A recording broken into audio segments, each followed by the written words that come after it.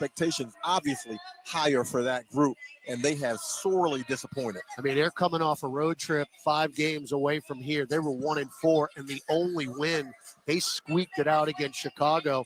In the last game, it was basically an all-star game against Memphis. Look, they had 5 20-point scores in that ball game, did Phoenix, against Memphis. It's never happened in the history of the Phoenix franchise, and they still lost the game. Well, how do you lose when you have 5 20-point scores and you shoot 21 of 37 from 3? Well, you turn it over 16 times. And you don't play D. And you don't play defense. You give up 151 points. So that's something, obviously, they'll look to rectify in this game. All right, Gus, we send it back to you and Jim. And Pels trying to keep doing what they've been doing, play hard. We have had no qualms about that, and this is going to be a very interesting matchup here in the next 2 nights, because let me just tell you here, around this city, I would say tensions are high when you're talking about the Phoenix Suns. I hear that. Mr. Jim Eichenhofer always has high intention. See what I just did there? A little difference? Yeah. No, you don't get it. No, he didn't get that, Jim. He didn't get that. Oh, well. Well, when we get back, we'll hear what Jim Eichenhofer has to say. Todd, you'll love it, though. He's sitting in his normal seat that he normally has for the Pels podcast. So he's nice and comfy. We'll chat with him when we come back. You're listening to Pelicans Warm Up on the Pelicans Radio Network. Caesars Sportsbook is the only sportsbook app with Caesars rewards. Win or lose, every bet you place brings you closer to the types of perks only Caesars can offer. Download the app using promo code SAINTSDYW. Place your first bet of $1 or more for a chance to double your winnings on your next 10 bets. 21 or older. New users only. Not available in prohibited parishes. Licensed through Horseshoe Bossier City and Caesars New Orleans. Max bet $25 for boosted winnings. Max additional winnings $2,500 per bet. Profit boost tokens expire 14 days after receipt. For terms, visit Caesars.com/promos. Gambling problem? Call 1-800-GAMBLER. Are you ready to build your dream outdoor kitchen or to finally organize your garage? Well, New Age Products is here to help. For over 15 years, New Age Products has been helping homeowners get more out of their spaces. With free design consultations and 3D renders, it's never been easier to organize and customize, all from the comfort of your couch. Visit NewAgeProducts.com now and take the first step towards a better home. That's NewAgeProducts.com. New Age Products is a proud partner of the New Orleans Pelicans. Injured at work? Don't let your recovery get delayed by endless paperwork. LA Health Solutions specializes in workers' compensation and DOL, providing expert care that gets you back on your feet quickly and safely. With convenient locations across Louisiana, we offer personalized treatment plans and handle the insurance process for you, so you can focus on what matters most, getting better. Trust LA Health Solutions, your one solution. To help you heal and return to work, visit LAHealthSolutions.com or call 844-496-LAHS today. Ever wondered what a 30-foot tall pistachio looks like? A giant redwood or Big Sur? Chevron with Techron will be there to help you see them and tons of other places you have to see to believe. Because with unbeatable mileage and a clean engine, cars feel great. So next time you want to fill up on a little adventure, an awkward family photo, or a new commute to work, make sure to fill up at Chevron's along the way. Your car and your memories will thank you. Chevron with Techron, fueled by possibility. You know, the last time we were all together, gentlemen, Jim Eichenhofer, the conductor Chris Moran, Gus Cottingale with you. I don't know if you knew the Lakers were taking on the Dallas Mavericks. Did y'all know that? Did y'all know they were playing? Yes, I was quite aware of that. Okay, well, the Mavericks and the Lakers are playing tonight, just not each other. We'll get a full NBA scoreboard coming up. But, Jim, you're nice and comfy in your normal Pelicans podcast seat, and I do feel that I don't know if you went Nostradamus, maybe Jim Stradamus. You said this team needs to play better defense. We all are focusing on the offense. You wanted to focus on defense. What have we seen the last couple of games from the Pelicans? Yeah, I mean, since the All-Star break, if you look at the stats across the league, you've seen a pretty drastic difference for the Pelicans in a bunch of different categories. I mean, the fact that they're, one of the best defenses in the league. They're actually tied for the best defensive efficiency since the All-Star break at 100.3 points given up per 100 possessions. They're actually tied with the Lakers, who have an extremely good defensive rating, even though they lost to Charlotte coming right out of the All-Star break. Actually, that was a low-scoring game, so that might have helped their defensive numbers. But, yeah, I mean, just across the board, I mean, there's a couple of things that stand out to me when I look through some of this stuff.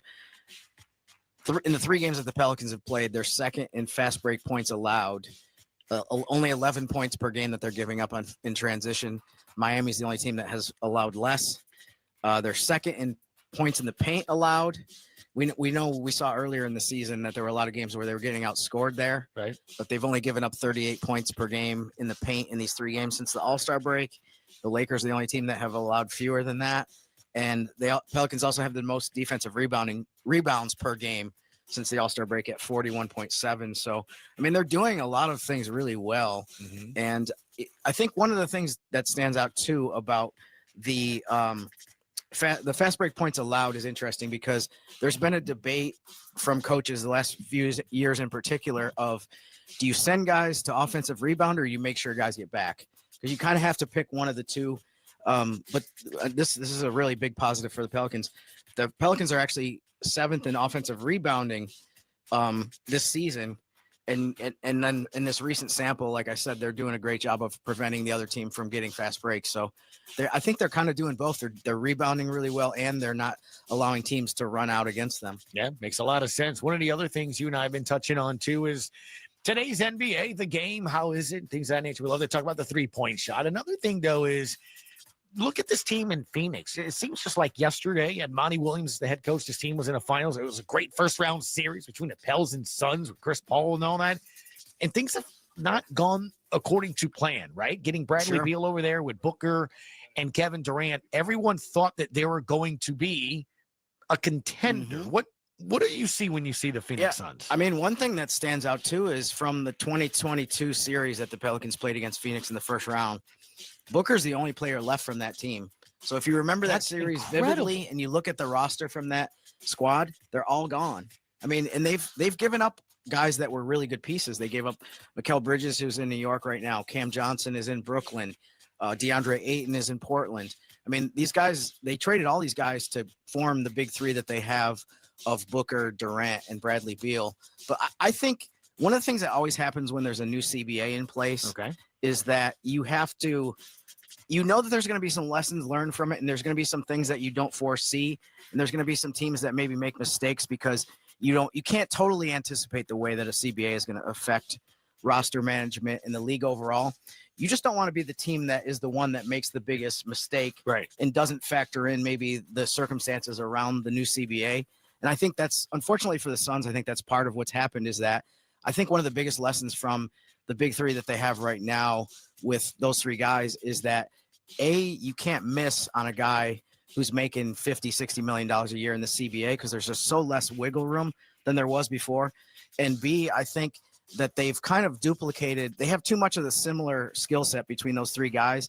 If you're going to have a big three and you're going to spend big money on 3 different players, you want to have, maybe one of them's a point guard, one of them's a wing, one of them is a big guy. It just seems like they overlap too much. And I think people have been trying to figure out all season, why is this team with these big names and this talent under 500? And I think that's a big part of it. I don't think their role players are terrible. Like you would think that maybe they have the record they do because the rest of the team is terrible. But I mean, Tyus Jones is a good role player. Some of their other guys, Royce O'Neal is good. It's just, it's a great example of how chemistry, which we've also talked about a lot on the pod, makes a huge difference. Gumbo. That was the reference that we were talking about. Maybe it's too much spice or too much liquid and water, to your point. And that's why I think when you look at the Pels here now and with the last 24 games, it's the right mix of who's defensive guys, who's offensive guys, the bench. They were huge in the win, back on Tuesday. So you need all of that. Yes, you need the superstar. You need the guy to sell shoes and jerseys. But you need so much more if you want to be a championship caliber team. Yeah, and I mean, I think with this Suns gumbo, there's like too much sugar in there. It's like everything. Do you put sugar in that? Exactly, you don't. That's exactly the problem. I look at the big names are great for marketing, and you want to have star players, like you said, but you just don't want to have them all doing the same thing. We've seen that happen with USA basketball too, where the teams that they put together sometimes, where it's like all guys who average 25 points a game. Good point. They don't win. Yeah, good point, Mr. Jim Eichenhofer. We got a lot more coming up here. Don't forget, we have Pelicans OT and Pelicans at the half with Jim's analysis. Up next, though, we do have a couple of games elsewhere in the league. We'll go look scoreboard watching here next on the Pelicans Radio Network. Entergy Louisiana is strengthening our power grid from Lake Charles to Baton Rouge, Metairie to Monroe, Our blueprint covers the state. Nearly 10,000 projects, over 11,000 miles of transmission line. We're reinforcing infrastructure to prepare for stronger storms, reduce outages, and respond quicker when you do need us. We're making stronger connections in every community because together, we power life. The NBA is back, and FanDuel, America's #1 sportsbook, wants you to catch all the action. Because right now, FanDuel is giving Pelicans fans 3 months of NBA League Pass. All you have to do to watch every tip-off and buzzer beater from around the league is place any $5 bet on the NBA. Make every moment more with FanDuel. NBA League Pass. Local blackout restrictions apply. If you or someone you know has a gambling problem and wants help, call 1-877-770-7867. 21 plus and present in Louisiana. Permitted parishes only. After 3-month free trial, the full price of League Pass will be automatically charged monthly. Cancel anytime. Terms, restrictions, and embargoes apply. Limit 1 pass per customer. See terms at sportsbook.fanduel.com. Kia is the official automotive partner of the NBA. And we think about basketball a lot. The plays, the swagger, the glory, the games, and how we can elevate our own game with capability that takes us to another level and ground clearance that propels us even higher. The 3-row 2025 Kia Telluride X-Line all-wheel drive. Kia, official vehicle of the New Orleans Pelicans. Call 800-333-4KIA for details. Always drive safely. Limited inventory available. Ever wondered what a 30-foot tall pistachio looks like? A giant redwood or Big Sur? Chevron with Techron will be there to help you see them and tons of other places you have to see to believe. Because with unbeatable mileage and a clean engine, cars feel great. So next time you want to fill up on a little adventure, an awkward family photo, or a new commute to work, make sure to fill up at Chevron's along the way. Your car and your memories will thank you. Chevron with Techron, fueled by possibility. Hi, welcome back. Pelicans warm-up, getting you ready for the top of the hour tip-off between Pelicans and the Suns. Got a couple of games going on. Conductor, I know you're upset. The Mavs aren't playing the Lakers, but both of them are playing. Dallas leads the Hornets 18-7. Somehow a 4-point play just happened. I was going to say 14-7. It's now 18-7. It just happened. I don't know how that happened, but it just happened. 6:11 to go in the first. Coming up at 9:30, Timberwolves at the Lakers. Anthony Edwards is averaging 27 a game. LeBron's averaging 24 a game. 2 minutes to go in the second. You got the Nuggets 55, Bucks 50. Jokic 18 points. Giannis has 10. And at the end of 3, the Warriors 92. Magic 87. Steph Curry with 43 points already in this game through 3 quarters, Conductor. How about that? You like that? He still got it. He still got it. Paulo Banchero, 28 points for the Magic. When we come back, head coach Willie Green, and it will get you closer to tip time over in Phoenix. You're listening to Pelicans basketball on the Pelicans Radio Network. If you're needing to relocate across town or across the country, there's no job too big or too small for John Fayard Moving and Warehousing, the proud mover of the New Orleans Pelicans for well over a decade. They offer red carpet, white glove office, and household good relocations at competitive rates. Moving is stressful and exhausting. Allow John Fayard Moving and Warehousing to ease your mind and your muscles. Full packing and storage available upon request. Call 228-864-2262 or visit johnfayardwarehouse.com today to schedule a survey or to book your move. When you switch and save with Progressive, you could use that money towards scoring courtside seats for your favorite team. Progressive cannot guarantee that you can score courtside seats. Drivers who switch and save with Progressive could save hundreds on average, but courtside seats can be astronomical. Maybe if your team plays in a smaller market, you could swing it. Even still, it's unlikely. Maybe 4th row, which are still incredible seats that you'll enjoy greatly. Savings possible. Courtside, long shot. Switch and see if you could save at Progressive.com. Progressive Casualty Insurance and Affiliates, not available in all states. Progressive cannot guarantee that someone really tall will not sit in front of you at the game, rendering your excellent seats just okay. I don't want to touch base or circle back anymore. I want to charter a boat and go fishing with my friends. I don't want to make a to-do list. I want to make a to-eat list. I don't care about a PowerPoint. Give me a juke joint. It's time to cut loose and lose track of time, billable and otherwise, altogether. Play Coastal and go have some fun for fun's sake. For more information, visit coastalmississippi.com. Life is a workout, and Smoothie King is here to help you power through. Whether you're maxing out overhead presses, pushing through chest flies, or being the hero your golden retriever needs to carry them over that scary bridge, Smoothie King has the fuel to help you go all out. Build muscle and boost your recovery with 45 grams of protein, 0 grams of added sugar, and delicious customizable ingredients in the Gladiator Smoothie. Available in chocolate, strawberry, and vanilla. Only at Smoothie King. Tonight's pregame interview with head coach Willie Green is brought to you by Smoothie King. Smoothie King, rule the day. Now, here's Pelicans head coach Willie Green. Coach, before we get to the game, the club announced that they signed Brandon Boston to a standard deal, and someone who really grinded out in the league. And as his coach, how happy for him that he was able to get the contract? I'm extremely happy for him. We all are, and that's what hard work, preparation, and then he was given the opportunity. He took advantage of it, and he'll have to continue. That's what I'm extremely proud of. You got 10 available tonight. The opportunity for some of the younger guys to get extended minutes is this opportunity for them. Yeah, guys are excited about the opportunity to step on the floor against a good team. It's going to be a highly competitive game on both ends, and we look forward to seeing some of our young guys get on the floor and get after it. You got a team in Phoenix that had 5 20-point scores the other night. How's that stretch of defense? And I'm not trying to give away the plan, but are you able to defend a team that can score so well? Yeah, you just game plan discipline. Make guys take tough shots. They can score. They're proven in this league, but we have to outwork these guys. We have to outcompete. We have to be really detailed with our game plan execution, and don't allow them to, dictate the flow of the game. And that's going to be key tonight.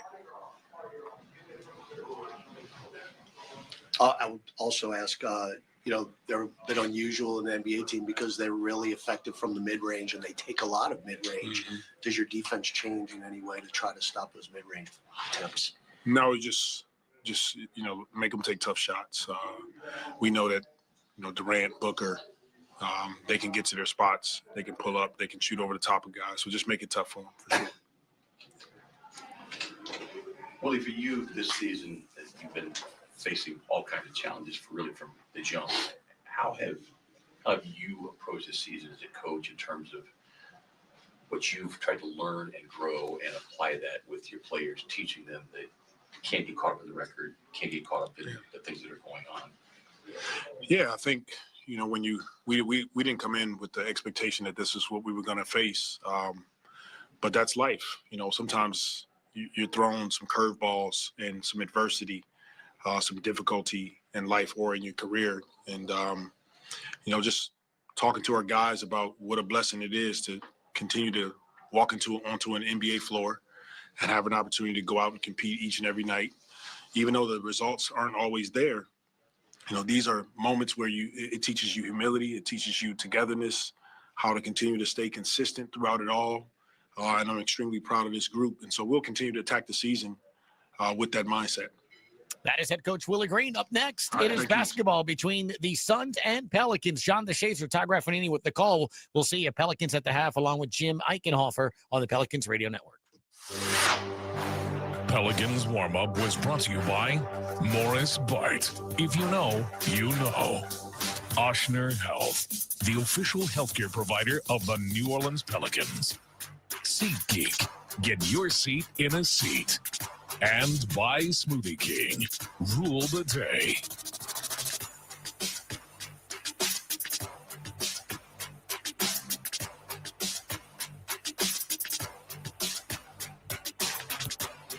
When you get a Pelicans debit card from Keesler Federal, every day is full of possibilities. And free checking saves you extra cash to make those possibilities a reality. Perfect for the things that make you happy. Plus, with your new Keesler Federal Pelicans debit card, you'll also save 25% on tickets and merchandise and choose from 5 different fun card design options. Enjoy all the perks you get for all the things you love. Keesler Federal, the official credit union of the New Orleans Pelicans. Federally insured by NCUA. The NBA is back, and FanDuel, America's #1 sportsbook, wants you to catch all the action. Because right now, FanDuel is giving Pelicans fans 3 months of NBA League Pass. All you have to do to watch every tip-off and buzzer beater from around the league is place any $5 bet on the NBA. Make every moment more with FanDuel. NBA League Pass. Local blackout restrictions apply. If you or someone you know has a gambling problem and wants help, call 1-877-770-7867. 21 plus and present in Louisiana. Permitted parishes only. After 3-month free trial, the full price of League Pass will be automatically charged monthly. Cancel anytime. Terms, restrictions, and embargoes apply. Limit 1 pass per customer. See terms at sportsbook.fanduel.com. Hey, Pelicans fans, SeatGeek is here to help you experience all the action. SeatGeek makes it easy to find tickets so you can be a part of all the courtside celebrations this season. Whether you're buying or selling tickets to Pelicans basketball games or to any other live event in New Orleans, SeatGeek is the place to do it. SeatGeek is the official ticketing partner of the New Orleans Pelicans. The most disruptive idea in ticketing? A ticket that works. Expect the expected. SeatGeek.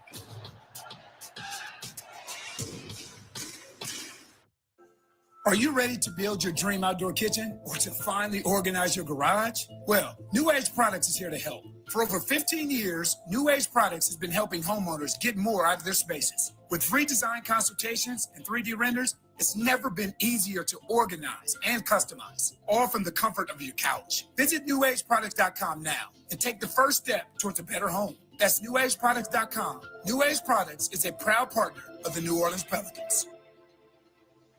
The following is a presentation of the New Orleans Pelicans Radio Network. This is what we live for. You gotta fight. The New Orleans Pelicans Radio Network proudly presents We'll go coast to coast, and that got blocked by Nisi. Game Day in the NBA. Trey for the catch and shoot three as he hits the deck. Deep right wing and down for Murphy. Bounce feed to Carlo, streaking in and dunking it over Sabonis with a right hand. Show and go. Lefty scoop is in. Left of the rim and down. Murphy again. Now, with the call of today's game, here's Todd Graffanini. Wow.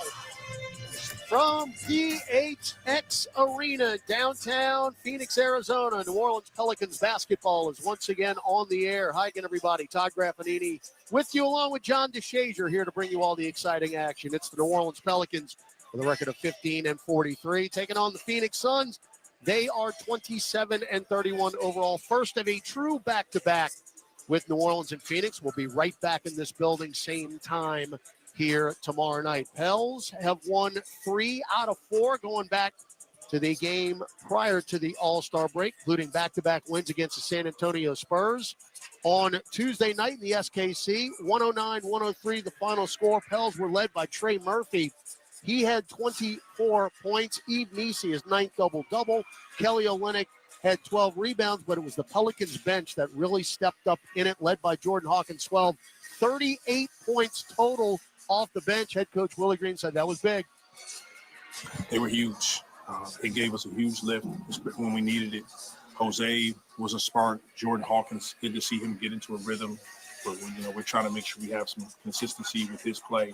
Bruce was great. Carlo was good. Even Tone, he stepped on the floor, hit a big shot for us. So that's building the momentum. That's building good habits with our group, and that's what we want to focus on continuing to do as we progress throughout the season.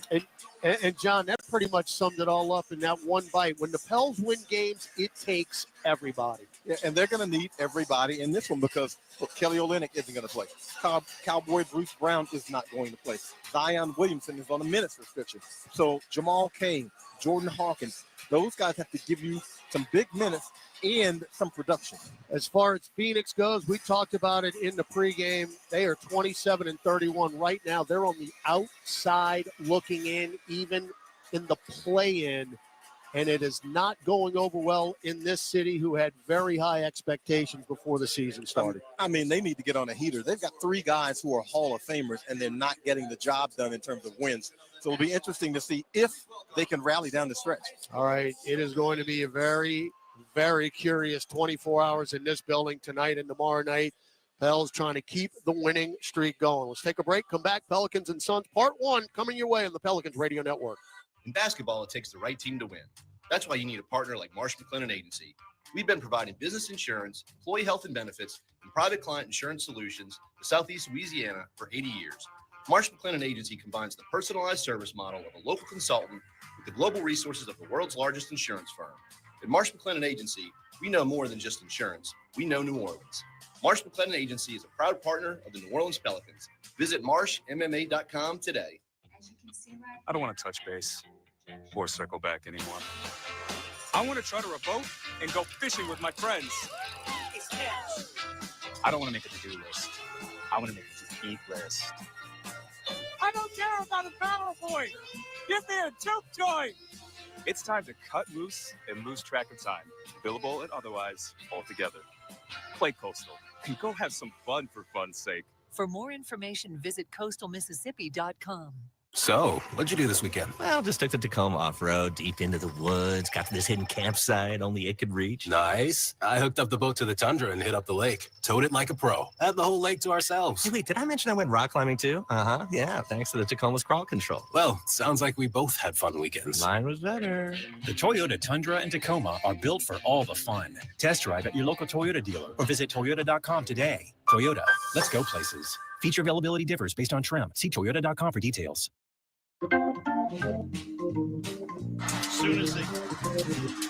Back in Phoenix at the artist formerly known as the Footprint Center. No more. It is now PHX Arena as we get set for NBA action. Todd Gravanini, John DeShazer with you in the desert.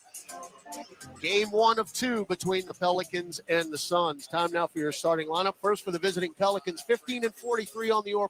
Pels are 4-24 away from home under fourth-year head coach Willie Green. CJ McCollum, 6'3" guard, Lehigh. Trey Murphy III, 6'8", forward, Virginia. Zion Williamson, 6'7", forward, Duke. Karlo Matkovic, 6'11", center, Croatia. Yves Misi, 7-foot center from Baylor University. Eve again had his 9th double-double against San Antonio on Tuesday night and is 5 offensive rebounds away from 200 this year.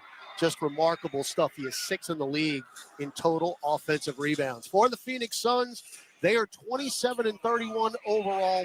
They're 16-11 in this arena. Right now, they sit 11th in the Western Conference. They're 2.5 back of the 10th seed Sacramento. So again, they are on the outside looking in, coming off a 5-game road trip in which they were 1-4. In game number 5, they lost a 151-148 game in overtime against Memphis, despite 5 Phoenix players with 20 or more points. It's never happened in the history of their franchise.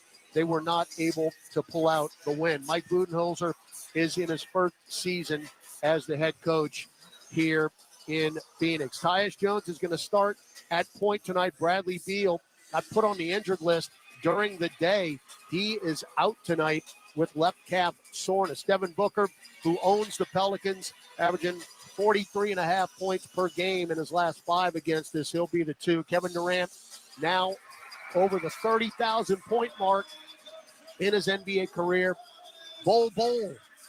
That's right, that Bol Bol. He has been playing very well as of late. His last 4 games, averaging 18.7 rebounds. Man in the middle is Nick Richards, who they acquired in a trade from Charlotte just a few weeks ago. He is their starting center. Those are your starting lineups. An active list presented by Morris Bart for New Orleans. The list is lengthy. Brandon Boston, Keon Brooks Jr., Bruce Brown, Jalen Crutcher just signed to a 2-way. By the way, Boston signed a standard contract during the week. Congratulations to him. Herb Jones, DeJounte Murray, and Kelly Olynyk all out tonight. Those are your particulars. Keys and tip next. Injured at work? Don't let your recovery get delayed by endless paperwork. LA Health Solutions specializes in workers' compensation and DOL, providing expert care that gets you back on your feet quickly and safely. With convenient locations across Louisiana, we offer personalized treatment plans and handle the insurance process for you, so you can focus on what matters most, getting better. Trust LA Health Solutions, your one solution. To help you heal and return to work, visit lahealthsolutions.com or call 844-496-LAHS today. AmeriHealth Caritas Louisiana helps people get care, stay well, and build healthy communities. Our Medicaid plan offers a wide range of benefits to best meet your health needs and those of your family. Care is the heart of our work, and just like the Pelicans, our team is committed to excellence. Make AmeriHealth Caritas Louisiana your choice today. Learn more about the benefits of our Medicaid health plan by visiting care4la.com. That's care4la.com. Kia is the official automotive partner of the NBA. And we think about basketball a lot. The plays, the swagger, the glory, the games, and how we can elevate our own game with capability that takes us to another level and ground clearance that propels us even higher. The 3-row 2025 Kia Telluride X-Line all-wheel drive. Kia, official vehicle of the New Orleans Pelicans. Call 800-333-4KIA for details. Always drive safely. Limited inventory available. This radio presentation of the New Orleans Pelicans, presented by Smoothie King, is brought to you by Chevron, the human energy company. Dump it down to even a right-hand hammer and one. Energy, we power life. Step back, left wing three, online, and hit. New Age Products, official garage and outdoor kitchen provider of the New Orleans Pelicans. Why not, Trey? Nothing but twine for Murphy. And by Smoothie King. Rule the day. Steele Williamson. Williamson trying to go coast to coast, and will. Now, here's Todd Drapanini. And good! All right, here we go, baby. Pelicans and Suns from the Valley of the Sun. Pels looking to get the Mardi Gras road trip off on a good note. Keys to the game, John DeShazer. And the Pels punish them in the inside, 60-38 average in the 3 games since the All-Star break. So they've been able to score there. But they'll need to make some threes. 9 of 30 is the average over the last 3 games, whereas opponents are 15 of 46. They got to get more threes up. All right, Suns win the tip. They're in all purple, moving right to left as you view it on your radio dial and mobile device. As Tyus Jones has it, gets a pick from Nick Richards and then gets Booker off the curl, and a 10-footer is good. Yeah, if you're going to trail Devin Booker on the curl, that's an automatic. This is the best mid-range team in the league. And they're at 49% when they take those mid-range shots. McCollum got free. Left-hand dribble job, pressed to Zion Williamson. Back to CJ up top. Straightaway three is off the front iron, no good. Rebound Zion Williamson. Reverse layup on the left hand is good. We're tied at 2. Well, Z says, thank you very much for a rebound that lands right in his hands. Nobody boxed him out. Tyus Jones, one of the best there is in assist-to-turnover ratio. He set a record last year, 7.3 to 1. Left wing Durant, now left free throw line extended. Nick Richards shovels it back to KD. Durant, guarded by Zion, goes left baseline, touch foul, threw it up, no. And they call that on the floor, John. That's a little cheap. 1, it's a cheap foul. 2, it's a shooting foul. If it was indeed a foul. Tremendous segue, our officiating crew. John Goble, the crew chief, Pat Frere, the referee, Evan Scott with that call is the umpire. Booker left wing for 3. Yep. And it's Devin Booker 5, New Orleans 2. Nothing new there. This dude can get on a heater so fast.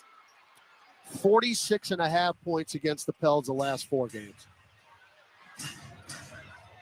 Pels actually won by 2 in New Orleans in November. Murphy drives in, no. Tipped up Nisi, no. And we get a loose ball foul, and Evan Scott called that one. That one's on Devin Booker, so good job hitting the offensive glass. And if they gave Nisi a rebound there. They give Nisi 2 foul shots. Huh?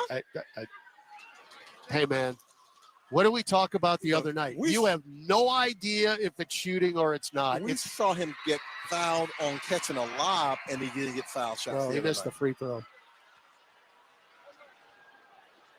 5-2, Phoenix. Again, if I told you the crowd was into this, I'd be lying. The Pels even pull out one of these games, there's going to be big problems. Yeah. Big problems. So Eve goes 1 of 2. Jones, right wing, picked up his dribble, chests it to Booker. Booker drives into the paint, kick it to Durant, left corner 3, no. Weak side rebound, Karlo Matkovic. Early in this game, Zion guarding Kevin Durant. Now Z splits 2 defenders, drives in, finger roll in, and that has been the problem of the Phoenix Suns. There has been no defense whatsoever. They simply ushered Z to the front of the rim. Now Richards in the paint, kick it to Bowl for 3, in and out, no good. And Misi, the uncontested rebound in that classic purple paint. Now Matkovic, left corner 3, back iron, no good, long rebound to Tyus Jones. That was a spot, just didn't knock it down. Booker around a Richards pick, pops one from the nail, and Devin Booker is already feeling it. He's got all of their points, 7-5. If he comes off the screen, Yves Misi cannot stand back in the lane and just watch him. Zion left free throw line extended, whip it up top. Trey Murphy for the deep logo 3 on the edge of the sunlight and the halo of the sun, and it's good. Trey Murphy, desperate for some makes, came into this 12 of 43 from 3 in his last 5. And I know it doesn't mean anything, but when he was warming up, as Booker misses a mid-range ball on the deck taken by Makovich, he was razor sharp. Misi beat everybody down, but can't handle the three-quarter court pass from Williamson, and we turn it over for the first time. Pelicans 8, Suns 7, 8:50 to go first quarter. Richards get it to Jones, left corner 3. And he knocked it down. Tyus Jones, not what you would call a volume three-point shooter, but he's very effective at 40%. Yeah, I mean, he is a... Trey, another 3. Same spot, same result. Oh, Trey Murphy, BN. 11-10. Again, that's 30 feet if it's a millimeter. It's good to see Trey feeling good. Hell's up 11-10. Now Jones from the other corner for 3. That is just poor defense. Trey raising his hand saying, my bad, because you left Tyus Jones wide open in that corner. Can't let Tyus Jones beat you from outside. Now McCollum tries to get into the 3-ball act, no, and then Richards the rebound. 13-11, Phoenix, 4 minutes gone first quarter. Jones, get it to Booker. He'll pop a deep left wing 3. That's off the glass. Long rebound, Trey Murphy. That missed by a ton. Well, Z leaked out. You can get him on the pin. Murphy for the heat check. Yes, yes, yes. This one a little to the left of straightaway. Same thing, 30 feet. Kenneth Murphy III cooking right now. 9 points for Trey, all deep. 9 straight points. Durant tries to answer. Yep. Right corner. Nobody can miss. That team's going to score. Hey, now, can you keep pace with them? They scored 148 and lost the other night. Now Zion drives into Eve, throw it down. We got an all-star game breaking out in front of us. 16-16. Everybody gets a taste. Jones, pick from Durant. Switches to a left-hand dribble. Now get it to KD, right of the top 3. Front iron, no good. Rebound, Nick Richards. Saved it to Bol. Bol whip it to Durant. Another 3 right wing. Yep. And it's 19-16. You can't let that team have second chance opportunities. You got to finish out the possession defensively with the rebound. They're 5 of 9 from distance. We haven't even hit halfway in the first quarter. And especially if that guy shooting is Kevin Durant. Now McCollum for 3 left wing. Around and down. That one from Zion Williamson. This might be a who's got the ball last game. Tied at 19. Tyus Jones chested the Bol, left block. Doubled, reach in, Trey Murphy. And we got a stoppage in play, and we'll catch our breath. Both teams are smoking hot. Of course, we're in the desert. That's very apropos. 6:26 left first quarter. 19 for New Orleans, 19 for Phoenix on the Pelicans Radio Network. Ever wondered what a 30-foot tall pistachio looks like? A giant redwood or Big Sur? Chevron with Techron will be there to help you see them and tons of other places you have to see to believe.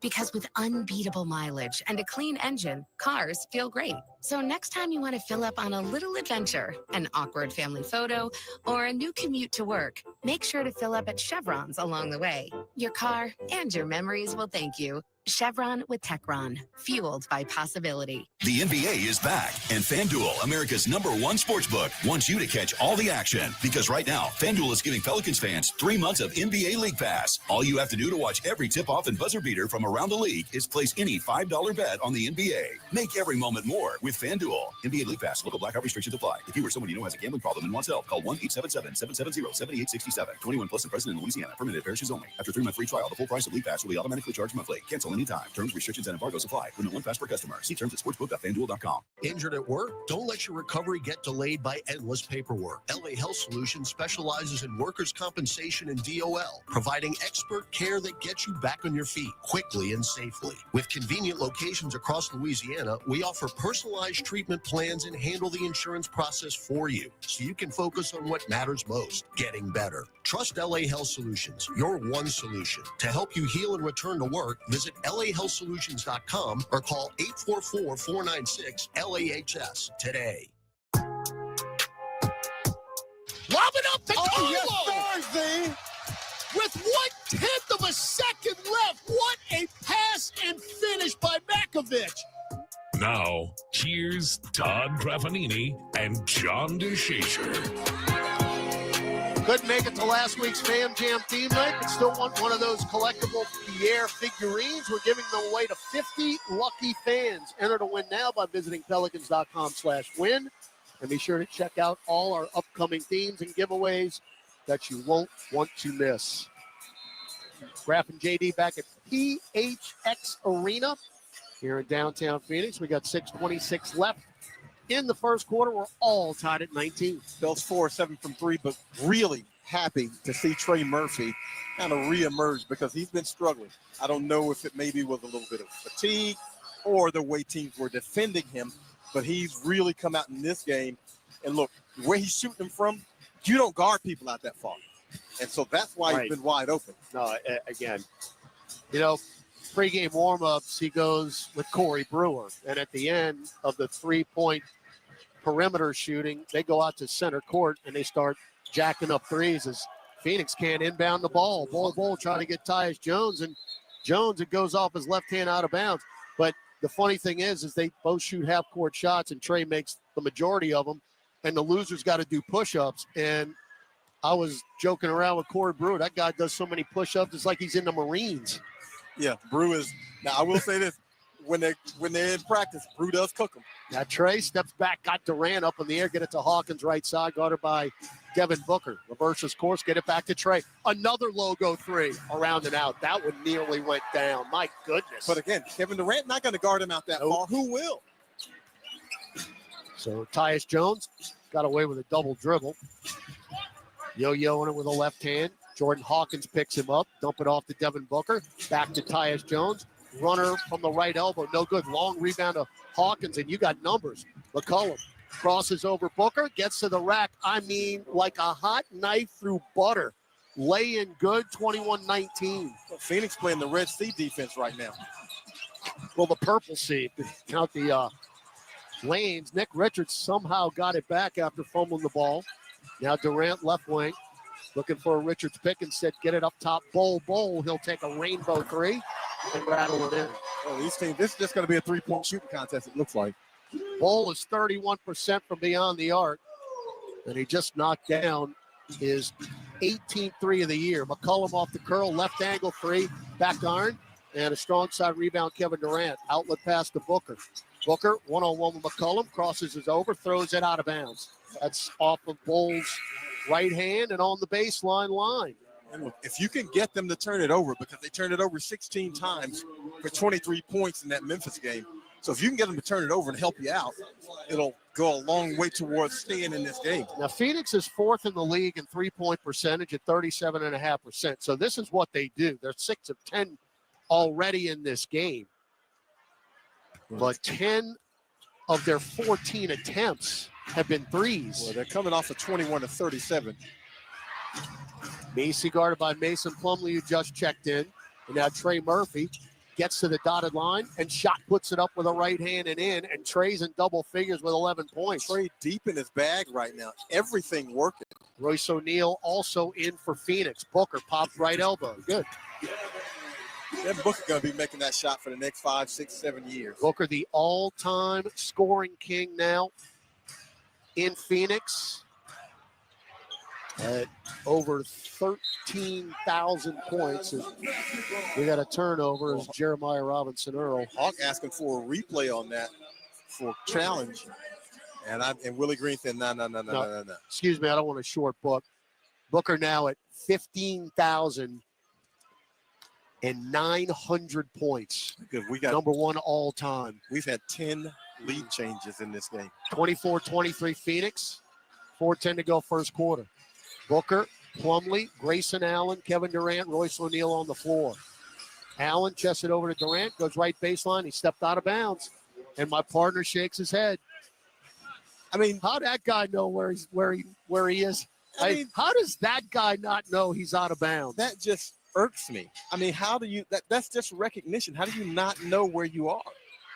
So Phoenix turns it over for the third time.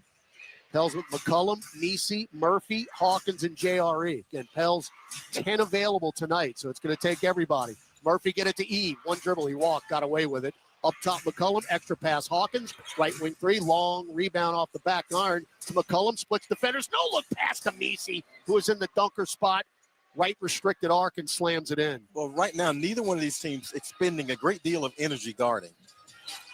Pels have the lead again, 25-24, as Allen takes a 3-0, and the rebound to Eve Misi. It's hard to make a living letting Grayson Allen have wide open threes. Now Hawkins, right wing, led the league in percentage last year, 47. McCollum got bumped, still gets a scooper off, no long rebound after the miss to JRE, back to Trey, another deep straightaway. Why not, Trey? Oh my heavens, Trey Murphy. Why not? The range is limitless, and it's 28-24. Murphy has 14 in the first quarter. Durant backing down Murphy to the paint. Fall-away jumper, no. Weak side rebound. Jeremiah Robinson Earl back to Trey. He might pull up from the midcourt stripe. I think he is. Nope, crosses over. Allen steps back, left wing three. Back iron. Too close, Trey. You're too close. I'll tell you what, though, it was online. Everything looking good out of his hand. Royce O'Neal to Booker. Booker drives right back. McCollum lost it, and then it dropped right to Mason Plumlee, who goes up, and Hawkins forced to foul Plumlee. As he was trailing the play, we'll have a timeout on the floor. 2:31 left first quarter behind Trey Murphy's 14. He's got half our points. 28-24 New Orleans on the Pelicans Radio Network. Hear every note of U2's epic journey, from their post-punk roots in the streets of Dublin to groundbreaking live experiences around the globe. Plus, exclusive commentary from rock's most dynamic band. U2 doesn't have a genre because it's in that discovery of new territory that we come alive. U2 X Radio, Channel 32, and at home with the SiriusXM app on your phone, computer, Alexa, TV, or other internet-connected devices. The biggest names in basketball. Stop by NBA Radio. The Hall of Famer, Tim Hardaway Sr. How does Tim Hardaway Sr. feel about Jimmy Butler? The Warriors and this city should embrace him because he's a gem, and this dude can really, really play. I just disagree how he tried to get out of Miami Heat, and I disagree what he did to his teammates with the Miami Heat. Hear any interviews you might have missed on the SiriusXM app. Just search NBA Radio. The best in MLS play on Sirius XM FC. The beautiful game at its best. First, the Vancouver Whitecaps host the defending champion, LA Galaxy. Joseph Paxel, electric pace. Then the action shifts to Houston, where the Dynamo duel with Inter Miami. He's in, Messi! It's a show tonight. It's an MLS doubleheader Sunday night at 5 Eastern on Sirius XM FC, 157 in the car, and on the Sirius XM app. There's never a wrong time to escape to Radio Margaritaville, a channel with songs to put the lime in your coconut and transport you to an island state of mind. I wanna go back. With unforgettable Jimmy Buffett music, beach anthems, and concert encores. Radio Margaritaville. Channel 24 and at home with the SiriusXM app on your phone, computer, Alexa, TV, or other internet-connected devices. Hey, this is Brian Geltzeiler. Wake up early with me in 2007 NBA Coach of the Year, Sam Mitchell, every Saturday morning from 7 to 10 a.m. Eastern as we break down everything NBA on Channel 86. But the Pels have been able to score something in the paint, lead 12-2 points in the paint. So they've been able to mix it up along with Trey Murphy's threes. So New Orleans, again, who is 10 deep tonight, going to have to really mix and match. As you'll come out of the timeout with C.J. McCollum, Jose Alvarado makes his first appearance.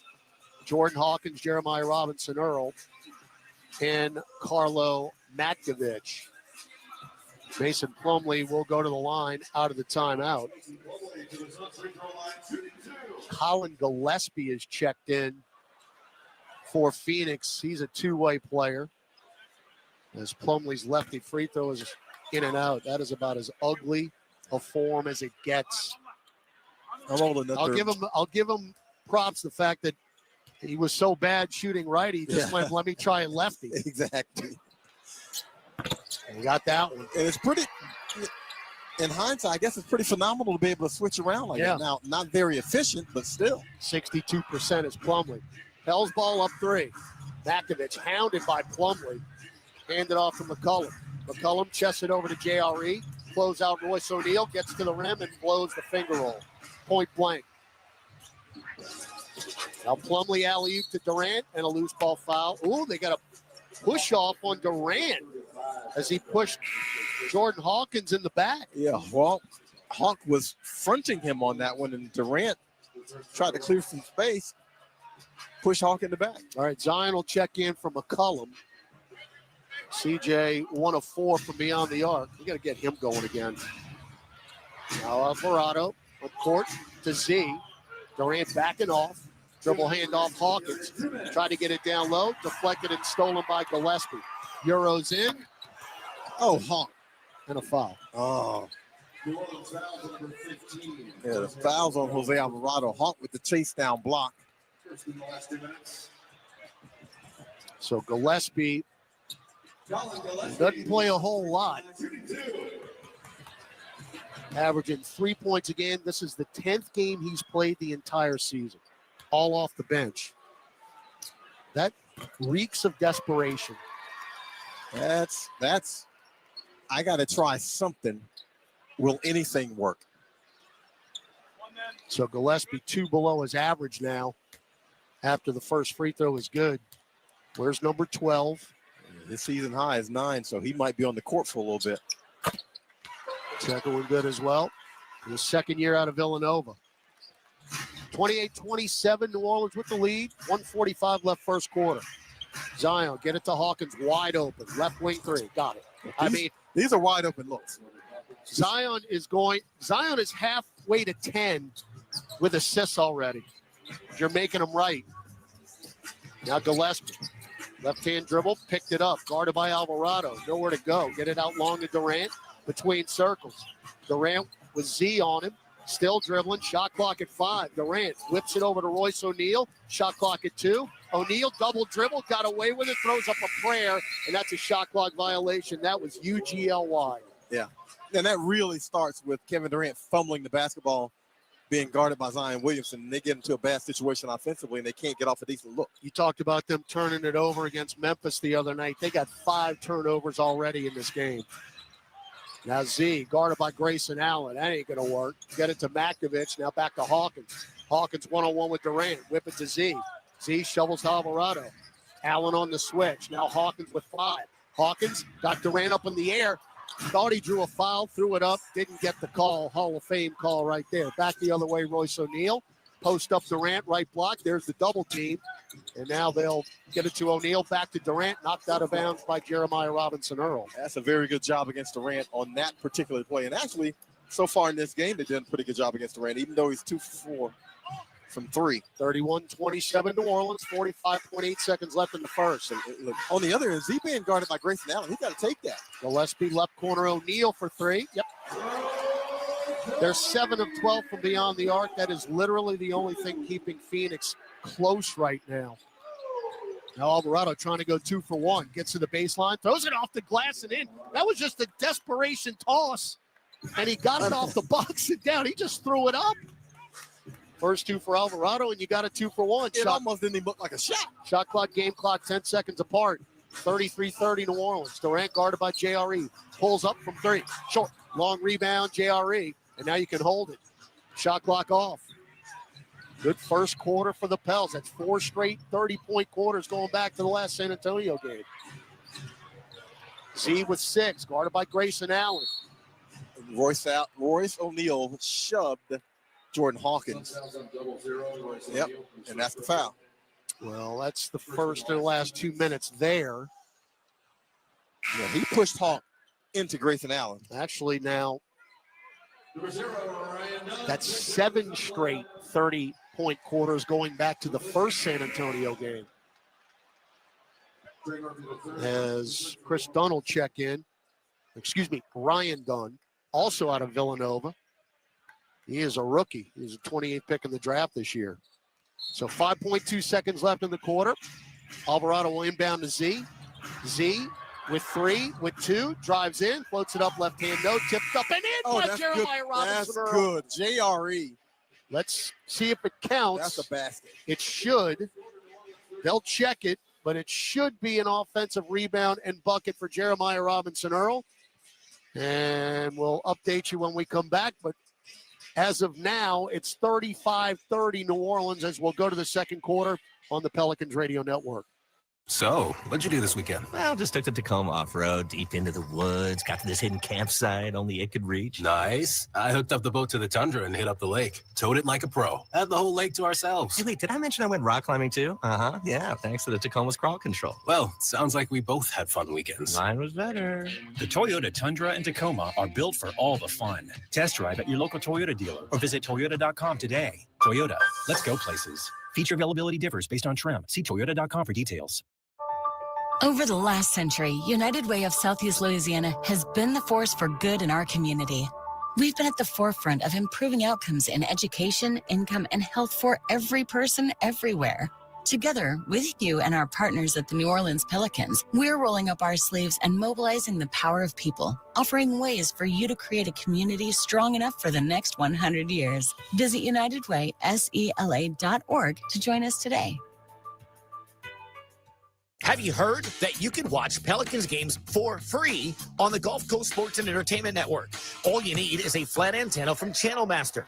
Visit channelmaster.com for all your television antenna needs. These aren't those big rabbit ears you grew up with.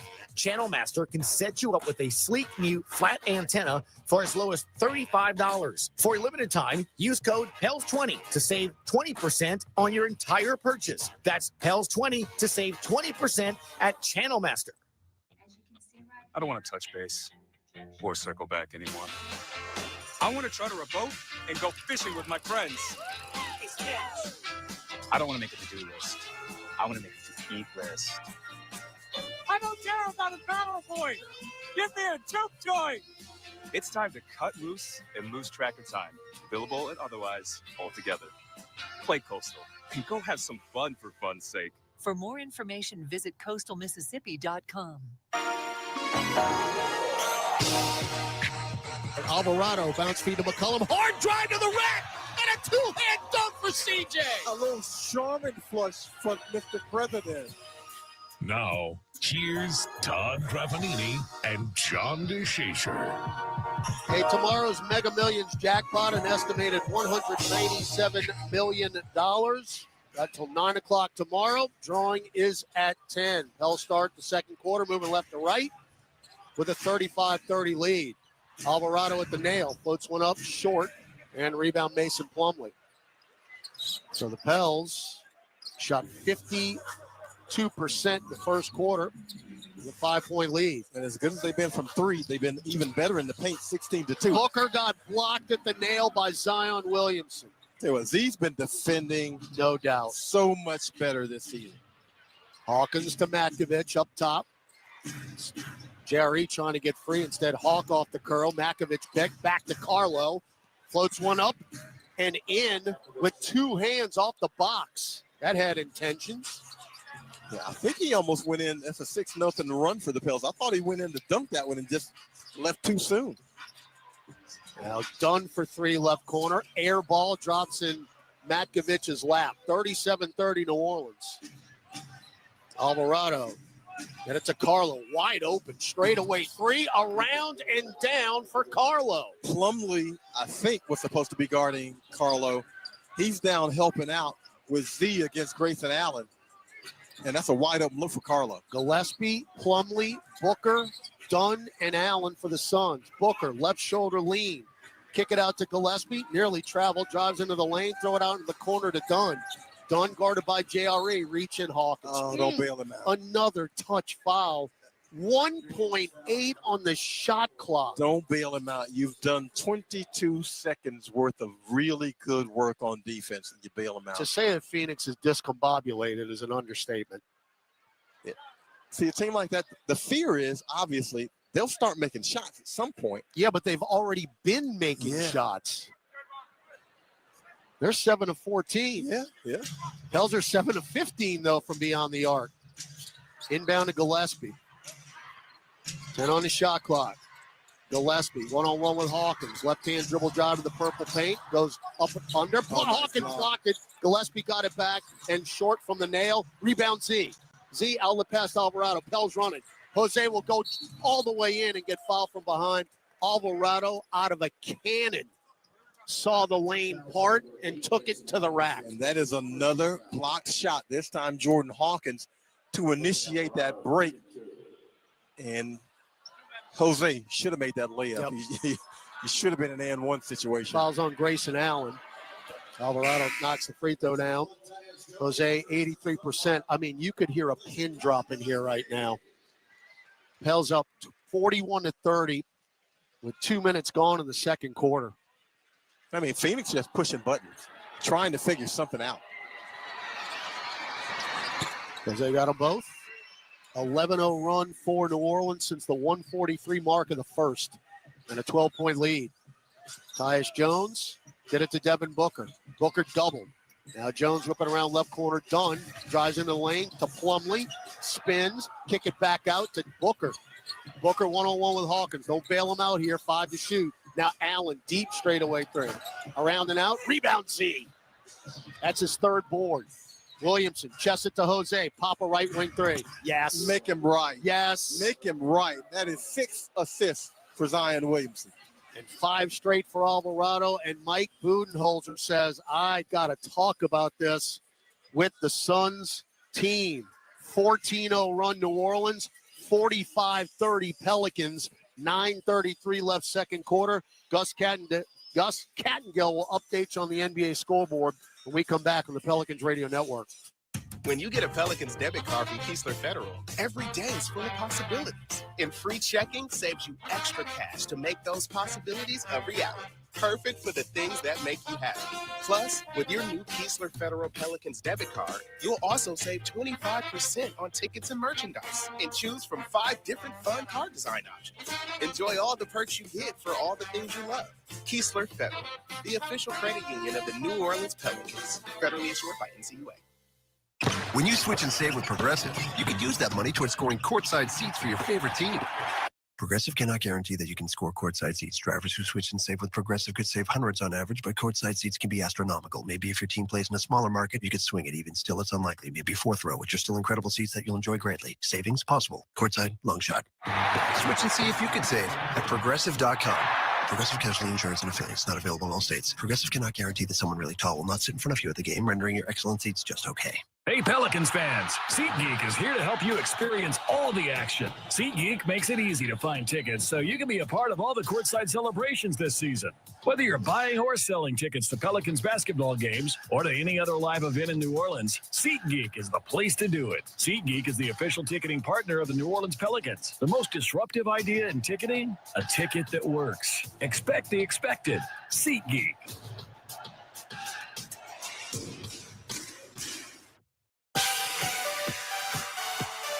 Welcome back to Pelicans basketball. Let's check tonight's NBA scoreboard. One final, fellas, already in the books in Orlando. Golden State 121-115. Are y'all ready for this? Steph Curry, 56 points tonight, 12 threes. And Graf, Jim Eichenhofer's in here smiling. I bet. With a 15-point lead with 9:33 to go in the second quarter. We're pitching a shutout here in the second. 10-0, John. The Pels are doing whatever they want offensively whenever they want it. Not just 8 of 16 from 3. That's great, obviously. But 18 to 2 points in the paint. So they're doing it from outside. They're doing it from inside. Zion Williamson, 6 assists. And they've got 10 assists on 17 made baskets. Really, everything the Pels have turned to has worked. Again, the Pels are 10 deep tonight. Ton of inactives. So far, so good. Tyus Jones, Ryan Dunn, Grayson Allen, Devin Booker, and Nick Richards on the floor for Phoenix. Booker, hounded by Alvarado. Now Makovich on the switch. Get it up top to Dunn. Swing it over to Tyus Jones. Jones forced back outside. Booker drives in. Kick it to Dunn. Right angle three. No good. Rebound Z. That's his 4th. Z. Kick it to Hawkins, left corner, another rinse. Assist number 7. Booker for 3. Left wing. That's the dude. He might score 70. Yeah, that's the dude who can give you 40, 50. He's got 12 of their 33. That stops the run. Z cross-court pass to JRE for three, in and out. Tipped by Makovich, taken by Grayson Allen. Allen goes right by Z into the purple paint, up top Booker. Booker drives right back in, running floater is good. Yeah, they got compromised from the beginning. When Grayson Allen got around Zion Williamson, the defense rotates to help, and then it's too late to recover against Devin Booker. Well, Booker's pretty much it for them. He's 6 of 9 from the floor, 14 points. Now Zion, one-on-one with Dunn. Throw it up to Carlo. No, bad pass. Yeah. Knocked out of bounds by Allen. I mean, good spot. Phoenix playing a zone defense. Why, I don't know, because the Pels are already 8 of 17 from 3. Excuse me, 9 of 18 from 3. All right, Jamal Cain in. Thought we'd see him tonight, along with Trey Murphy. Pels ball, 8:09 left, second quarter, 48-35 with the lead. Alvarado baseline left. Trying to get it in, throw it out to Carlo. Makovich handed off to Jordan Hawkins, drives, kicks Jamal Cain. Welcome to the game, Jamal Cain from the right corner, nothing but net. Jamal Cain walks off the bench and makes the corner three. Literally, it's his first touch. Now Bol back in for Phoenix. Pels have 10 made threes in this game. We had single digits in both games against San Antonio. Booker. Get it to Dunn. Shot clock at 3. Dunn splits defenders, throws it up in the lane. No, tipped up and in by Nick Richards. Richards had a 19-rebound performance in his debut here in Phoenix. Came from the left corner this time. Air ball. And rebound Richards, 51-37. Don't get too happy on the farm. Booker. Oh, Jose got. Yeah, that's Carlo with a cheap foul. Yeah, Jose got, well, we said that before. Jose got screened by Nick Richards, and then Carlo reached in. So Eve Nisi will check in for Makovich. 7:16 to go. Yeah, Second quarter. Carlo cannot commit that kind of foul that far out on the floor when you're shorthanded. Booker getting inbound to Richards. Now Ryan Dunn, chest it to Booker between circles. By Hawkins. Nisi on the switch, throwing back to Dunn. Extra pass, Bol for the right corner three, around and out. Nisi the uncontested rebound. Not a purple jersey in sight. Pels have done a really nice job of challenging, and that's one of the things Willie Green wanted to see. Just challenge, make it difficult. About rebounded them 19-13. Alvarado. And over to Murphy. Strip, but fouled. As Ryan Dunn the reach in. That's Virginia on Virginia crime right there. That is not a foul you want. I mean, he's so far out on the floor and you pressed up against him. What is he going to do right there? You commit that foul. And I understand he's making threes. I was going to say he's been shooting from 30 feet, but that was in his range. He's pressed up against him where he can't shoot. He can't shoot that three. Each team, 2 team fouls in the second quarter. Now Murphy got free, bounce feed to Eve, runs the lane, and he airballed it because he got knocked to the deck. Rebound Booker. Booker head fake, foot on the arc, shovels to Richards, back to Devin. Devin drives in, throw it out long. Tyus Jones for 3. Yep. And it's 51-40. Timeout Willie Green. Yeah, you know they're going to make a run. They are a shot-making team. So we'll take the timeout with them. 6:27 left in the second. Both teams are pretty much lights out from beyond the arc. Pels 10 of 20. Phoenix 9 of 19. As the Pels have an 11-point lead. Here in the second, the Pelicans Radio Network. The NBA. The biggest names in basketball. Stop by NBA Radio. We're talking here with Dr. J. Can you build a sustainable winner at some point around Joel Embiid as your main guy? If he moves to playing a third of the games, that's not going to happen. You always say it was not a guy's fault if his body betraying him, but that's an excuse. And you're trying to be the leader, and you have to find a way. Hear any interviews you might have missed on the SiriusXM app. Just search NBA Radio. I'm Alex Cooper from Call Her Daddy. I have 2 brand new exclusive channels right here on SiriusXM. First, there's Unwell Music, fun, feel-good music for the girls. And Unwell on Air, the best of Unwell and brand new live daily shows with weekly pop-ins from yours truly. Unwell Music on Channel 3 and Unwell on Air on the SiriusXM app.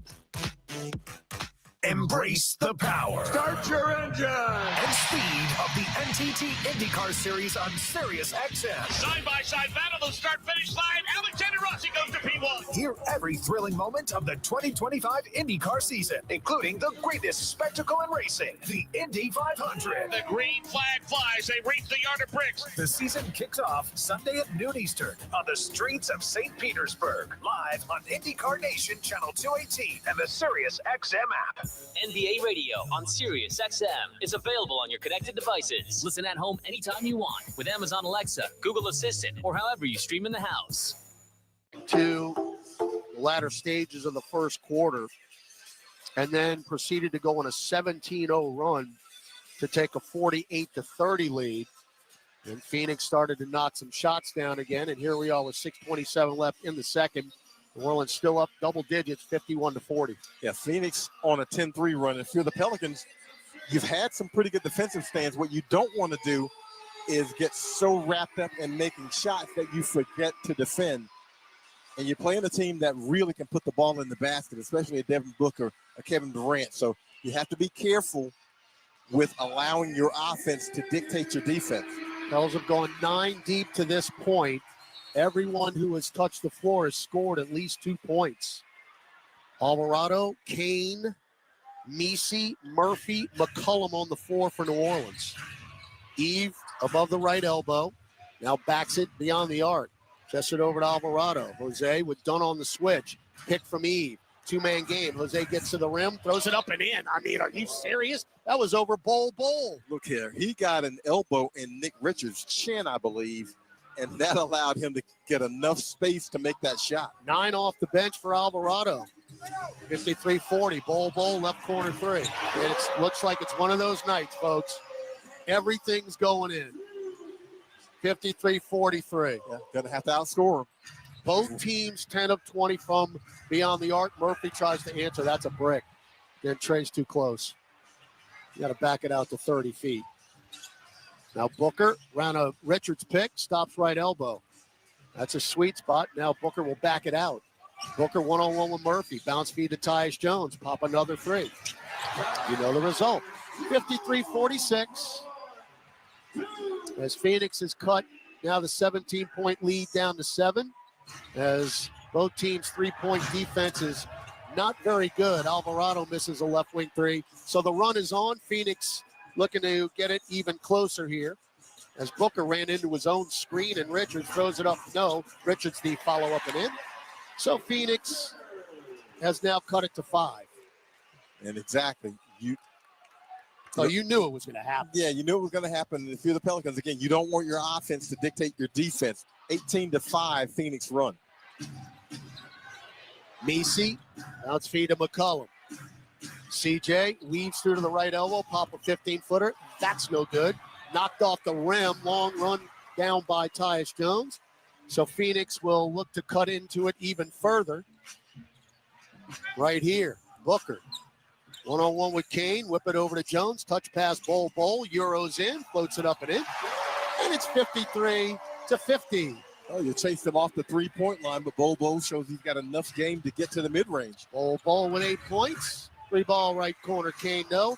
And all the hard work you've done is about to be over after Booker knocks this one down. Short. Long rebound, Alvarado. Into the front court, Trey Murphy. Blocked from behind by Dunn. As it's all Phoenix right now. Tyus Jones in the right hash mark. And the crowd's back into it. Well, they never were in it until now. Bol, Jose just turned his ankle. Yeah. Bol misses a 3. Jose writhing in pain on his back. As he rolled his ankle, nobody was near him. And why are we stopping play? They're trying to get Jose out. Well, did we call timeout? I don't know who the timeout is, but Jose Alvarado limping around, trying to run it off. I did not see. Yeah, I didn't see who called a timeout. Because the referees should not do that. Pels did call the timeout. Okay. Pels called a timeout. Jose Alvarado. Again, there was nobody near Jose and just kind of rolled his own ankle. I saw him go down.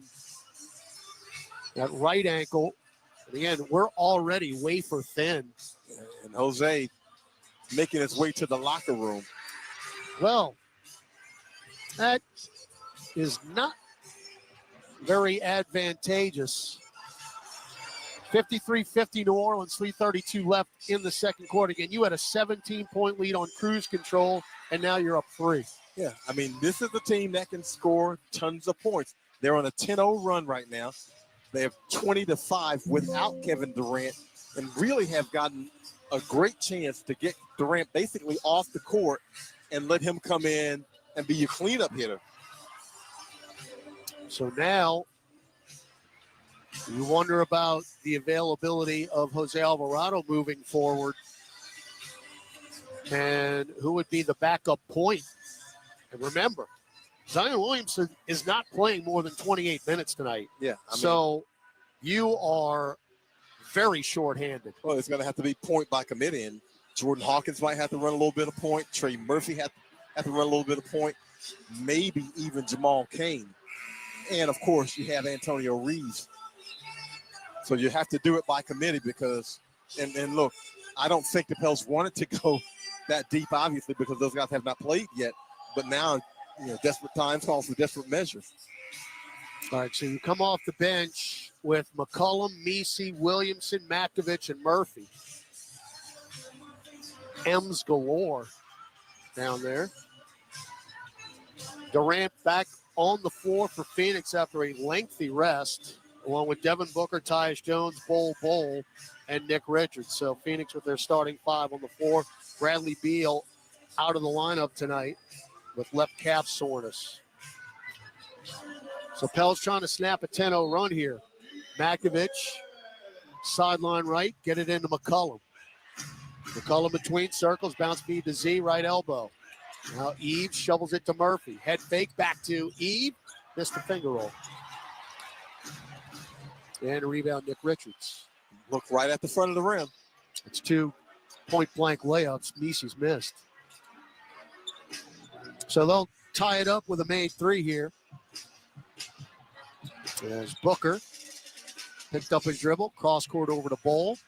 Bol one-on-one with Makovich. Beautiful piece of dribbling, and then knocks the mid-range down from above the dotted line. Pels have now seen their 17-point lead down to 1. Z spins left, lays it in over Nick Richards. What a move by Williamson. Yeah, there's your equalizer. There's your settler, Zion Williamson. Now Durant, pop a right corner 3.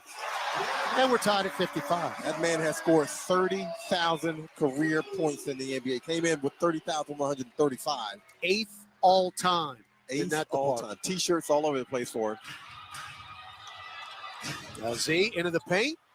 Up and no good. Fight for the rebound. Got it back. 1 dribble, double pump, lay it in and 1. I mean, I'm going to tell you right now, Zion Williamson is on triple-double watch. He's never had one in his career, and he is well on his way tonight if he plays enough minutes. I was about to say, that's going to be the question, whether or not he plays enough minutes to get there. Phoenix can't do anything with him. Playing the free throw. And the rebound, Tyus Jones. 2:10 to go, second quarter. Pels up 57-55. Bol for the lead. Left free throw line extended. And that's for the tie, excuse me. We're 57-57. I mean, and Bol. Well, he's been playing well. Yeah, he's given them a big lift in this one. Oh, Murphy avoids all contact, no. And then Messi misses another dunk after the miss. Booker lost it. Jones got it back to Book. Book right corner, pop a 3. Absolutely. Well, Trey Murphy misses a layup. Eve Messi gets a dunk blocked. And the next thing you know, then Booker makes a 3 from the corner. First lead for Phoenix since it was 24-23. And you're down 3. Z one-on-one with Booker. Floats it up and in. I mean, what in the world is Devin Booker going to do? Well, they switch, and that's just 3 ball no from Booker left wing. Ball on the deck, taken by Eve Messi. Messi got a cheap board right there, his 7th. Now Zion has got 10 points, 5 rebounds, 7 assists. Sizing up Booker again. Goes behind the back. goes around a double and lays it in. I mean, the statue defense in full effect by the Suns. I mean, they really had a little picket fence, and he goes behind the back and somehow finds his way to the baseline. 12 for Z. Pels up 61-60. Now Durant 10 feet away. Blindfolded. 62-61. Again, Phoenix has no interest in playing defense. No. We just missed a bunch of shots in a row. So who's going to have it last tonight? That's what it looks like. Zion, throw it out long to McCollum. CJ shovels to Murphy. Murphy double, back to McCollum. Right-hand dribble drive, scooping layup is short. Yeah, we just missed the shot. It wasn't like Phoenix is playing D. Yeah, just cannot make a shot. Now Nick Richards, he's not going to pull up from out there. Now Tyus Jones, free throw line extended now. Durant, back it out beyond the arc. 8 to shoot. Dump it to Jones at the elbow. Right corner, Richards. Back to Jones in the corner. 3 to shoot. Goes baseline. Bounce feed to Booker at the buzzer. No. Back iron. Rebound Z, his 6th. Shot clock off. Front court, McCollum with 1. Lob it up to Messi, who was underneath the hoop. And his layup attempt at the bottom of the rim. Well, entertaining first half. Not a whole lot of defense. And the Pels, after being up by 18 points, are down 1 at halftime. Now, somebody is going to have to defend just a little bit. Pels had a 48-30 lead. Suns going a 31-14 run to finish out the half. Who's going to be able to string together some stops? That question will be answered in about 20 minutes. Halftime here in the desert. PHX Arena. And your score, Phoenix 62, New Orleans 61. Gus Kattengell, Jim Eichenhofer on an Airline Drive Studios. Will return after this on the Pelicans Radio Network. Discover the world's most advanced outdoor kitchens by New Age Products. Grills, cabinetry, appliances. Together, delivering an outdoor cooking experience rivaled by none. Only at newageproducts.com. It's time to tip off a new NBA season. And here we go. And everyone is stepping up. Living legends and shooting stars are rising up. Defying gravity. Super fans, courtside fans, and screaming from the rooftop fans are revving up. With the whole basketball world going up, the only question is, who's going to make it to the top? Kia NBA tip-off, Knicks versus Celtics and Timberwolves versus Lakers, October 22nd from 7:30 Eastern on TNT. So, what'd you do this weekend? Well, just took the Tacoma off-road, deep into the woods, got to this hidden campsite only it could reach. Nice. I hooked up the boat to the Tundra and hit up the lake. Towed it like a pro. Had the whole lake to ourselves. Hey, wait, did I mention I went rock climbing too? Uh-huh, yeah, thanks to the Tacoma's crawl control. Well, sounds like we both had fun weekends. Mine was better. The Toyota Tundra and Tacoma are built for all the fun. Test drive at your local Toyota dealer or visit Toyota.com today. Toyota, let's go places. Feature availability differs based on trim. See Toyota.com for details. What makes the perfect garage? Steel garage cabinets, commercial-grade flooring, heavy-duty overhead racking. Garage storage systems built for a lifetime of heavy use. Build your dream garage with newageproducts.com.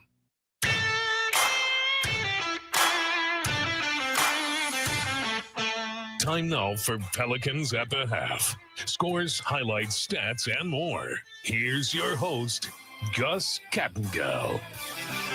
You know, you heard John DeShazer say, are you not entertained? Especially that night that C.J. McCollum had a big 40-plus point night.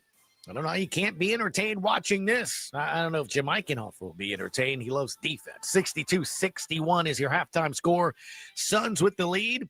Jim, before I get to your particulars, how about Zion? 12 points in 15 minutes, 6 rebounds, 7 assists, triple-double watch there. And, man, Trey Murphy had a string in that first quarter. He was in fuego. That's fire, by the way. 14 points, 18 minutes. What'd you think of those two guys? Yeah, you know, I did take several years of Spanish, so I did know that. No, I mean, I thought Trey was incredible in the first quarter with – I have to go back and look, but it felt like all 4 of his threes were from the Suns logo at center court, so that was great.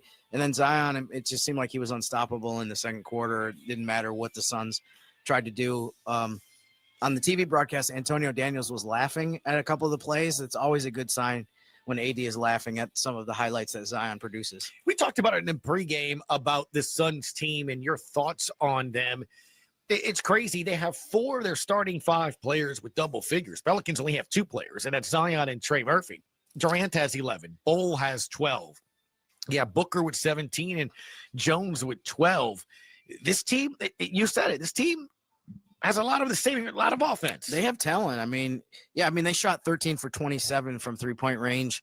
I mean, that was the biggest difference between the first half tonight and the 2 games against the Spurs is San Antonio just missed a lot of jumpers. They missed some open shots as well. But I mean, not only was Phoenix making their open shots, but I think they had a bunch of contested threes that they made as well tonight. Taking a look at the Pelicans bench, Jordan Hawkins, 12 minutes of action, 6 points for him, 2 boards, 2 assists. Jeremiah Robinson-Earl, his 2 points came at the end of the first quarter in that buzzer. That made the conductor very happy. Jose Alvarado, some concern there, 9 points, 14 minutes. More importantly, not in the box score as a rolled ankle, went into the locker room. If he can't play in the second half, the guys are talking about it. Whose point? That's a good question. I don't know. Maybe Antonio Daniels can get down there on the court from his spot. Right. Yeah, I don't know. I mean, I would think it's gonna be Zion, and we'll be on the ball even more. But then when the bench comes in, maybe Jordan Hawkins will play a little bit on the ball. So yeah, they don't have a ton of options, that's for sure. No, not a lot of players that are going to be available here as well. Even Kane got in for 4 minutes. It had 3 points. Is there a stat that stands out to you? Yeah, I mean, I think the team rebounding was good, that the Pelicans won that again, even though it was by a small margin. But I mean, really, I think the biggest stat was one of the things that I already referenced was that the Suns made 13 3-pointers. I mean, you double that over the course of the game and they make 26. I mean, that's going to be a tall order for them to get to. But if they do get 20 plus, it's also going to be hard for the Pelicans to win this game. So somehow they're going to have to get them under control from beyond the 3-point arc in the second half. 62-61 is your halftime score. Suns lead it by 1, a scoreboard, and some highlights. We come back on the Pelicans Radio Network. Entergy Louisiana is strengthening our power grid from Lake Charles to Baton Rouge, Metairie to Monroe. Our blueprint covers the state. Nearly 10,000 projects, over 11,000 miles of transmission line. We're reinforcing infrastructure to prepare for stronger storms, reduce outages, and respond quicker when you do need us. We're making stronger connections in every community because together, we power life. Kia is the official automotive partner of the NBA, and we think about basketball a lot. The plays, the swagger, the glory, the games, and how we can elevate our own game with capability that takes us to another level and ground clearance that propels us even higher. The 3-row 2025 Kia Telluride X-Line all-wheel drive. Kia, official vehicle of the New Orleans Pelicans. Call 800-333-4KIA for details. Always drive safely. Limited inventory available. I'm Clint Romig with Marsh McLennan Agency. We provide business insurance, employee health and benefits, and private client insurance solutions to organizations and individuals. We combine the personalized service model of a local consultant with the global resources of the world's largest insurance broker, Marsh McLennan.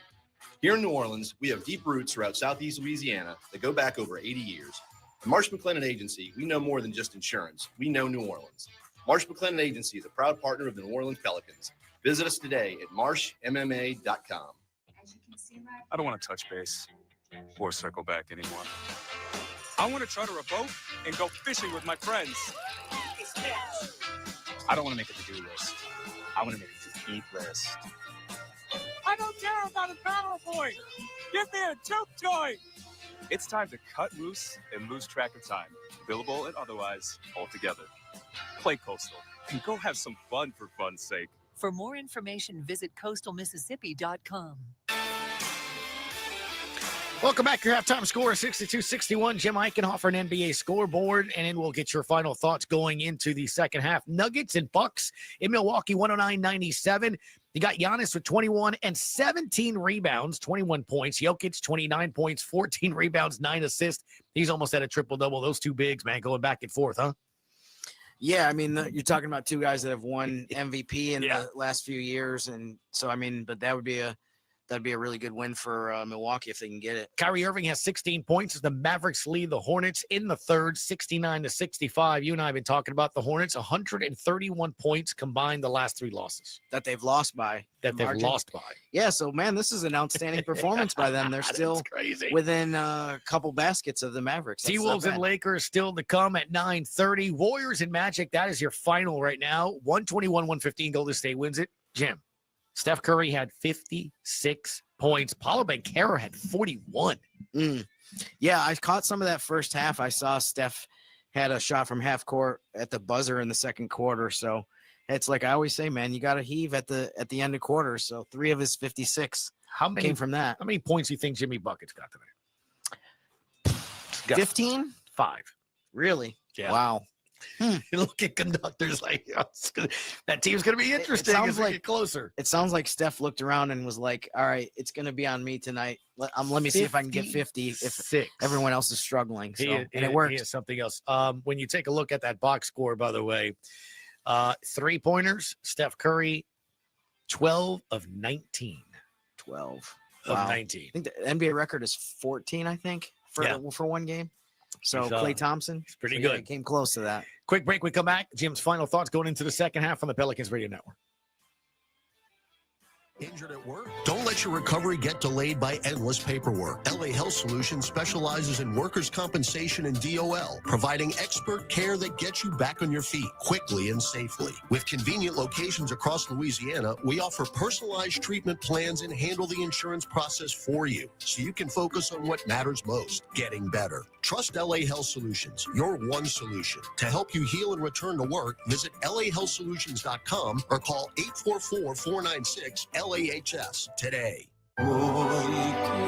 Andrea Bocelli in concert, presented by Stifel. June 10th, Smoothie King Center with the Louisiana Philharmonic Orchestra, conducted by Stephen Mercurio, the world's most romantic voice. Andrea Bocelli in concert. On sale now at Ticketmaster. Drivers who switch and save with Progressive could save hundreds. With that kind of money, you could go big time and switch to the expensive shampoo with amino acids. Sure, you don't know what those are or why you need them, but it sounds very impressive. And if you switch and save hundreds, you can massage it into your scalp every day. Now, if only you can get people to lean toward your hand to smell those aminos. Switch to Progressive and you could save big time. For shampoo, Progressive Casualty Insurance Company and affiliates, not available in all states. Potential savings will vary. Grammy, Academy, and Golden Globe award-winning superstar Mary J. Blige, live in New Orleans. The For My Fans Tour, live at Smoothie King Center, Friday, February 14th, with special guests Neo and Mario. Get tickets now at Ticketmaster.com. The iconic Mary J. Blige for one night only. All right, welcome back. It's a 1-point lead by the Suns at the half. Jim Eichenhofer, Zion, and Trey, the only 2 Pels players in double figures. What needs to happen for a win in the second half? Yeah, one of the stats that I noticed that doesn't make sense to me based on what I saw in the first half was the Suns only had 4 fast break points, but it seemed like they had some times where the Pelicans weren't fully back on defense. So I think it'll benefit New Orleans if they can get into kind of a slower pace and not have it be so ragged and up and down. If they can do that, I think they'll be able to do a better job defensively and prevent the Suns from 30 points first quarter, 32 points. Let's get that down to like 20 in the third quarter. We'll hear more from Jim coming up at Pelicans OT. Thank you, sir. Thanks, guys. When we come back, John DeShazer, Todd Graffanini, second half action. Pels trail by 1, 62-61, third quarter. When we come back on the Pelicans Radio Network. MLB Network Radio gets you ready for opening day with a tour of spring training. The best time of the year. Hear interviews with all-stars. This is Mookie Betts. I'm Adley Rutschman. I'm Aaron Judge. And insights and analysis of all 30 clubs. The biggest thing here in spring camp is there's a different aura. Offensively, this guy is just a machine. Talk baseball with our experts on Channel 89 in the car. And listen to your favorite team spring training show on the SiriusXM app. Baseball season's almost here, and MLB Network Radio will get you ready for opening day with a tour of spring training. Hear team previews of all 30 teams as our experts talk with players, managers, and executives shaping the 2025 season. How does your team look? Our team will break it all down. MLB Network Radio's tour of spring training going on now on SiriusXM Channel 89 and the SiriusXM app. The biggest names in basketball. Stop by NBA Radio. The Hall of Famer, Tim Hardaway Sr. How does Tim Hardaway Sr. feel about Jimmy Butler? The Warriors and this city should embrace him because he's a gem, and this dude can really, really play. I just disagree how he tried to get out of Miami Heat, and I disagree what he did to his teammates with the Miami Heat. Hear any interviews you might have missed on the SiriusXM app. Just search NBA Radio. And the Oscar goes to Conan O'Brien here. This year, I'm honored to be hosting the 97th Annual Academy Awards. And to celebrate, we're featuring some of your favorite actors, directors, and Oscar Award winners like Al Pacino, Tom Hanks, Quentin Tarantino, and many more. It's the Oscars on Conan O'Brien Radio, all week long on SiriusXM Channel 104, your home for Conan O'Brien Radio. Catch up anytime by searching Conan O'Brien on the SiriusXM app. The NFL's top draft prospects are ready to show their skills at the 2025 Scouting Combine. The most dynamic player in college football, Travis Hunter. And SiriusXM NFL Radio will have exclusive interviews with prospects, head coaches, and general managers as they prepare for the NFL Draft. There is a surplus at certain positions this year where, hey, if we don't get one free agency, it's pretty deep in the draft. Coverage continues all week on SiriusXM NFL Radio Channel 88 and the SiriusXM app. Hey, this is Brian Geltzeiler. Wake up early with me in 2007 NBA Coaching of the Year, Sam Mitchell, every Saturday morning from 7 to 10 a.m. Eastern as we break down everything NBA on Channel 86. The deficit is just one, 62-61. Suns lead the Pelicans as we start the third. Yeah, it's difficult to string together stops against this team. Remember, they just scored 148. Yep. They were 21 of 37 from three against Memphis. So they're going to make shots. Now, will you be able to, one, continue the pace if you're the Pelicans, because that's a difficult pace to keep up, especially when you're shorthanded. And two, let's watch and see if Zion Williamson can get his first triple-double. Well, he's got 12 points, 6 rebounds, 7 assists in 15 minutes. Pell's ball out of the break, moving right to left now in the all-whites. And this is a desperate Phoenix team. They're on the outside looking in the play-in. McCollum off the curl, dish from Z, 3-ball no, didn't make him right. McCollum continues to struggle from beyond the arc. Yeah, he has struggled since he scored that 43. Yep. And he really hadn't been able to put the ball in the hoop since then. Devin Booker had 17 in the first half. Get it to Kevin Durant, who had 11. In fact, 4 of their 5 starters in double figures, and the only one who didn't just hooked one in from the dotted line. That's Nick Richards. He has 6 points now. And Phoenix has a 64-61 lead. Z, throw it out to Murphy. Takes the 3. Boy, Booker grabbed him by the wrist. They didn't call it. Now Trey dribbles to the right corner. Back up top, Z. Z takes it right at Durant. Dish it for Eve Nisi, and a right-hand punch from the dunker spot. And that is assist number 8 for Zion. Zion has only attempted 8 shots tonight. He has been more than comfortable to distribute. Yeah, he's been serving it up for his teammates. Booker splits 2 defenders, whip it out in the corner bowl, extra pass Durant, drives on Z, shovels it to Richards, and he misses a dunk, and he hung on to the rim. Rebound Williamson. Williamson, leave it back for McCollum. And didn't pull the trigger. Right corner, Makovich fingers the seams for 3. That's his shot. Well, it used to be Murphy's corner. The franchise has been sold. It is now Matkovich's corner, or better yet, Carlo's corner. Yeah, he almost does not take a 3 unless it's the corner 3. All 8 of his makes this year have been from the corner. Durant tries to answer no. Weak side rebound, Makovich. So, yep, Carlo's corner has replaced Murphy's corner. Trey doesn't shoot in the corner anymore. Well, Trey's shooting from half court, right, from the logo. Hell's up 66-64. Carlo, right block. Backing down Booker. Defensive 3, Nick Richards has just pitched a 10. Just hanging in there. In the lane. Just hanging in there. I mean, you could have an overnight, build a campfire. He's trying to help out Devin Booker, who's trying to guard Carlo Makovich one-on-one, but he's just got stuck watching. So Murphy knocks the free throw down. That's his first point since the first quarter, which he was ablaze. Again, apropos in this building. I've used apropos twice today. I gotta put a cap on that. McCollum, left-hand dribble drive, kick it to Carlo. Left corner this time was blocked by Bol, but we recovered. Now Trey left hash mark with 2. With 1, got to put it up. Desperation at the buzzer. Nearly got answered, and it's tipped in reverse style by Matkovich with his back to the stanchion. Carlo Matkovich gets a shot block, but doesn't give up on the play. Gets inside and tapped it in. Double figures for Matkovich. Booker at the nail. No good. Rebound on the deck taken by Murphy. Hell's up 5. Carlo left baseline. 1-on-1 with Durant. Backs it out. Shovels it to McCollum. Hard drive to the nail. Up top Trey. Pop a 3. Nope. Back tap by Misi to Murphy. Trey wide open again for 3. That's way off. So after really starting hard, boy, that's a great job by Booker, who tiptoed the left sideline to keep it in bounds, and he shoveled it to Nick Richards. Now Murphy to the rack, missed another one. Now he can't make a shot. Couldn't miss at first, now he can't make. 69-66. I tell you what, that was a great play by Devin Booker. Now Durant for 3 left wing.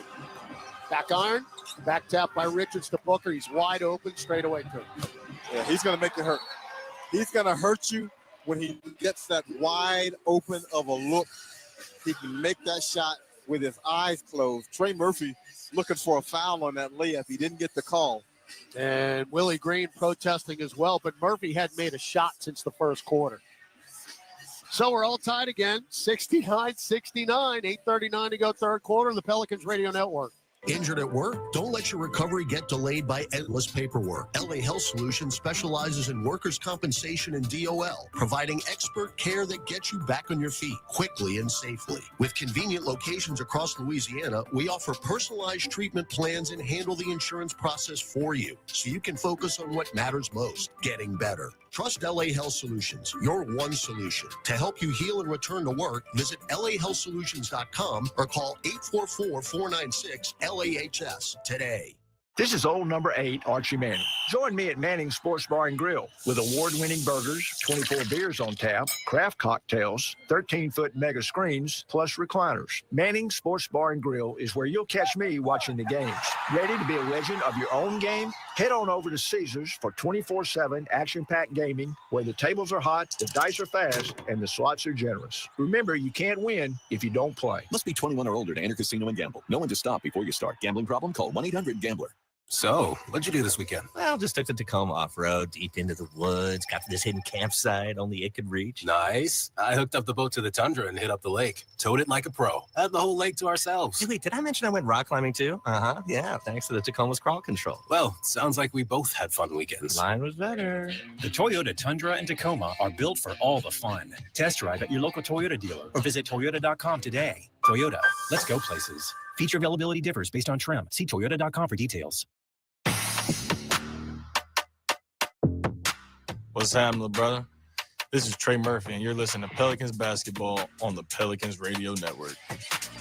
Enjoy the sweet life at the Smoothie King Center in the Hub Club. This newly renovated space located on the suite level features great views of all the game day action. All Hub Club tickets are inclusive food and beverage service, including a curated menu of seasonal items and specialty cocktails. More information, visit pelicans.com/premium. Back and forth we go in the desert. We're tied at 69, 8:39 to go in the third quarter. Yeah, neither team on fire here in the third quarter like they were in the first. Pels 3 of 9 from the field. Phoenix 3 of 7. Pels 1 of 5 from 3. Phoenix 1 of 3. Trey Murphy, unfortunately, can't get it going offensively. Really frustrated, so that's something to watch because we do not need for him to pick up a technical foul. Yeah, he was jawing at Evan Scott through the timeout, and Evan Scott pointed at him, and that is not what you need to see, because if Trey says one more thing, they're going to push the technical button. As Zion Williamson crosses over, gets to the rim, stripped by Durant, but there's Carlo to clean it up with a baby right-hand hook, right place, right time. Carlo Matkovich making the most of his minutes. Yep. He's got 12. Bol, another 3. Yep. 72-71. They can't miss, folks. 15 of 31 from beyond the arc. Bol's got 15 points. Now Z to Misi. Had a dunk, lost it. Meese spins left, one-on-one with Richards. Leans in, easy block, bowl. Meese calls Zion another assist, by the way, right there. 3-ball Booker. Yep! 75-71. Hey, let's get 25, 26. That's what they're on pace for. And that's the guy you got to press up against him. You can't give him those open catch and shoot threes. Booker with 23. Zion drives, soars, lays in with a left hand. 75-73. Z with 14 points. 3-ball is starting to become a major advantage now for Phoenix. Booker mid-range. Front iron no good. Rebound McCollum. We're minus 15 now beyond the arc. 16 made threes for Phoenix. McCollum starts, stops, drives. Nope. Back tapped out Durant. McCollum can't make a shot. Yeah, he can't get anything to go. Now Jones somehow maintained the dribble despite losing it on the floor. Hawkins is going to come in for Z. Jones picked from Richards, still dribbling with a right hand. Shot clock at 8. Get it to Durant, back to Jones, crosses over Williamson, back to Durant, catch and shoot corner 3. You know the result. And it's 78-73. What's the NBA record for threes? 29. Williamson coast to coast, missed the layup, foul from behind because Suns might get it tonight. I'll tell you what, it's 29, by the way. That's the record. They're aiming for it, and they're shooting at such a high percentage. If you're them, why not continue to shoot it? They've got 17 made threes, and we're not even halfway through the third. I mean, they got back-to-back games where they were 21 of 37 and now 17 to 33. Well, they're going over 21 tonight. That is insanity. So Williamson with 2 free throws. He's missed his only attempt. That one is good. JRE will check in for Yves Meese, who's got 7.7 rebounds.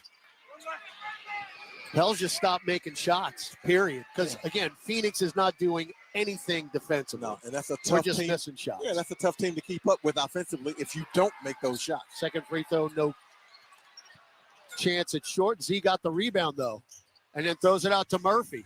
3, nope. Z would have had a triple-double by now. Yeah, got to make him right. And he's getting all the right passes. Nick Richards now with 11 rebounds, so he'll get a double-double with another bucket. Pels down 4, 6:15 left third quarter. Reach in McCollum. And the only good thing about that is it gets Z off the floor. He was already about to head to the bench for that rest. Z, 15 points, 8 rebounds, 8 assists. Again, never has had a triple-double in his career. He is right there tonight. He'd already have the assists. Absolutely. Absolutely. He would have helped him out in this quarter. But the Pels have gone stone cold. Durant backing down Murphy. Fall away 10-footer. And it's 80 to yeah. Since he came into the NBA. So there's no defense being played by New Orleans, and the Suns are now up by 6. JRE draws on Bowl. Bounce feed to Carlo. Shot put short. Rebound Nick Richards. Pels are in trouble. As Phoenix now starting to smell blood. You're only down 6, and it feels like a lot more. Richards at the left elbow. Whip it to Durant. Fingers the seams for 3. Short. How did he miss that? Rebound Makovich. Shoe wide open. That's Carlo's 7th, by the way. Trey needs to make a shot. Right wing 3. Asking you there shall you receive. Go. There you go. Off the dribble. So Murphy, his 5th 3, 18 points. Hadn't made a 3 since that first quarter. Hadn't made a shot since the first quarter. 3-point lead for Phoenix. Booker up top for 3. Back iron. Rebound Murphy.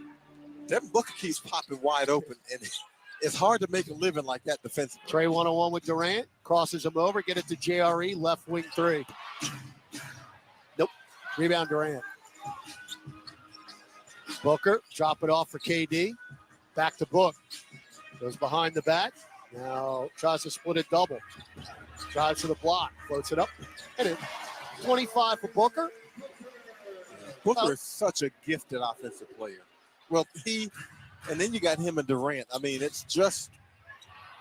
McCollum for 3 with a little step to the left from the left wing and down for CJ. And he had been scuffling, or has been scuffling, 82-79. Pels down 3. Bowl. 1-on-1 with JRE. Puts a right shoulder down in him. Picked up his dribble out long. Tyus Jones. Jones, pick and roll with Booker. Instead, get it to Bowl. Deep 2. Rick. Rebound Murphy. They'll do a good job of closing out on Bowl. Trey alley-oop. JRE catches it. Can't put it back up, though. And now Murphy stepped out of bounds. Yep, stepped out of bounds. Ref right there on it. Can't even debate that one. Timeout on the floor. 3:58 left, third quarter. Phoenix 82, New Orleans 79 on the Pelicans Radio Network. Turn down the noise and fall asleep faster. Drift off to indie sleep. Got the music in it, baby, tell me why. A channel that wraps you in an atmospheric mix of hushed indie sounds, dream pop, and instrumentals. Find Indie Sleep and a collection of other calming channels and podcasts in the Sirius XM app. Just search Sleep.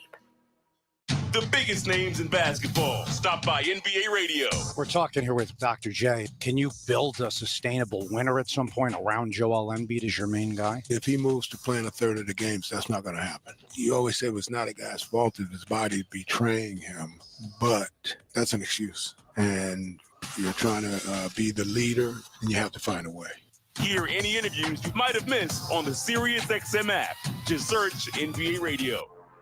The best in MLS play on Sirius XM FC. The beautiful game at its best. First, the Vancouver Whitecaps host the defending champion, LA Galaxy. Joseph Paixel, electric pace! Then the action shifts to Houston, where the Dynamo duel with Inter Miami. He's in, Messi!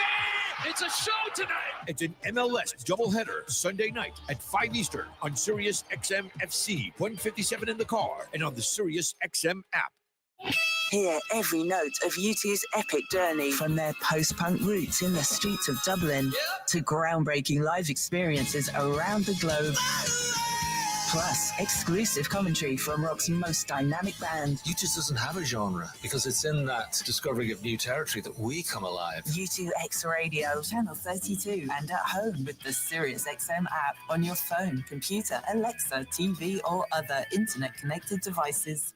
The biggest names in basketball. Stop by NBA Radio. The Hall of Famer Tim Hardaway Sr. How does Tim Hardaway Sr. feel about Jimmy Butler? The Warriors and this city should embrace him because he's a gem and this dude can really, really play. I just disagree how he tried to get out of Miami Heat, and I disagree what he did to his teammates with the Miami Heat. Hear any interviews you might have missed on the Sirius XM app. Just search NBA Radio. NBA Radio on Sirius XM is available on your connected devices. Listen at home anytime you want with Amazon Alexa, Google Assistant, or however you stream in the house. The wayside in the last two quarters down to 44%, though 12 of 31 from beyond the arc, 38%. As John mentioned, clean game, just 4 turnovers for New Orleans and 5 for Phoenix. All right, Phoenix ball out of the break. They've got Royce O'Neal now on the floor, along with Grayson Allen, Mason Plumlee, Tyus Jones, and Kevin Durant. So Booker on the bench with 23 points.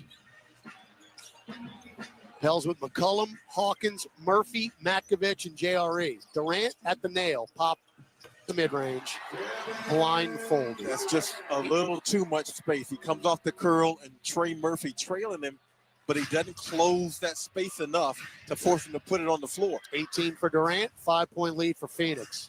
CJ pops one from the elbow. That's good. Left free throw line extended from about 15. Well, you know CJ's feeling a little bit better when he starts making the middies.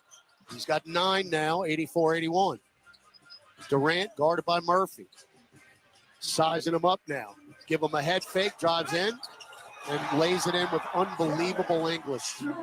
That's just an incredible play by Durant. And that's the things he can do to you when you do close off the space on him. He can drive it, and he can finish. Complaining the entire way into the front court to John Goebel, the crew chief. Now McCollum, straightaway 3. Uh-oh. Somebody's feeling it. All right, that's what you need. Somebody's feeling it. When you are shorthanded, somebody's got to step up and put that ball in the hoop. So McCollum now at 12, and you've cut it to 2, 86-84. Durant straddling the arc, guarded by the much smaller Jordan Hawkins, will take him off the dribble and lay it in. I mean, that's candy from a baby. Yeah. Nothing you can do. Yeah. By the time he gets to the rim, Carlo Makovich trying to rotate over to help him. That's too late. Now, Hawkins catch and shoot right corner three, no good. See, here's the thing. You've got to score every time because you can't get a stop. And every miss is more of an advantage for Phoenix. No lies told. It's a 4-point advantage, but it feels bigger. Now, Plumlee to O'Neal, extra pass Jones for three. There's a stop. And rebound Hawkins. 88-84, Phoenix, under 2 minutes left in the third. Murphy, one-on-one with Grayson Allen, chest it to McCollum. McCollum looking for a heat check. Crosses over Jones, gets in, Holder around and out. Tipped up Carlo, no, taken by Plumlee. Back the other way, Jones had a steam. Leave it for O'Neal, fake a three, take a three, and make a three. 91-84, largest lead for the Suns. When you make 18 to 37 threes, it's going to be hard to beat you. Yep, especially when you got 13. So, again, your defense just is not pulling its end here tonight. Trey, elbow, dish it to Carlo off the glass. And that's a great two-man game right there. Yeah, and Carlo Makovich continues to show his value. 14 for Makovich's career highs 19. Durant to Plumlee. Still swinging around to Jones. Jones at the dotted line. Chest it to Allen for the three. Back iron. Rebound Carlo. Good box out on Plumlee. Down 5, 50 seconds left in the third. Trey, leave him alone. Rainbow straightaway three that dented the rim. We got a loose ball foul, though, That's on Plumlee. Mason Plumlee. We just got bailed out, but that's the first foul in the last 2 minutes. That is a I mean, Trey was rinsing those shots in the first quarter. He's denting the rim now. That's not a foul. That's a them problem. I mean, we'll take it, but that's not a foul. All right, Zion is checked in along with Jose Alvarado for the final 48.9 to go. Good to see Jose back on the floor. Z. Chest it to Alvarado. Jose back to Z at the nail. Back to Alvarado. Drives in. Running teardrop. Good. Alvarado now in double figures with 11. And I don't know if they give Z. They gave it to him. On that one. They gave it to him. You know, I saw Jokic get Joker get an assist when somebody took like 18 dribbles the other night. That's 9 assists for Williamson. Durant, pop a three right wing. Short, long rebound. JRE's got it. And now shot clock is off. Now Williamson looking for his 10th assist. He has a point assist, double-double this year. Z, top of the key. Bounce feed to Alvarado. Back to Williamson. Zion puts his head down, bounce feed to Eve. Blocked at the rim. Unreal. We'll go to the fourth. 91-88 Phoenix on the Pelicans Radio Network. Life is a workout, and Smoothie King is here to help you power through. Whether you're maxing out overhead presses, pushing through chest flies, or being the hero your golden retriever needs to carry them over that scary bridge, Smoothie King has the fuel to help you go all out. Build muscle and boost your recovery with 45 grams of protein, 0 grams of added sugar, and delicious customizable ingredients in the Gladiator Smoothie. Available in chocolate, strawberry, and vanilla. Only at Smoothie King. Ever wondered what a 30-foot tall pistachio looks like? A giant redwood or Big Sur? Chevron with Techron will be there to help you see them and tons of other places you have to see to believe. Because with unbeatable mileage and a clean engine, cars feel great. So next time you want to fill up on a little adventure, an awkward family photo, or a new commute to work, make sure to fill up at Chevron's along the way. Your car and your memories will thank you. Chevron with Techron, fueled by possibility. Caesars Sportsbook is the only sportsbook app with Caesars rewards. Win or lose, every bet you place brings you closer to the types of perks only Caesars can offer. Download the app using promo code SAINTSDYW. Place your first bet of $1 or more for a chance to double your winnings on your next 10 bets. 21 or older, new users only. Not available in prohibited parishes. Licensed through Horseshoe Bossier City and Caesars New Orleans. Max bet $25 for boosted winnings. Max additional winnings $2,500 per bet. Profit boost tokens expire 14 days after receipt. For terms, visit Caesars.com/promos. Gambling problem? Call 1-800-GAMBLER. Over the last century, United Way of Southeast Louisiana has been the force for good in our community. We've been at the forefront of improving outcomes in education, income, and health for every person everywhere. Together with you and our partners at the New Orleans Pelicans, we're rolling up our sleeves and mobilizing the power of people, offering ways for you to create a community strong enough for the next 100 years. Visit UnitedWaySELA.org to join us today. With the Hawkins, pull up left wing three. Yes, and one! Yes, and one! Hawkeye from deep. Now, here's Todd Graffanini and John DeShazer. All right, we go to the fourth quarter. Pels down 3, 91-88. Again, it's been a very entertaining and clean game, John DeShazer. And let's see if the Pels can pull this one out on the road. Yeah, this game is there to be had if the Pelicans can just make a few more shots and hopefully get some stops here. And I think this is going to the bench. And this is the unit that you got to make some hay against if you're the Pelicans. All right, Ty Washington in his third year out of Kentucky is checked in for the first time tonight for Phoenix, along with Royce O'Neal, Mason Plumlee. Booker just missed a layup. How in the world that happened, I'll never know in my life. Back the other way, Jamal Cain, right corner. He airballed a layup. Yes, he did. And then Hawkins just had his pocket pick. He didn't have his pocket pick. He just gave it. Grayson Allen blocked it, and then another block, but this time it's a goaltend. Yeah, he just basically handed that one to Grayson Allen. Grayson Allen didn't do anything special. Hawk just lost it. Yep, 93-88. Alvarado, Williamson, JRE, Kane, and Hawkins. Zion is 1 assist and 2 rebounds away from his first career triple-double. He should already have the assists. Alvarado gets it to Z, low post right, back to Jose. Fakes the 3, get it to Hawkins with 2. You got Hawkins with 1, long 2, got it. Okay. Above the right elbow. 93-90, Hawkins with 8 off the bench. But scoring has not been the issue. This has been the issue on this end. Grayson Allen splits 2 defenders, lost it.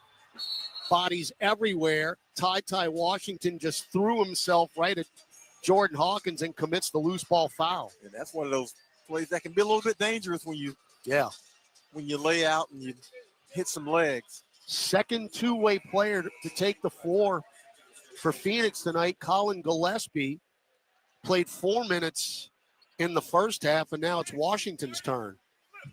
So again, Mike Budenholzer trying to push any kind of button to get a win, and Phoenix needs it. Pels trying to spoil the party here.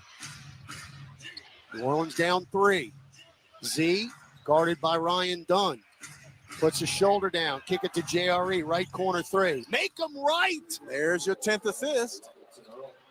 Z just needs a couple of rebounds. Yep. 15 points, 10 assists for Williamson. His second point assist double-double this year. Booker had it stripped by Jose. Up the floor, Hawkins. And it don't. And New Orleans leads 95-93. Pels just hanging around. Booker front court right with 27 points. Pick and roll with Plumlee. Jerry on the switch. Cross court over to Allen. Extra pass. Ryan Dunn goes left baseline. Underneath, kick it to Ty for 3. Around and out, back tapped out, taken by Kane. Pels on a 7-0 run. Alvarado alley-oop to Z. Oh, he fumbled it and still got it in. He didn't dunk it. Nope. He lost it. Yep. And still laid it in, despite the fumble. Allen catch and shoot left wing 3. Back iron, long rebound, though, to Plumlee. He'll drive right back in as fouled by Jeremiah Robinson-Earl. That's bad fortune. That's a good foul. You fouled the right guy. Now, you obviously you want to get that rebound, but you fouled the right guy. So the alley-oop from Alvarado to Z, it actually went nearly through Williamson's hands, but he still maintained control and laid it in instead of the dunk. Williamson now is 6 double-double, but 2 more rebounds, Z. Free throw, Plumlee. Come on. Hey, come on. If he's going to make 2 free throws. Exactly. Just throw your hands up. Interesting, tonight, they're just 4 of 5 from the free throw line. The only attempts taken by Mason Plumlee and Colin Gillespie. Brick the second, and we can't rebound it, but we got lucky. Dunn tapped it off Ty Washington's hands. That can't happen. You fouled the right guy. Now you got to finish it up and get the rebound.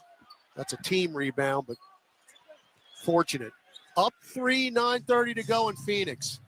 Williamson right elbow. Whip it cross court. Kane. Fake a 3. Back to JRE in the corner. Hook pass to Jose. Catch and shoot 3. Front iron, no good. Rebound, Williamson. Oh, yes, sir. And he sticks it in. And one. And one. Off the glass, and Williamson now 1 rebound away from a triple-double. What a play by Zion. I mean, he has been a grown man. Follows on Ty Washington. And Williamson now up 90. Williamson gives the Pels a 99-94 lead. And Ty Washington says, I don't want any more of that. And Z is 1 rebound away from a triple-double in 24 minutes. Free throw? Nope. He got to make the free throws. Williamson tonight. 1 of 4. Yeah, that ain't going to cut it. All right, up 5, 9:05 to go. Tyus Jones between circles, around a Plumlee pick. Kicking into the corner, Grayson Allen dribbles out to the wing now. Allen with the shot clock at 3. This one's going nowhere. He's just going to bail it out. Front iron, no good. Rebound done. Can't happen. To Booker for 3. Back iron, no good. Long rebound taken by Jordan Hawkins. You got away with it. Now Zion says, get out of my way. The clear out. Whip it up top. Hawkins catch and shoot 3. Nope. Rebound, run down, out of bounds, and it's off of JRE. Zion's going to go to the bench soon. He's playing 25 minutes right now. Yeah, he's got 25 minutes. Generally, he's right at 28 or 29. They're going to extend him tonight? Well, I mean, I can't recall him going over 28 minutes since he came back. Well, you know it's a back-to-back, so you know he's not going tomorrow. Right. So maybe you get him to 30 in this one. Brief pressure in the backcourt. Tyus Jones will hop and skip it across the timeline of the Suns logo. Pick and roll with Plumlee. Jones up top, Booker. Booker spins right, shoves Hawkins, clears space. Hawk twisted it. Going out to Allen for 3. No. Weak side rebound, no. Loose ball foul on us. So we got ankles twisting all over the place. Hawk twisted looks like his left ankle went down. He was basically out of that place, so the Pels were playing 4-on-5 defensively. Well, you've done such a good. Oh, Booker stepped on his foot. That's exactly what happened. Booker was backing him down and stepped on his foot. Hawks got to power through it. He's got to power through it. You don't have anybody left. Yeah. Booker, right corner, done for 3. No. Can we rebound it? Nope. We're starting to get beat on the boards now. Done right baseline. Block. There's Plumlee to clean it up. Oh, that's just not very good defense. Zion Williamson didn't guard in the corner. That allows Dunn to get to the rim. He doesn't make it, but Plumlee's by himself. Now Z in the paint. Bounce feed to Kane. Left corner 3. Short. Hey, Z's making the right play. His teammates got to make him right. Booker for the tie. And that'll give him 30. And we're tied at 99. Booker, again, if he played against us, he'd have 30,000 points if he played against us every game. Williamson, right wing, drives on Booker, lays it in with a right hand. He's kind of toying with him. 21 for Z. Again, we got to get him 1 more rebound. Booker between circles, 7:10 to go. Durant back into the game for the Suns. Spins left, picked up his dribble. Get it to Booker. Booker deep straightaway 3. Front iron, rebound JRE. Durant was hot with Plumlee. Williamson extending his minutes here.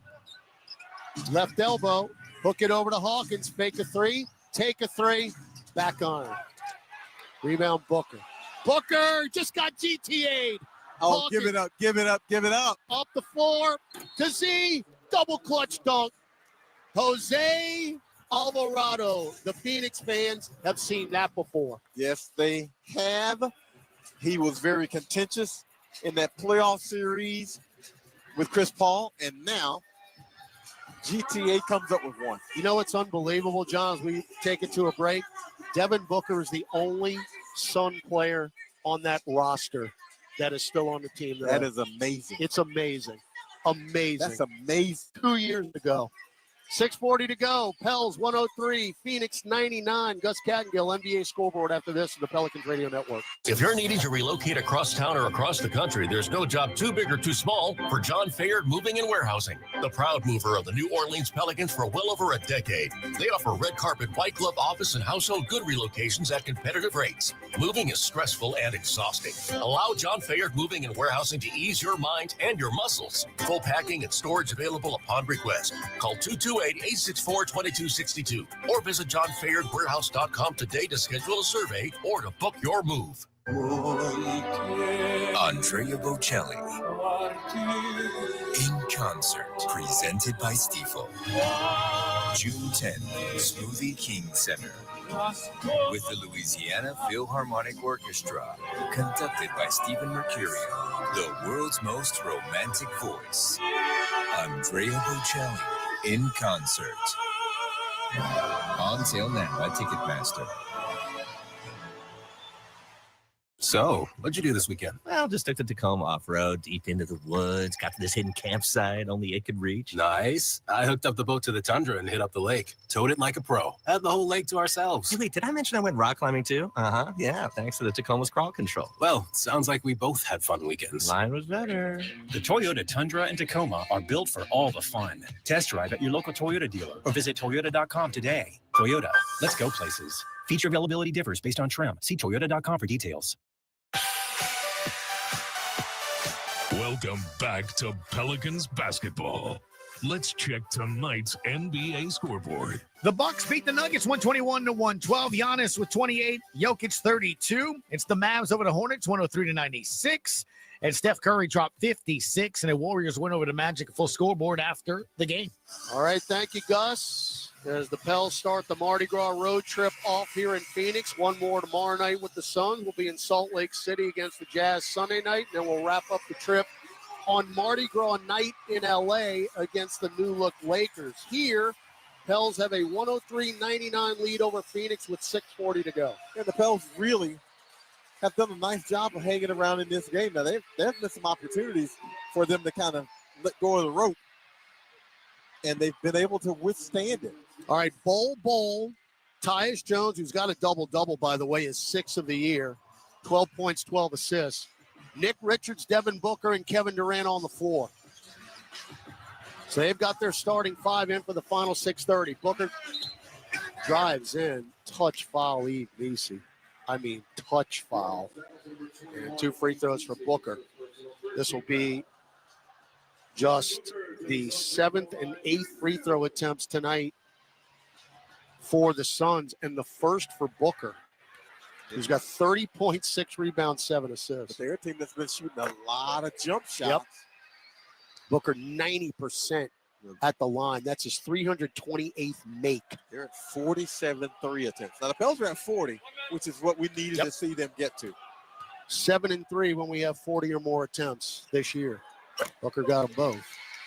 103-101, 6:29 to go. We're headed towards a clutch game here. Pels are 9-13 in the clutch this season. Alvarado, Misi, Makovich, Murphy, and McCollum. Lob Alvarado to Eve, who throws it down. That's how you finish. Eve Misi needed that. 9.7 rebounds for Eve. Jose with his 4th assist. Nick Richards on the foul. Yep. As Richards just slumps the head and walks in the other direction. And he didn't need to. If he stands still, he sets a good screen. Jose Alvarado runs into it, and that would have gotten Devin Booker the open look for 3. 10 turnovers now for Phoenix. Jose for 3 right at the top. Why not, Jose? Well, Tyus Jones goes underneath the screen, and Jose was standing there by himself for a couple of seconds before he shot it. Got to get back. Booker front court, get it to Tyus Jones. Pels up 7. Jones chests it to Booker. Booker around a Richards pick to Jones for 3. 108-104. Tyus Jones is 5 of 6 from 3. Jeez. not. I mean, seriously. Supposed to do that to him. No, he's not. Now McCollum back into the ball game. Steps back, left wing three. Twine for Christian James. Mr. President. And I don't even know if that pass was for him, but it made it to him. Good denial of an entry pass from Durant to Booker. McCollum knocked it out of bounds. CJ now 15 points, 3 of 7 from beyond the arc, and all of a sudden the Pels have 16 made threes. Tell you what, they had to get it in this game against this opponent. Phoenix has 20 in that department. Looking for 21 Booker. Front iron. Rebound Richards. Don't foul him. Lay it in. 111-106. Nick Richards now 8 points, 13. Actually, give him a double-double. 10 points, 13 rebounds. Jose, bump, throw it up. No. Taken by Richards, it's 14th board. You got to keep scoring because they will keep scoring. And you can't make the assumption you're going to get the call. Nick Richards with another offensive foul. Jose drew it. Richards just steamrolled him. Yeah. Simply ran over. Jose was standing right there, and he just ran over. Now. Oh, Jose did it. No, Jose flopped. Jose flopped. He flopped. I'm sorry, Nick. I'm sorry, Nick Richards. Jose flopped. Yep, he did. Oh, I mean, Jose might as well put on a soccer kid. All right, McCollum, left-hand dribble drive, steps back, another wing three, short. Rebound, Eve Meesey. Back to CJ, left corner three. No. And a rebound, Richards. 4:20 to go, clutch game. You're up 5. Booker, pick from Richards. Goes baseline. Throw it back out to Jones, chest it to Durant. Durant guarded by Trey Murphy. Puts his right shoulder down. Double pump, fall away. Yep. 111-108. He can't stop him. He's just tough. Nope. He's a 7-footer who can score on all 3 levels, and it's difficult to guard that man. Final media timeout. The question is, will Zion Williamson come into the game to finish it out? He's at 27 minutes. We'll find out in about 2 minutes. 4:06 to go. Pels clinging to a 3-point lead. 111-108 on the Pelicans radio network. This is the starting lineup with Frank Isola and Brian Scalabrine. Really scary situation for Victor Wembanyama, Brian, who was having a terrific year. For them and for Wembanyama, it looked like, maybe he was going to be in playoff games this year, maybe even a play-in game at the very least. But here we are at the, we're not even through February yet, and it's announced that his season is over. Listen to Frank Isola on the starting lineup every weekday morning from 7 to 10 a.m. Eastern on Sirius XM NBA Radio Channel 86 and the Sirius XM app. Embrace the power. Start your engine. And speed of the NTT IndyCar Series on Sirius XM. Side-by-side battle, the start-finish line. Alexander Rossi goes to P1. Hear every thrilling moment of the 2025 IndyCar season, including the greatest spectacle in racing, the Indy 500. The green flag flies. They reach the yard of bricks. The season kicks off Sunday at noon Eastern on the streets of St. Petersburg, live on IndyCar Nation Channel 218 and the Sirius XM app. There's never a wrong time to escape to Radio Margaritaville, a channel with songs to put the lime in your coconut and transport you to an island state of mind. I wanna go back. With unforgettable Jimmy Buffett music, beach anthems, and concert encores. Radio Margaritaville. Channel 24 and at home with the Sirius XM app on your phone, computer, Alexa, TV, or other internet-connected devices. Hey, this is Brian Geltzeiler. Wake up early with me in 2007 NBA Coach of the Year Sam Mitchell every Saturday morning from 7 to 10 a.m. Eastern as we break down everything NBA on Channel 86. 111-108. Again, Phoenix is a desperate team.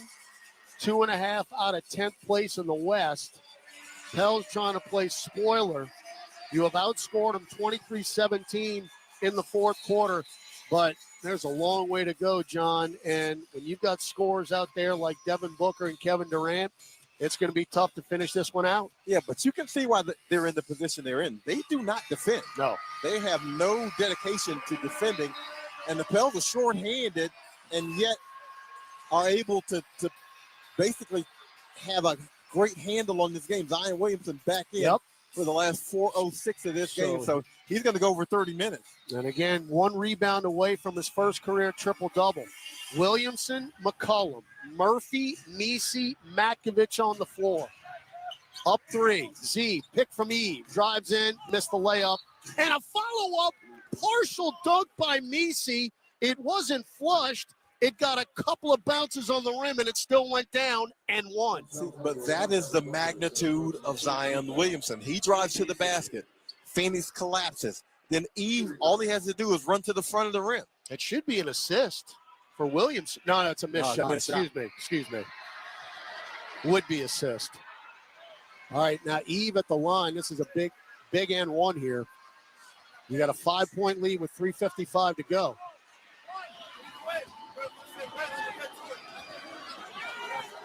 They gave Zion the points on the stat monitor, but it's Nisi. And he couldn't get the N1 to go. Rebound, Bol. Those are 5 of 10 from the foul line. Again, if it wasn't one thing, it's another. Just playing too well to have it go that way from the line. Durant crosses over Williamson, pulls up from 15. Air ball, rebound Nisi. And that's Eve's 9th. Oh, give it to him. Give it to him. Z left block. Double. Throw it out to Carlo. Wide open, right corner 3. Make him right, Carlo. Make him right. Carlo's corner in the desert. Timeout, Phoenix. 3:24 to go, and they're trickling towards the exits here at PHX Arena.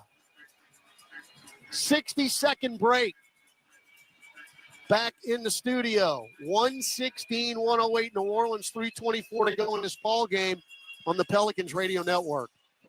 When you get a Pelicans debit card from Keesler Federal, every day is full of possibilities. And free checking saves you extra cash to make those possibilities a reality. Perfect for the things that make you happy. Plus, with your new Keesler Federal Pelicans debit card, you'll also save 25% on tickets and merchandise and choose from 5 different fun card design options. Enjoy all the perks you get for all the things you love. Keesler Federal, the official credit union of the New Orleans Pelicans. Federally issued by NCUA. If you're needing to relocate across town or across the country, there's no job too big or too small for John Fayard Moving and Warehousing, the proud mover of the New Orleans Pelicans for well over a decade. They offer red carpet, white glove office and household good relocations at competitive rates. Moving is stressful and exhausting. Allow John Fayard Moving and Warehousing to ease your mind and your muscles. Full packing and storage available upon request. Call 228-864-2262 or visit johnfayardwarehouse.com today to schedule a survey or to book your move. All right, 3:24 to go. Eve Nisi has his second straight double-double and his 10th of the season. With 11 and 10, Pels have an 8-point lead with 3:15 to go. Tyus Jones hounded in the backcourt, somehow got it to Devin Booker with a second to spare. Booker, left hash mark. Dump it off to Durant, catch and shoot 3. Back iron, rebound Nick Richards. His 16th out long ball to Durant. Excuse me, to Booker. Booker picked from Durant. Booker drives hard. Stupid layup is good. And it's 116-110. Yeah, he gets the mismatch against Eve Nisi, and he immediately heads to the rack. 19 second chance points for Phoenix.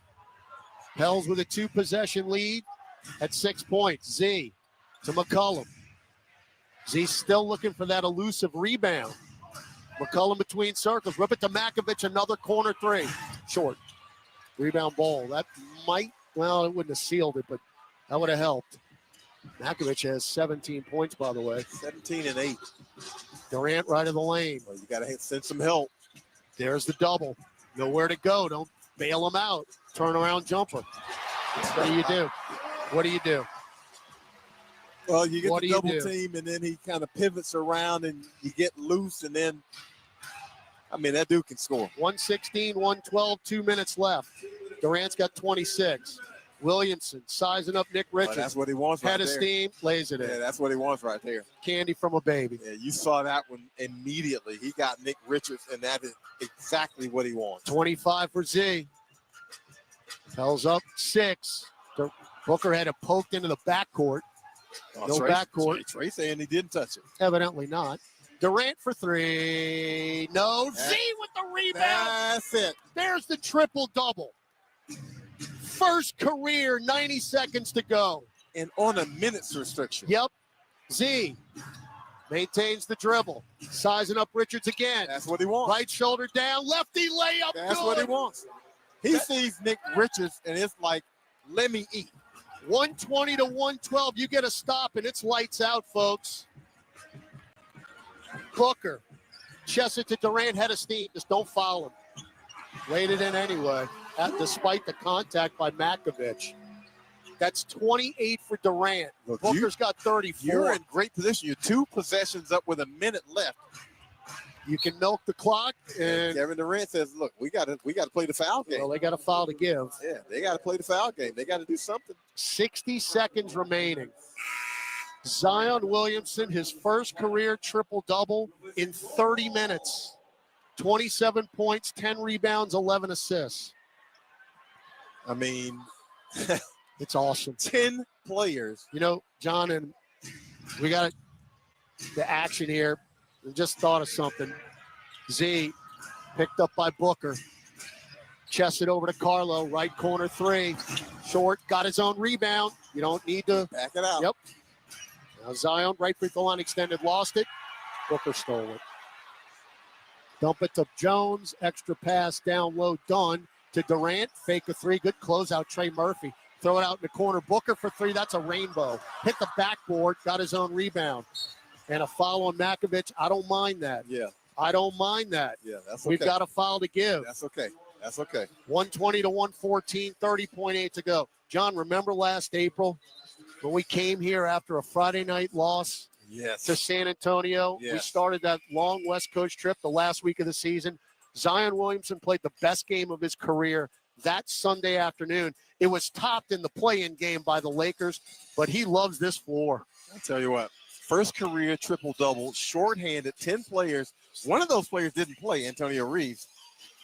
And you know he's probably not going to play tomorrow night. He's got 12 of his 27 here in this fourth quarter. But the efficiency that he's played with in this game. 120 to 114, New Orleans leads, 30.8 seconds left. Let's pause 10 seconds for stations to identify themselves. Thank you for listening to the Pelicans Radio Network. Hey, this is Brian Geltzeiler. Wake up early with me in 2007 NBA Coach of the Year, Sam Mitchell, every Saturday morning from 7 to 10 a.m. Eastern as we break down everything NBA on Channel 86. Well, John, you know, we talked about the Pelicans' defense in the last 2 games against San Antonio, specifically in the fourth quarter. You held San Antonio to 17 points in the fourth quarter on Sunday night, and then 20 points in the fourth quarter on Tuesday. History trying to repeat itself for 3 consecutive games. Well, I'll tell you what, this one looked like it was going sideways for a good portion of time, especially with a 60-point first half. All right, 14 on the shot clock. The Suns are 9 of 24 in the fourth quarter. Now, Alvarado's going to come in. You get a stop, and the ball game should be over. 30.8 seconds left. It will be if you get the stop. Right. Royce O'Neal going to inbound at sideline right. Jose jumping up like a jackrabbit in front of him. Booker got it blocked by Murphy. Ball on the deck. Carlos got it. That's it. That's Get it to McCollum in the backcourt. They're trying to block. Follow him, and they do. That is a great block by Trey Murphy. You know Devin Booker's got to shoot the 3. They're down 2 possessions, 6 points. You know he's got to take the 3. That athleticism and that length plays out for him defensively. And somebody just yelled free margaritas here at PHX Center. They are streaming for the exits. Free throw, McCollum, good. 3 possessions, 23 seconds. Wow. I want to say ball game. I mean, it would take an act of above now, but of course, stranger things have happened.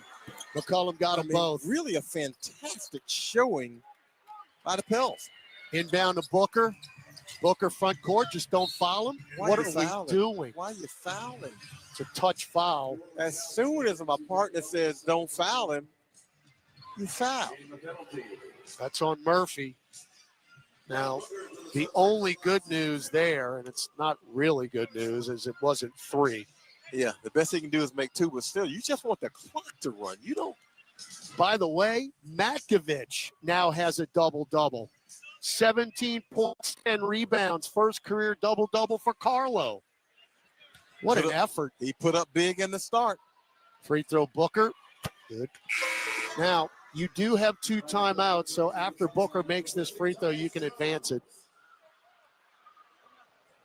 122, 115, 18.7 seconds left. Booker's got 35. Second free throw, got it.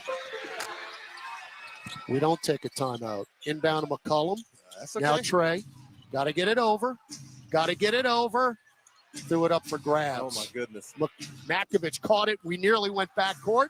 Bounce pass to McCollum. Streaking to the rack. And a put-away two-hand flush for Mr. President. And laughing about it. Another Charmin flush wow. by the President. The Pels are going to win. Disbelief. Who'd have thunk it? In the desert. And Who'd have thunk it? Boos are raining. Big-time win for the Z's and a really bad loss for the Suns. Final score, a shorthanded New Orleans Pelicans 124, Phoenix Suns 116. Pels now have won 4 of 5, 3 in a row, and are 16 and 43 overall. The Suns drop to 27 and 32. And I would say this one would be the more improbable of the 3 in a row, because you're talking about a team that scores a ton, and the Pels are able to cobble together enough defense to get the stop. Jose Alvarado got the headset on down below. Jose, straight in front of you, my man. Yes, I see you. Jose. What's up? Big time win. Yeah. Your defense stepped it up in the fourth quarters you've done during this 3-game winning streak now. Oh, yeah, I mean, we being us. We playing, going out there and being confident. And, Zion doing what he's doing, and, we got guys stepping up. Carlo, man, he's doing what he's supposed to do. He's growing, and, he's getting confident. So that's what we're doing. And like I said, we just being confident in each other, and we just trying to stack days. How much concentration do you guys have to have, Jose, after you're shorthanded? You're shorthanded, and you come out here against a team that's able to score this way. I mean, we learned a lot, this whole season, past seasons, that, it's next man, get up here and do what you do. So that's what we did today. And, we know they're a good team, but, we know we're a little better today. Feisty win, and you guys get what you need out of this game. But you mentioned Zion, first career triple-double in limited minutes. Just what do you think about the way he was able to play in this game and really kind of control this game from the beginning? He's become, he's doing what he's supposed to do. He's doing and he's growing, and he's trusting us, and he's putting confidence in us when he passed the ball when we wide open. So, we're doing what we're supposed to do. But Zion stepping up. I told y'all before, when he's healthy, he's one of the best in the league. So he's showing it that he could do it, not just scoring. He's dominating, just being a point guard and being a leader. Jose, during this stretch you've been on, and this is 4 out of 5 now in the win column, the theme has been the same. Everybody who has taken the floor for you guys has made some type of impact. It's all about team wins, and tonight, no different. Yeah, we're growing. The season is how it's going, but we're going to stack days, keep getting better, and, building on that. You want to get another one tomorrow, Jose? Why not? Yeah, why not? Let's do it. All right, thank you so much. All Jose right. Alvarado getting it done again off the bench, 14 points, 5 assists. But the theme, John, you got 10 available guys tonight. You played 9, and you win the game against a team that had to win the game. Yeah, I mean, another sign that this team has not given up on its season. It's been difficult. It has not been easy. They have not won as often as you'd like to see them win. They have not always played as well as you'd like to see them play. But this team continues to play hard. They continue to fight. And it's something that you just look at and you say, you know what?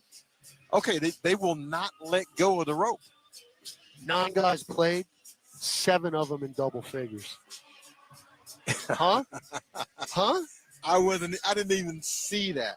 That's the kind of effort you got to have on the road if you want to win a game. John, I enjoyed it. And now we get to go back to our beautiful hotel in Scottsdale and come right back tomorrow and do it again. Yeah, exactly.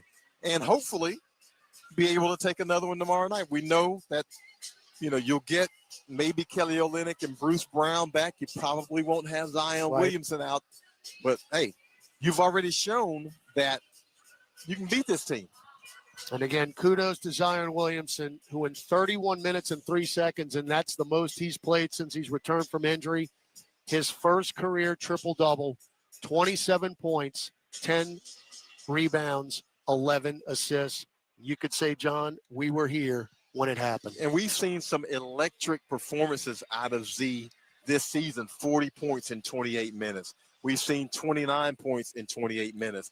Now we see his first career triple-double, where really probably could have ended up with like 16 assists if his teammates had made him a little bit more right. But still, the force that he influences a game with, where you got to account for him, and he's still able to do what he does, and he did in this game. All right, that's going to wrap it up from PHX Arena. Again, we'll be back here tomorrow, same time, same venue, 7:30 Central Time, 8 o'clock tip as the Pels trying to sweep this mini series. Now, you won the season series against the Suns, 2 out of 3 at least, going for the season sweep tomorrow. John DeShazer, my partner, stick around more with him on Pelicans OT. I'm off to Willie Green's presser. Back in our Airline Drive studios, Gus Kattengill, Jim Eichenhofer, and of course, the conductor, Chris Moran. He pushed all the buttons. Huge thanks to Brian Dubose, our producer engineer on site, and Mr. Michael Brenner, our statistician. This is Todd Graffanini. Once again, your happy final from the desert. The New Orleans Pelicans, 124. The Phoenix Suns, 116. This radio presentation of the New Orleans Pelicans, presented by Smoothie King, was brought to you in part by Keesler Federal Credit Union, official credit union of the New Orleans Pelicans. Morris Bart, if you know, you know. Oshner Health, official healthcare provider of the New Orleans Pelicans. SeatGeek, get your seat in a seat. And by Smoothie King, rule the day.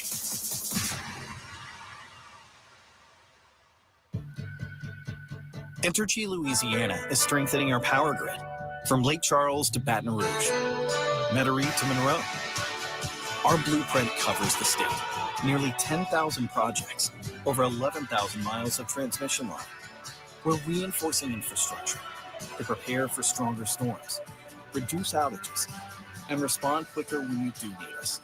We're making stronger connections in every community because together, we power life. AmeriHealth Caritas Louisiana helps people get care, stay well, and build healthy communities.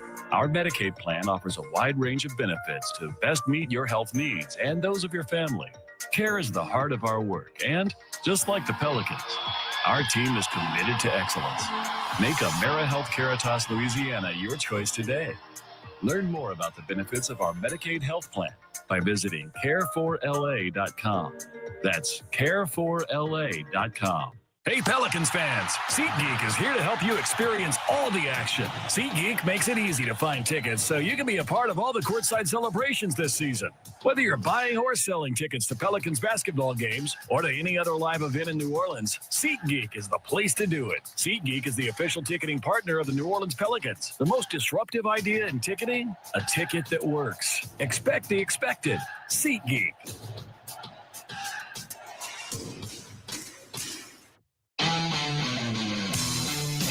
Tonight's power play of the game is brought to you by Evergy.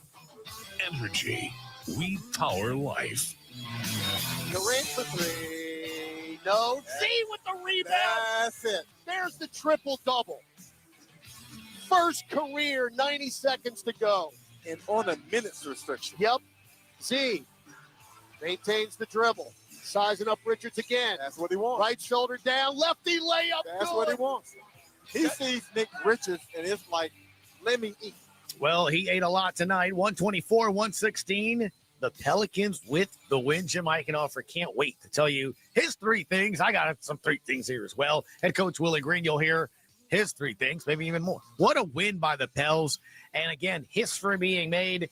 We'll get into all of that and more. John DeShazer's Pelicans OT starts next on the Pelicans Radio Network.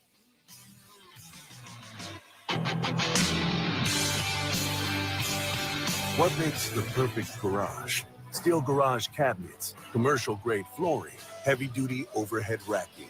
Garage storage systems built for a lifetime of heavy use. Build your dream garage with newageproducts.com. Injured at work? Don't let your recovery get delayed by endless paperwork. LA Health Solutions specializes in workers' compensation and DOL, providing expert care that gets you back on your feet quickly and safely. With convenient locations across Louisiana, we offer personalized treatment plans and handle the insurance process for you, so you can focus on what matters most, getting better. Trust LA Health Solutions, your one solution. To help you heal and return to work, visit lahealthsolutions.com or call 844-496-LAHS today. Kia is the official automotive partner of the NBA. And we think about basketball a lot. The plays, the swagger, the glory, the games, and how we can elevate our own game with capability that takes us to another level and ground clearance that propels us even higher. The 3-row 2025 Kia Telluride X-Line all-wheel drive. Kia, official vehicle of the New Orleans Pelicans. Call 800-333-4KIA for details. Always drive safely. Limited inventory available. A night of comedy with Jim Gaffigan and Sebastian Maniscalco. I went ziplining for the last time. What is wrong with us? Would you pay $200 to feel like you're about to die 6 times? Jim Gaffigan and Sebastian Maniscalco. Now, is this a family? Is this your mother? Where is she? Is she in the crowd? You don't know where your mom is. The mom's up there. What kind of family is this? I'm sorry. Live in New Orleans, Smoothie King Center, February 20th. Get tickets now at Ticketmaster.com. Discover the world's most advanced outdoor kitchens by New Age Products. Grills, cabinetry, appliances. Together, delivering an outdoor cooking experience rivaled by none. Only at NewAgeProducts.com. Welcome into Pelicans OT, presented by Waste Pro. Time now to recap tonight's game with stats, highlights, scores, and news from around the league. Plus, we'll take your calls live. Pelicans OT is brought to you by Chevron, the human energy company. Energy, we power life. Keesler Federal Credit Union, official credit union of the New Orleans Pelicans. New Age Products, official garage and outdoor kitchen provider of the New Orleans Pelicans. And by Waste Pro, caring for our communities. Here's your host, Gus Kattengell.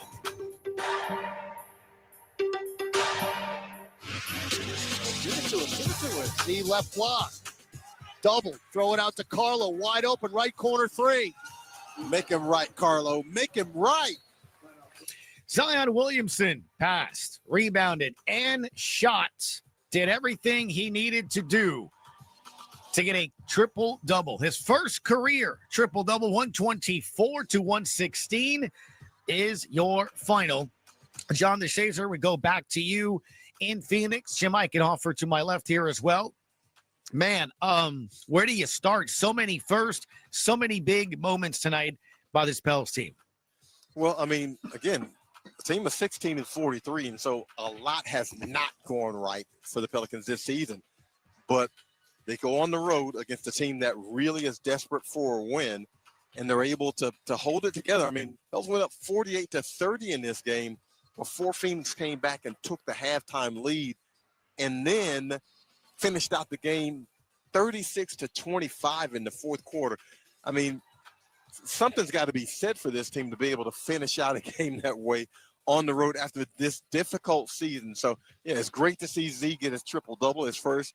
There's two more double-doubles, in this game by the Pelicans. 7 players in double figures. I mean, all the things that they had to have, they were able to get in this game. JD, what did you see from Zion in terms of his ability to kind of go back and forth between I'm getting a ton of defensive attention, I'm going to set guys up, and then other times where he's just able to use his, elite skill to get all the way to the basket and score on layups and floaters and everything else?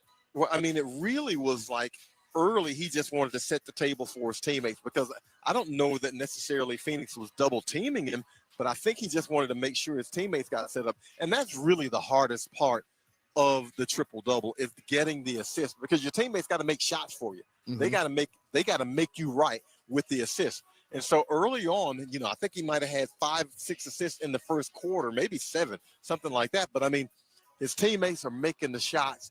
And so when you're able to do that, now all of a sudden you loosen things up for Zion, because look, if you're going to play him one-on-one, I don't care who it is, he's going to have the advantage. So if he can get his teammates involved, that just makes life a lot easier for him, because now all of a sudden, they might not double team him quite as much, or you think about it twice because his teammates are making shots for him. And so now you might be a little bit reluctant to send that double team as quickly because his teammates are making enough shots. I want to say, JD, in one of the wins here post All-Star break, Zion Williamson, it might have been the game on Sunday, he mentioned the goals for this season, and that's figuring out who you are. And I'm going to try to do the same thing he did. He kind of clapped his hands and said, so start next year, you're off and running, not trying to figure out your identity. Carlo Makovich, a double-double. Yves Missi, a double-double. You're starting to find out a lot about some of these younger players and what their roles are going to be. I think it's invaluable. Well, you got some guys who can play. And, I mean, you got some guys who not only can play, but they look like they're able to play with Z. And that's huge, obviously, because you got to be able to surround him with the right kinds of players. He's your cornerstone, but you got to have guys that you can surround him with. And so now you got Yves Missi big. You got Carlo Makovich, who really, really is a keeper. And so now you start thinking about next year and you start dreaming. You're like, okay, DeJounte Murray comes back, Herb Jones come back. And now, as Z said, you could hit the ground running next year as opposed to trying to figure out who you are and what you're capable of. You're finding out a lot about what this team is capable of here right down the stretch of this season. You mentioned Carlo Makovich. I mean, what do you think are some of the things what's impressing you the most about what he's doing? I mean, at times tonight, I have to remind myself that this guy's a rookie in the NBA. It just seems like he's just, making some savvy plays. He's got good hands around the basket. I mean, he's just had a really nice stretch lately. I tell you what, Jim, looks like it's just slowed down for him. Yeah. I mean, because earlier, it just seemed like he was, a fish out of water, and he was going back and forth between the G League but now it looks like it's just kind of slowed down for him, and he understands how to play in the NBA. I mean, I like his aggression when he's driving to the hoop. I like the fact that he shoots corner threes. He knows where his strength is, and he stays with it. He's like, look, this is my shot, and I ain't going anywhere but this corner, and I can get that shot because I'm on the floor with guys who can space the floor, and they're not looking at him as a shooter in the corner. So he's getting a lot of wide open looks in the corner. So I like that fact. And you put him on the floor with Zion, well, that's a good match because he spaces the floor. He doesn't have to be around in the paint to kind of clog it up when Z is out there. You can put him out in the corner, you can run him around the perimeter, and you give Z space to operate. John the Shaver, as always, appreciate the time, sir. I guess go take a quick nap. We'll see you back tomorrow night. Same place, same time. Yeah, going to be a real quick one, but looking forward to it because, I mean, who knew? Who knew this was going to happen? Hey, 3 straight wins by the Pels. Thank you, sir. We'll see you tomorrow night. All right, thanks, guys. All right, when we come back, head coach Willie Green's thoughts, and still got to get 3 things from Jim before we let him go for the evening. Pelicans with the win tonight. First career triple-double by Zion Williamson as the Pelicans get the victory, 124-116. Coach next when we come back on Pelicans OT on the Pelicans Radio Network. It's time to tip off a new NBA season. And here we go. And everyone is stepping up. Living legends and shooting stars are rising up. Defying gravity. Super fans, courtside fans, and screaming from the rooftop fans are revving up. With the whole basketball world going up, the only question is, who's going to make it to the top? Kia NBA tip-off begins October 22nd on ESPN, TNT, and NBA TV. So, what'd you do this weekend? Well, just took the Tacoma off-road, deep into the woods, got to this hidden campsite only it could reach. Nice. I hooked up the boat to the tundra and hit up the lake. Towed it like a pro. Had the whole lake to ourselves. Hey, wait, did I mention I went rock climbing too? Uh-huh, yeah, thanks to the Tacoma's crawl control. Well, sounds like we both had fun weekends. Mine was better. The Toyota Tundra and Tacoma are built for all the fun. Test drive at your local Toyota dealer or visit Toyota.com today. Toyota, let's go places. Feature availability differs based on trim. See Toyota.com for details. Drivers who switch and save with Progressive could save hundreds. With that kind of money, you could go big time and skip the regular line at the airport and pay for speedy security. Imagine not having to quickly unpack and pack at the place you already came back to. And wearing your shoes the whole time you're there? You can't put a price on that kind of luxury. Well, actually you can, and you paid for it. Switch to Progressive and you could save big time for speedy security. Progressive Casualty Insurance Company and affiliates, not available in all states. Potential savings will vary. Life is a workout, and Smoothie King is here to help you power through. Whether you're maxing out overhead presses, pushing through chest flies, or being the hero your golden retriever needs to carry them over that scary bridge, Smoothie King has the fuel to help you go all out. Build muscle and boost your recovery with 45 grams of protein, 0 grams of added sugar, and delicious customizable ingredients in the Gladiator Smoothie. Available in chocolate, strawberry, and vanilla. Only at Smoothie King. Pelicans with the win over the Phoenix Suns, 124-116. Jim Eichenhoff for Gus Kattengell, the conductor, Chris Moran in our airline studios, a.k.a. my office. I'm very happy here, by the way, conductor. What do you think of my digs, man? You like that? Oh, it's like great. It? Yeah. That's literally, if you ever listen to the Pelicans podcast, I do. Take a look at Jim right now. That's where Jim Eichenhoff sits for the Pelicans podcast, just like that. That's his spot. That's like his familiar. little nook. That's his little area.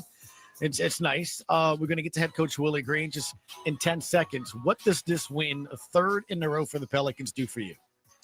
I feel really good about the attitude of the team, the demeanor that they're playing with. I just feel like their confidence is gone up. So that makes me happy. Well, and I bring that up because in full disclosure, Jim wants to see good basketball.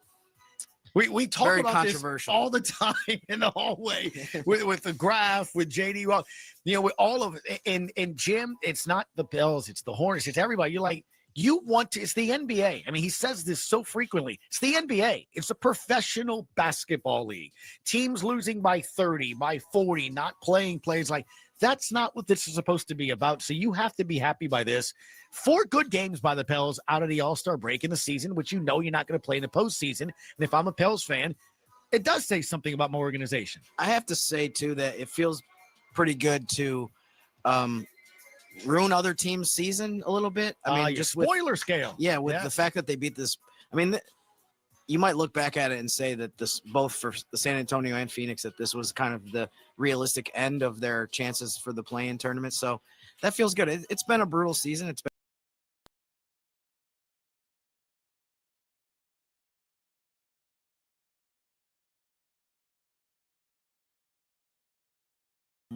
of than what you did in the first few months of the season.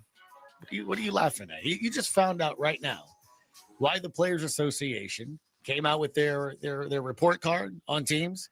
Ownership, Mrs. B, got an A. Oh, she's great. You know why? Why? Because we pay for cleaning here, as you just heard, the vacuuming. Vacuuming this is what happens. right Yes. now. I'm telling you. So everyone that's not here in the building tomorrow, they come back to nice, clean, and fresh, offices and cubicles. They really are on top. They really are on top of it. Over here at You Airline. get to see it now. The radio broadcast cannot get in the way of a clean floor. Not at all. Nice carpets. Not at all. So, no, hey, do what you got to Yeah. do. We're doing what we got to do. Head coach Willie Green and his team did what they had to do. Here's coach. Just team effort to get the wins, and tonight no exception. Yeah, for sure. It's a total team effort. That's what I said to our guys after the game. Game plan discipline was at a high level. We played physical. We played with toughness, and that's how we have to be. That's how we have to play moving forward. In this 3-game winning streak also, your defense has really picked it up, especially in the fourth quarter to close out games, and you held Phoenix to a very low percentage in the fourth quarter, and that allowed you to kind of get the lead and maintain it. Yes, for sure. Proud of our guys. Our defense it has to be our identity. And they're working at it. We're showing film. Our coaching staff is doing a great job. And the carryover, it's good to see the carryover from game to game. But total team effort, starting with our defense, guys making shots, playing for each other, really fun to be a part of. Well, Zion got his first career triple-double tonight, and he did it in 30 minutes. Now, it's a little longer than he had been going. What was the thought process to get him over the 28 minutes, and just how pumped up was everybody to see him get that last rebound? Well, our performance in medical, they're doing everything that they can to make sure we monitor his minutes, how he's playing. He's playing at such a high intensity, even in low minutes. So we wanted to, bump him up a little bit. And tonight, once again, he was fantastic. He carried us down the stretch. You said it, Graf, triple-double. And Zion's been amazing. A lot of times when Zion's tracking doubles, especially from the baseline, he's able to see it and make an easy pass like late in the fourth quarter tonight. What are you kind of seeing from him just reading those situations? He gets better as the game progresses. He's seeing what the defense is doing to him.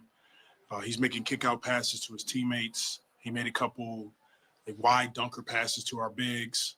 He's a willing passer. And then he can just take the ball down the lane and go ahead and finish when he wants to. So I thought he played a really fantastic game.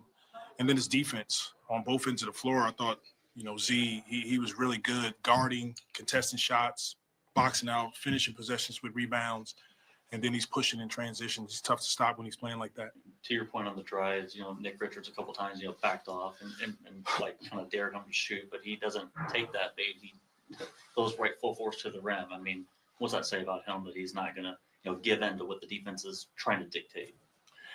Yeah, when he's on the floor, he knows what he wants to accomplish. He knows where he wants to get to, his spots. He knows where his teammates are on the floor, and you're not gonna bait him into doing something that he doesn't want to do.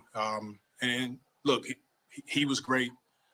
We want him to continue to play at a high level, which he'll do. But total team effort tonight. I know Zion's been in the league obviously for a minute now, but is this a night like tonight kind of a reminder of what he can be if he can stay on the court and what he can do? It is. It's a reminder to the NBA, to the fans, to everybody. This is who he can be night in and night out, and that's what we're all striving to accomplish as a group. We're striving to get our best player on the floor night in and night out, and to be able to go after it like he did tonight. All right, thanks, All right, thank you. Thanks, Coach. That is head coach Willie Green. When we come back, Jamaica can offer us three things, and we'll get you ready for tomorrow night. Same two teams, same time, 8 o'clock tip-off. But, hey, nice win by the Pelicans. Again, a double-double by Misi, double-double by Makovich. And you also have a triple-double by Zion Williamson. 7 players, conductor, I think you said, had double figures. Again, I might be stealing some of Jim's 3 things, so I will shush, and we'll hear from Jim when we come back on the Pelicans Radio Network. This is old number 8 alternate. Join me at Postgame on the Media Network for all things Pelicans.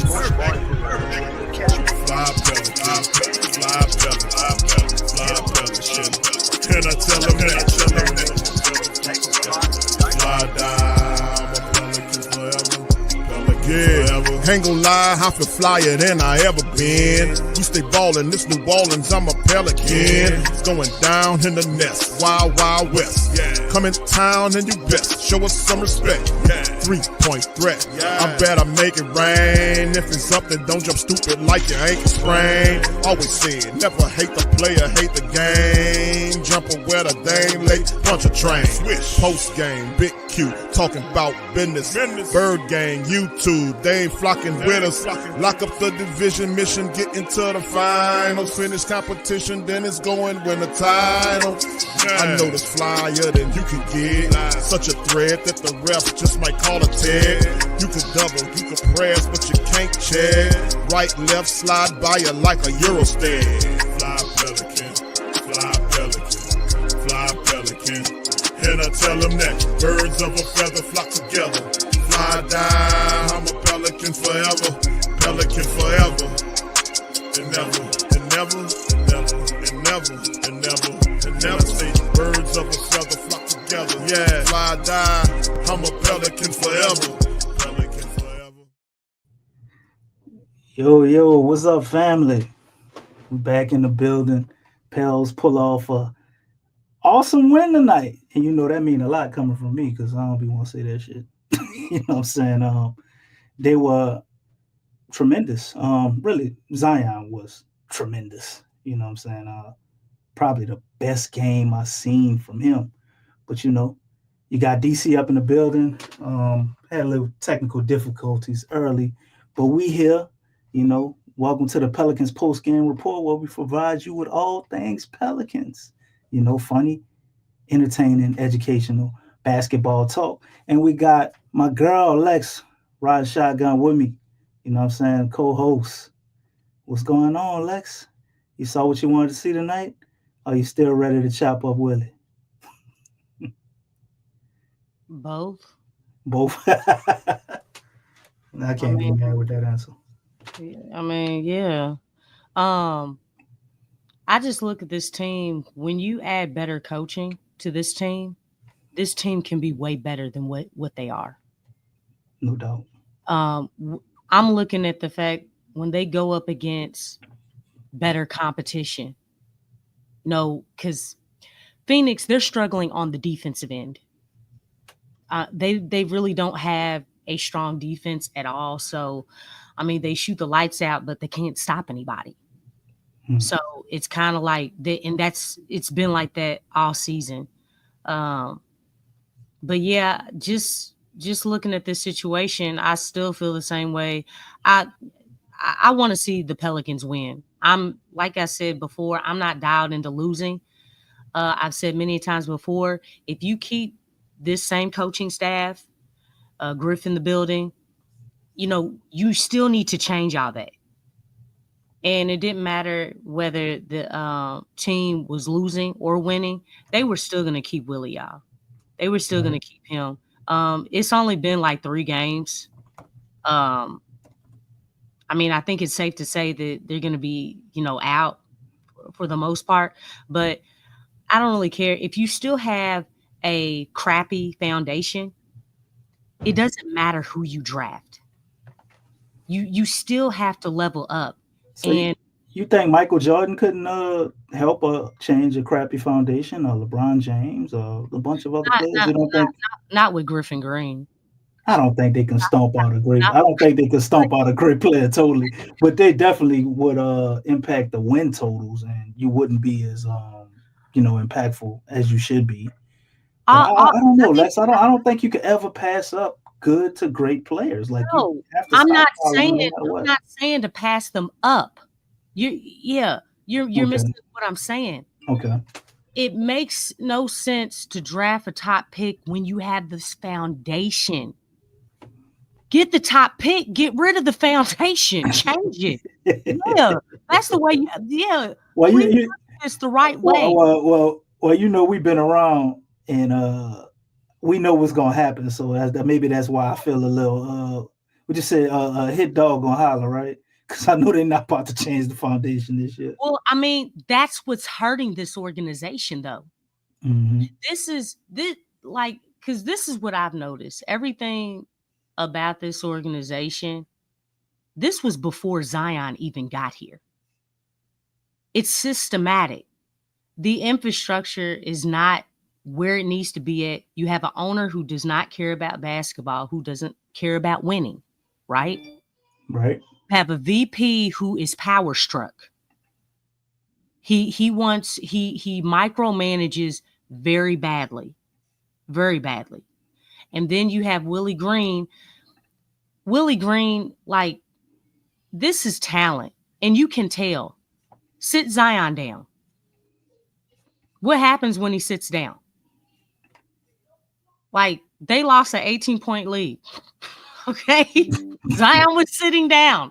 Okay? The whole time. Dog, that means you have to coach. That means you are relying on someone's talent to cover for your flaws. Just think if you add a high IQ coach along with Zion type talent, man, that's a beautiful thing. And speaking of Willie Green, Lex, let him get up behind the podium and defend himself. From heard your him garage talk. of bullets. We heard him talk. Golly, man, we heard him talk. We didn't need to see his face. His face still gets on my nerves. He was Go ahead, sitting on the bench. let Willie get his moment in the spotlight. Let's let him. He don't need no moment. Nobody know. This dude is. He had a win tonight, Lex. You know what I'm saying? You know, Willie had a win tonight. Yeah, right. Yeah, Stacy heard him. Speak up on it, Stacy. He heard him. I didn't and hear I heard Willie. him too. Let me hear some We of this don't need gibberish. to see his face and hear him. He already got his shot. We heard his voice. Look at that dude, man. Look at this. Yeah, for sure. It's I guess y'all got y'all wish because the sound is Yeah, horrible. exactly. They audio is still back in dinosaur days. we played physical. We And played he didn't even say Yeah. nothing. That's how we have to be. That's how we have They play physical. He's right. He's so vague when he talks, man. He does, Slim, with a fish. A slappable face. Look, He has a very slappable face. Willie don't deserve no punch, no hand slap. Take a fish. So that's how we gonna watch Willie Green now. We're just gonna listen to the non-audio and just talk over it. You know they audio. They audio don't work. Our audio works, man. Well, whatever. Let me stop this nonsense. Maybe He if I ain't find saying an nothing. interview worth listening to, we'll go ahead and pull that back up. But Ask me what he's saying. what did Willie Green say, Lex? Absolutely nothing.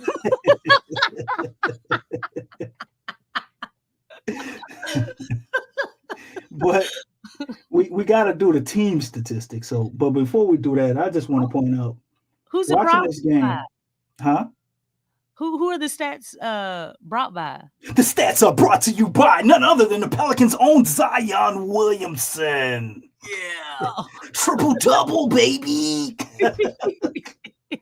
This was probably one of the best games I've seen Zion play.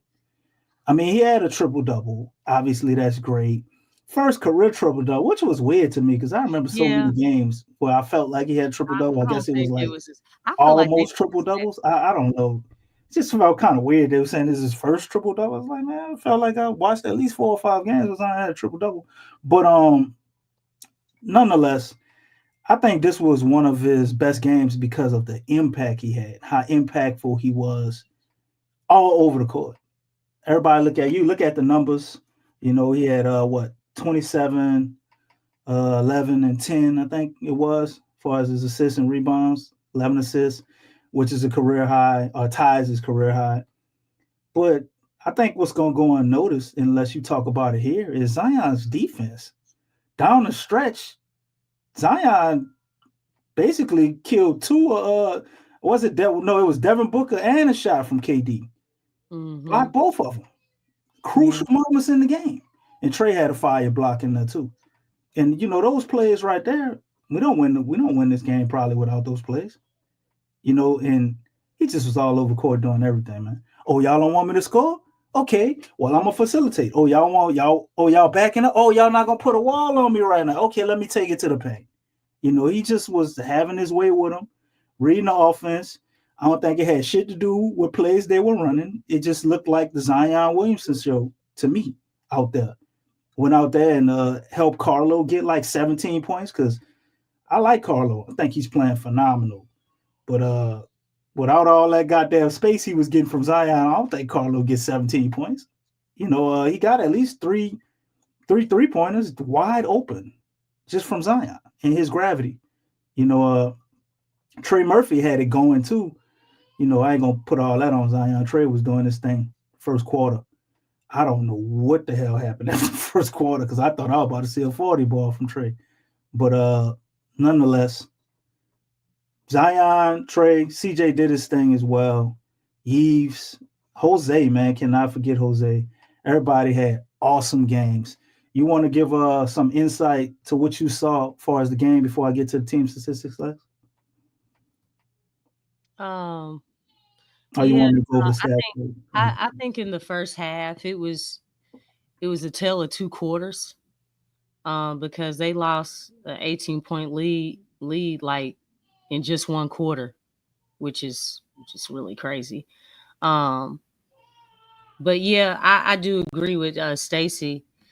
He's still, stating that we still can't rebound and defend as a team. The Suns were just missing shots, and they were missing shots because in that second quarter, they were making those shots. That's how they got back in the game.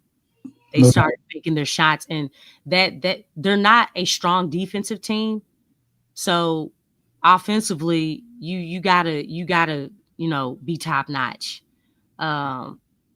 So yeah, it was a little bit of both as far as the Pelicans were playing well, but also the Suns were missing shots. But I did like Zion's defensive prowess out there.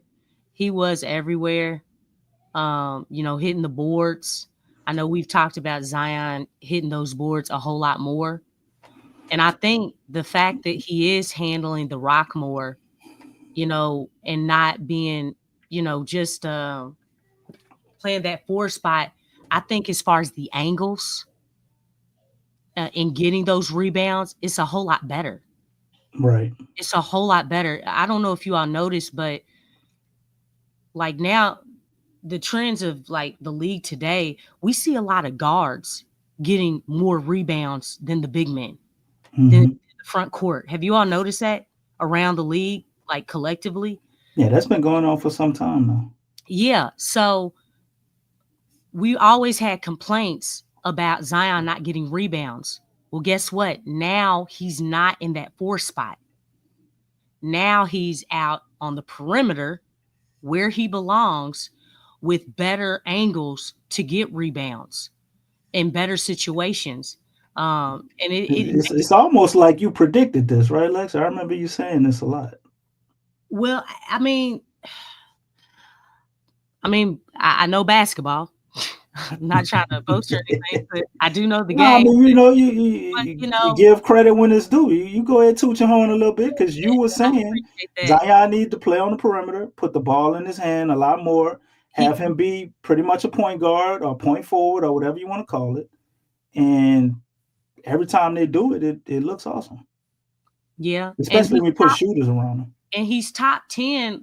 He was in the top 10. I don't know if you remember that article that I shared with you and Big Q, but it was stating like everyone who gets downhill into the paint and scores, and Zion was on that list. He was on that list with LeBron, with Jason Tatum, Giannis, and they were stating specifically like at that. Wasn't he like at the top of the list, I think? Yeah, like I think it was like either from the wing or from the top of the key. And he was listed up there. And it's like, if this is statistically like proven, like if you're really into analytics, that's good reason to move him where he needs to be. That tells you right there he was in the wrong position. Like we were looking at all this wrong. And I'm glad that they're, even with Kelly Olynyk out, because Kelly Olynyk would have been playing the 4.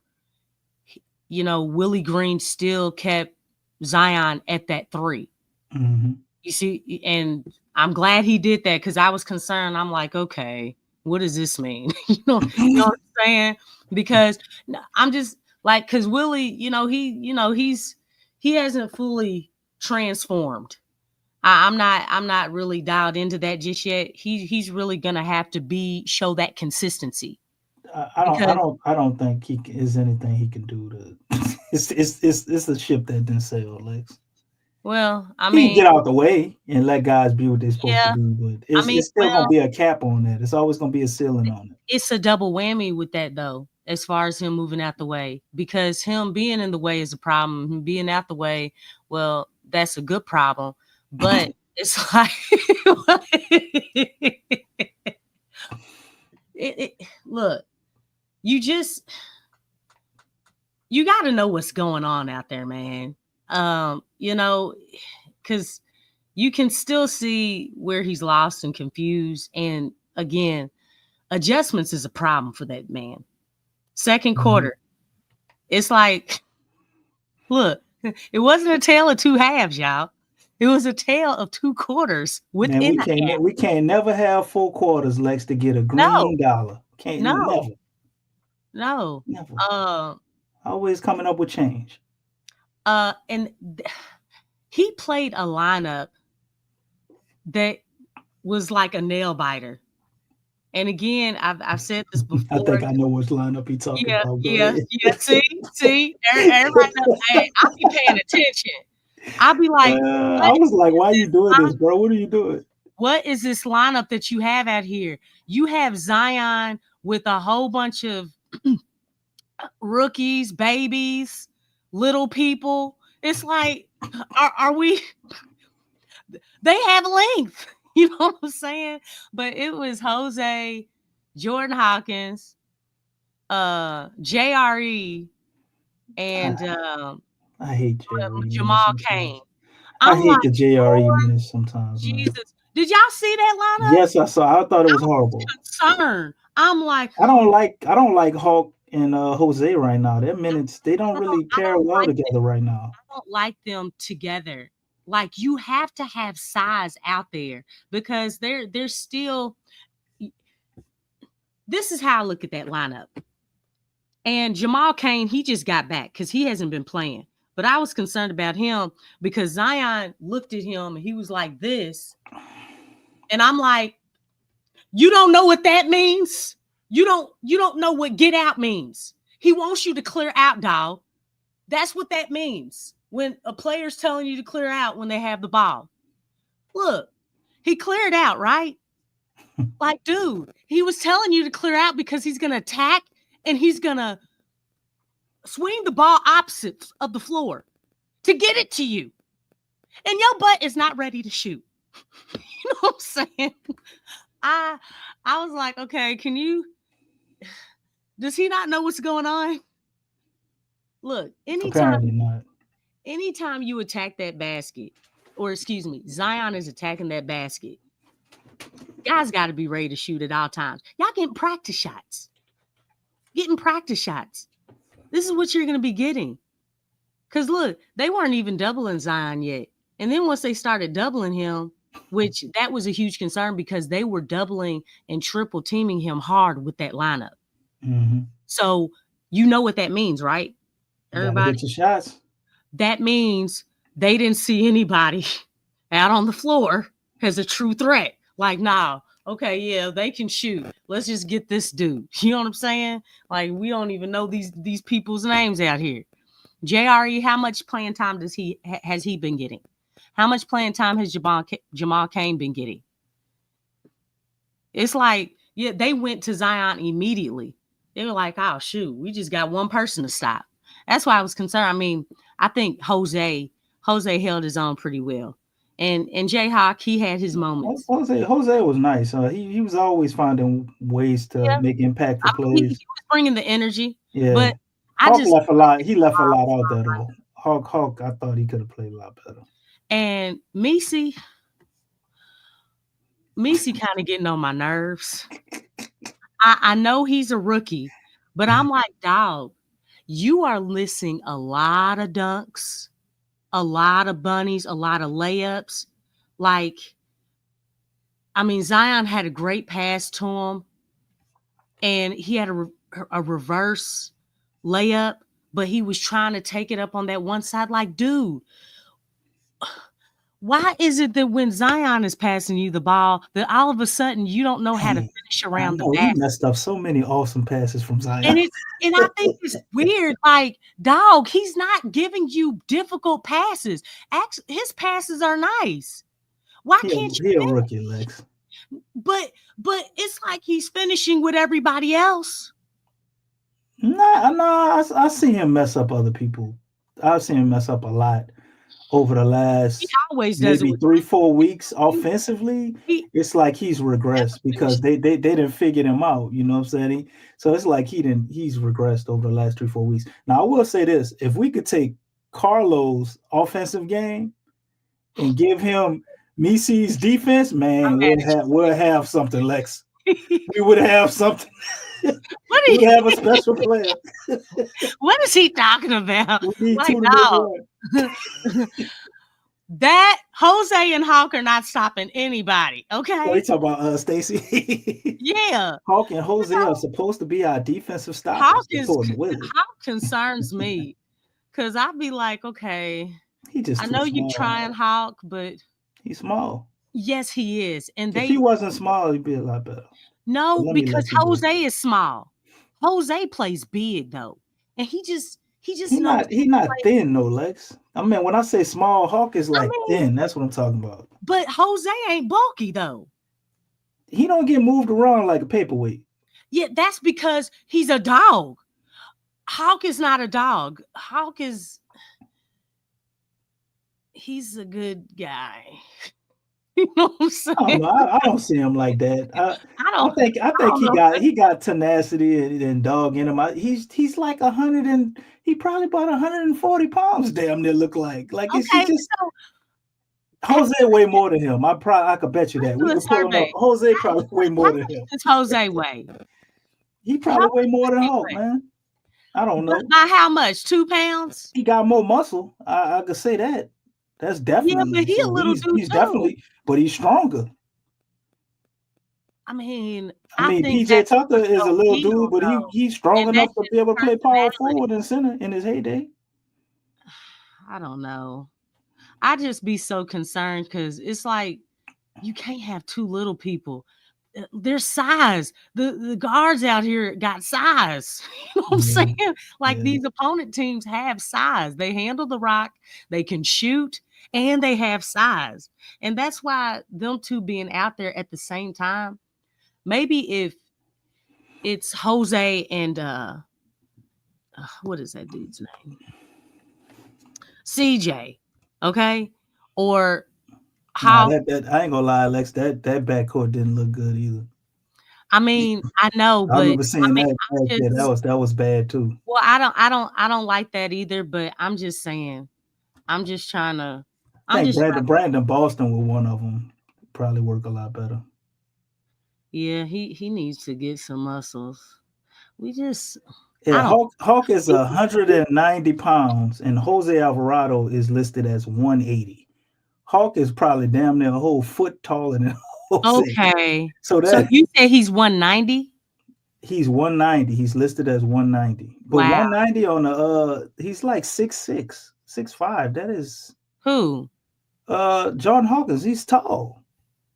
Jordan Hawkins looks so little out there. Because he is. He played. Zion is 6'6". 6'5". For reference, Zion is 6'6". CJ is 205 pounds at 6'3". You know what I'm saying?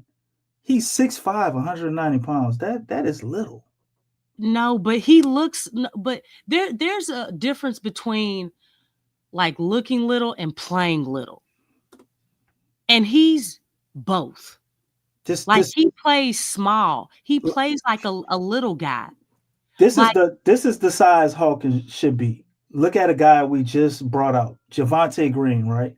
I think he should be around the size Javonte was. Javonte is the same height as Jordan Hawkins, and he's 220 pounds. So we could say, for reference, Jordan Hawkins is probably 25 pounds underweight. That's a big margin, especially when you're talking about defense. Jordan Hawkins does not look like he's 6'5", though. I'm going to be honest. The way that he plays, I wouldn't believe. Would he play like a little guy? He play like a little guard? Yeah, that's what I was saying. There's a difference between looking little and playing little. Like I've seen, like Jose plays big. He doesn't play like a small guy. He plays like he's bigger than what he is because of that's his game. But Hawkins, he plays like a little guy, and he does not play like he's 6'5". I think a lot of his game is predicated on facilitation and having a point guard and them running, the right plays for him. Yeah, he's a his shooter. His handle ain't. Yeah, he's a shooter, but I'm just saying you got shooters who still could go get a bucket and find it themselves.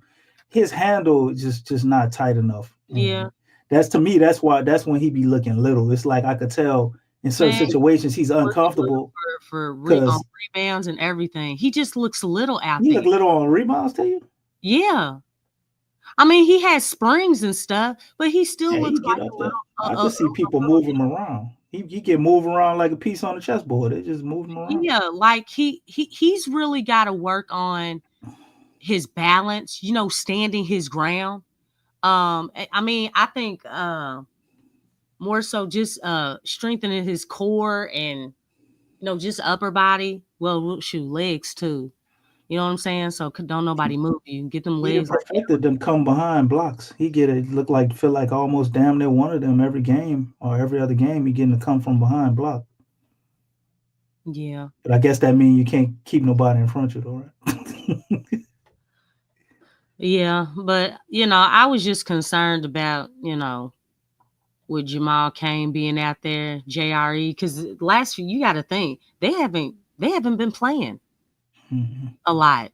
So I was like, well, they got the call, Lexxah. David Griffin definitely, I think, attempted to tank this game, as I said they would last show. When you saw you had both of our guys we got from Toronto, Kelly Olynyk and Bruce Brown, who are major components in us getting that last Spurs win. They set out for conditioning reasons. They ain't look tired to me. They don't. They're just they don't play starters minutes, so I just thought that was hilarious. They're making up a lot of stuff. But listen, the biggest move for tanking is Zion's minute restriction. Well, they let him play. They let him play 30 minutes tonight. No. He played 30 minutes more. tonight. 2 minutes more, and he ain't gonna play tomorrow. Go kick He rocks. played 2 minutes less. We would have lost.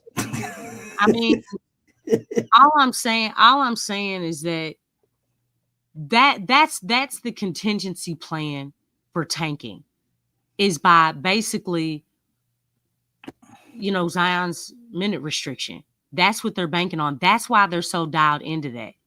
I don't feel like they're be like, oh yeah, like Willie Green was saying, because he was straight up lying out his mouth. Oh yeah, our performance and training staff, they're really watching now. Y'all really watching, and you could have added Griffin there because we know he's a part of that junk. Y'all really watching him because you all are trying to tank. Griff wants the team to tank. He's probably told the training and performance staff, and he has control of them. And so that's the contingency plan. That's one thing Griff doing that I'm not mad at, Lex. I know you are, but I ain't mad at it. No, I'm not dialed into losing, man. I'm not paying for league pass. I'm not coming on here. Like, I love the game. I mean, I've been here. I've been toughing it out with all these seasons because this isn't the only season where it's been rough. I mean, I'm not with that. I never will be. And I'm looking at, y'all tanking and stuff, but the tank makes no sense if this foundation is still here. You got to move people. You got to move people. I'm looking at the Southwest Division. The Southwest Division, it by itself. We're not talking about the West. We're talking about just the Southwest Division. Because I'm forward thinking, okay? I'm being forward thinking on all this stuff. The Southwest Division is gonna be tough from here on out. The Houston Rockets have already surpassed the Pelicans. The Spurs, they're on their way. Obviously, that kind of depends on Wembanyama's situation because that is pretty serious. Because other players have had situations like that. No owner want, a player falling out on the court, and stuff like that. That's really serious. Miami Heat, they did that to Chris Bosh. Chris Bosh was trying to get on a team around the league. They were hardcore. No, nope. We ain't taking you back. So this is very serious. Definitely hope he's going to be okay. Because I don't wish anything, bad. I mean, this is your career, way of living. He's very young. So definitely, wish him a speedy or pray for a speedy recovery. But depending on his situation, which I think, will come out, they've improved. You know, they got De'Aaron Fox, so you know they're quickly trying to build around him. And then Memphis, we already know what Memphis is going to do. Dallas is coming. Like, they're huge. Right now, they're up and down as far as, you know, with guys being out, but they've still been finding ways to win. Kyrie's been doing his thing, carrying the team and stuff. But these teams are coming, man. Like, next year, it's going to be even tougher. And the West is already tough. The Pelicans got to keep up with the Joneses, man. They got to keep up. For real. And then not only the teams. But wait, Lex, how do you suppose they keep up? Because I mean, it to me, it still goes back to the only hope we got is a draft pick. Like, we don't have nobody requesting to come here. You can't sign people in free agency. With all the stars, when they get traded, they already have their locations where they want to go. How can we get better? You get better coaching, first of all. That would help. Get better coaching. Like, let me ask this.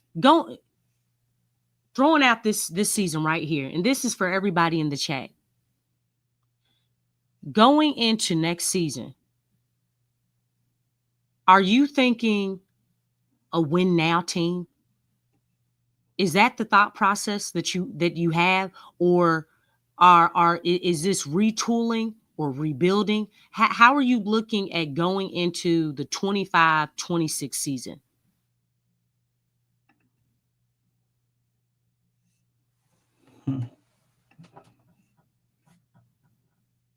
Go ahead and answer. I don't know. No, I'm just putting, you know, how is everybody looking going into next season?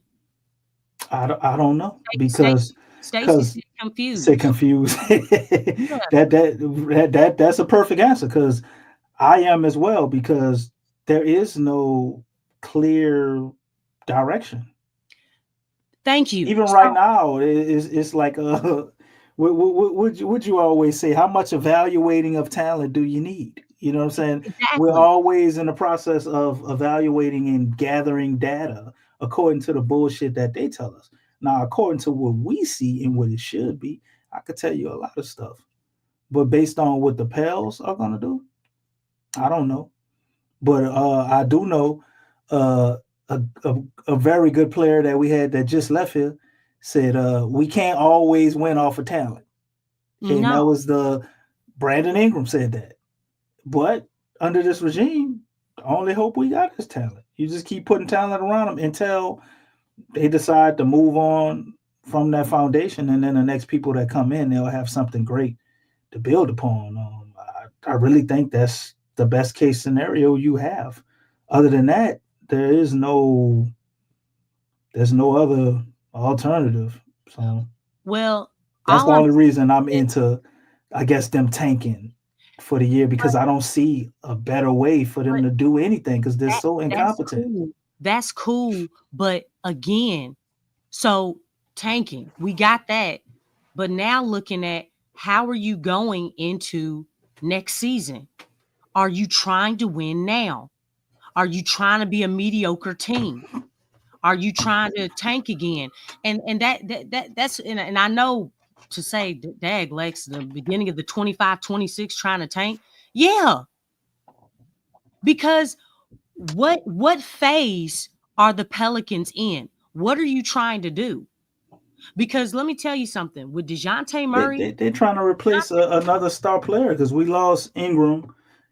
You're banking on Trey Murphy. I think at this point they would be thinking, well, you know, Zion's health is up and down. I would think they're trying to get another consistent guy that can give them 20 points, 5 rebounds or so, just in case Zion gets hurt. You always have to think about that. You have to have a team that can, you know, kind of hold a ship at least.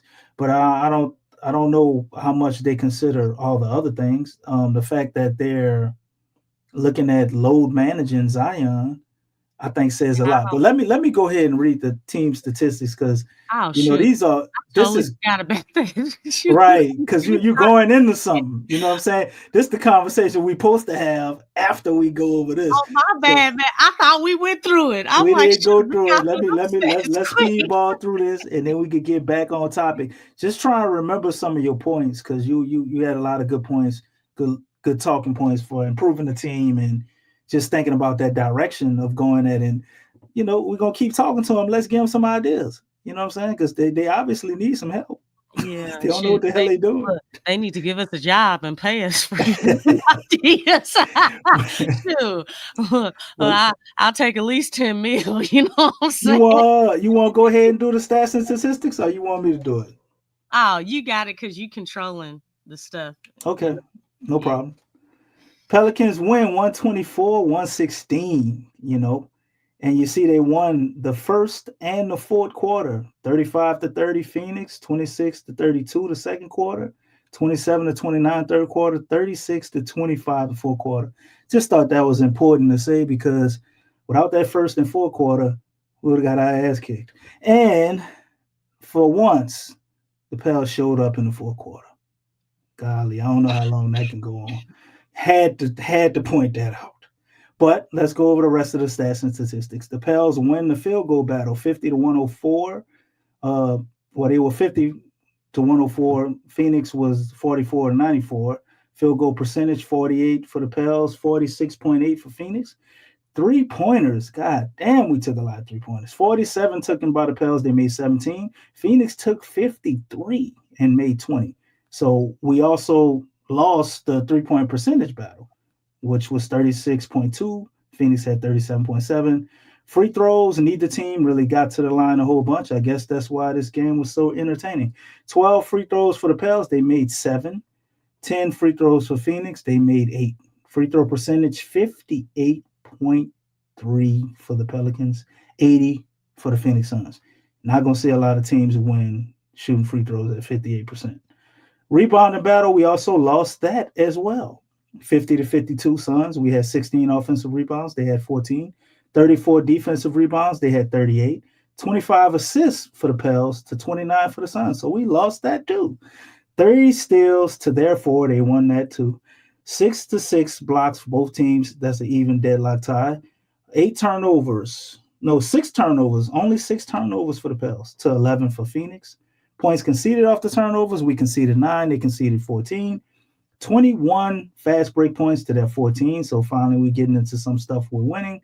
Turnovers, fast breaks, points in the paint, 58-34. That's it. That's it. That was Zion. Huge margin right there. Right. Well, I looked at the turnovers too. That's Zion because he had the ball damn near all night. You know what though? You know what this reminds me of? What's up? Well, it reminds me of Loki and Mr. Stark talking, and Loki was like, "We have an army," and from Avengers. Oh, okay, go ahead. Loki, yeah, and Stark, they were talking in his spot, and Loki was like, "We have an army," and he was like, "We have a whole." you surely is right. Look, y'all won everything. Y'all won the battle and everything. Well, the Hulk came and just scored smash. You know what I'm saying? And won the war. None of that shit don't mean nothing. Yeah, basically, but that's basically what because like you said, Pelicans didn't win nothing else. They won the turnovers, Lexxah, and that apparently that was in points in the paint. That's not a win. That's not a win. 21 fast break points. Turnovers is not a winning stat. No, they had the least amount. Oh, okay, I got you. My bad. Phoenix had more. I don't mean like they had more turnovers. I was like, no, that's not a win. I'm counting it the way you're supposed to, and backwards. Okay, got you. Okay, I see what you're saying. I got to change my perspective there. The Pels had 12 fouls to Phoenix's 15. So look, they won that too, Lex. Largest lead of the game was 18 points by the Pelicans. Largest lead for Phoenix was 17 points. And let's go over the player stats. And I'm going to go ahead and let you cook. Huh? You mean 7 points? Yeah, that's what I said. What did I say? You said 17. I was like, I'm tripping. 7 points. My bad. No, the Pelicans really don't come back. And the biggest player statistic of the night, Lex, the biggest statistic is right here. 31 minutes for Zion Williamson. Zion Williamson played 31 minutes tonight. He was 13 he and went 17. over just a little bit. I know they mad about that. Man, they look. That's 3 extra minutes, Lex. Can you see Griff's face right now? He's red. He's red with them glasses. He looked like the Red Hulk. Look, you know what I'm saying? He's like, what? He was looking like this. That's how he was looking, Lex. Nah, he needs to be a little bit redder. A little bit redder. Come on. I know looking y'all all serious. I know y'all done seen Captain America, that the new one that just came out. Yeah, he was heated. He's like, why did you play 31 minutes? What are you talking about? And in those 31 minutes, Zion was 13 of 17 from the field, took no 3-pointers, 1 from 4 from the free throw line. That's very unlike Zion. He had 4 offensive rebounds, 6 defensive, 10 total, 11 assists, 0 steals, 2 very impactful blocks at pretty crucial points in the game, 27 points and a plus 17 plus or minus for Zion. Zion and Carlo Magovich were the only people in the positive in the starting line. And speaking of Carlo probably had a career high in minutes because I don't think he's ever played 36 minutes, and he held it well. My dog Carlo played pretty well, man. 7 for 13 from the field, 3 for 7 from the three-point line. He had 3 offensive rebounds, 7 defensive rebounds, 10 total. He had an assist, 0 steals, 0 blocks, 0 turnovers. 17 points for Carlo Magovich. Great game from him. Yves Missi leaves everybody head scratching offensively. Defensively, we know what he is, but offensively, man, we got some work to do. I mean, they doing the same thing he be doing to people on the defensive end. It's like, Right. dog, that's not supposed to happen. You know what I'm saying? Like you supposed to finish them dunks, man. Do you know He getting missed like it was like at least 3 dunks, I think. that's the last few games. Like, dog, what's going on? Why aren't you finishing them dunks? He's not comfortable, Lex.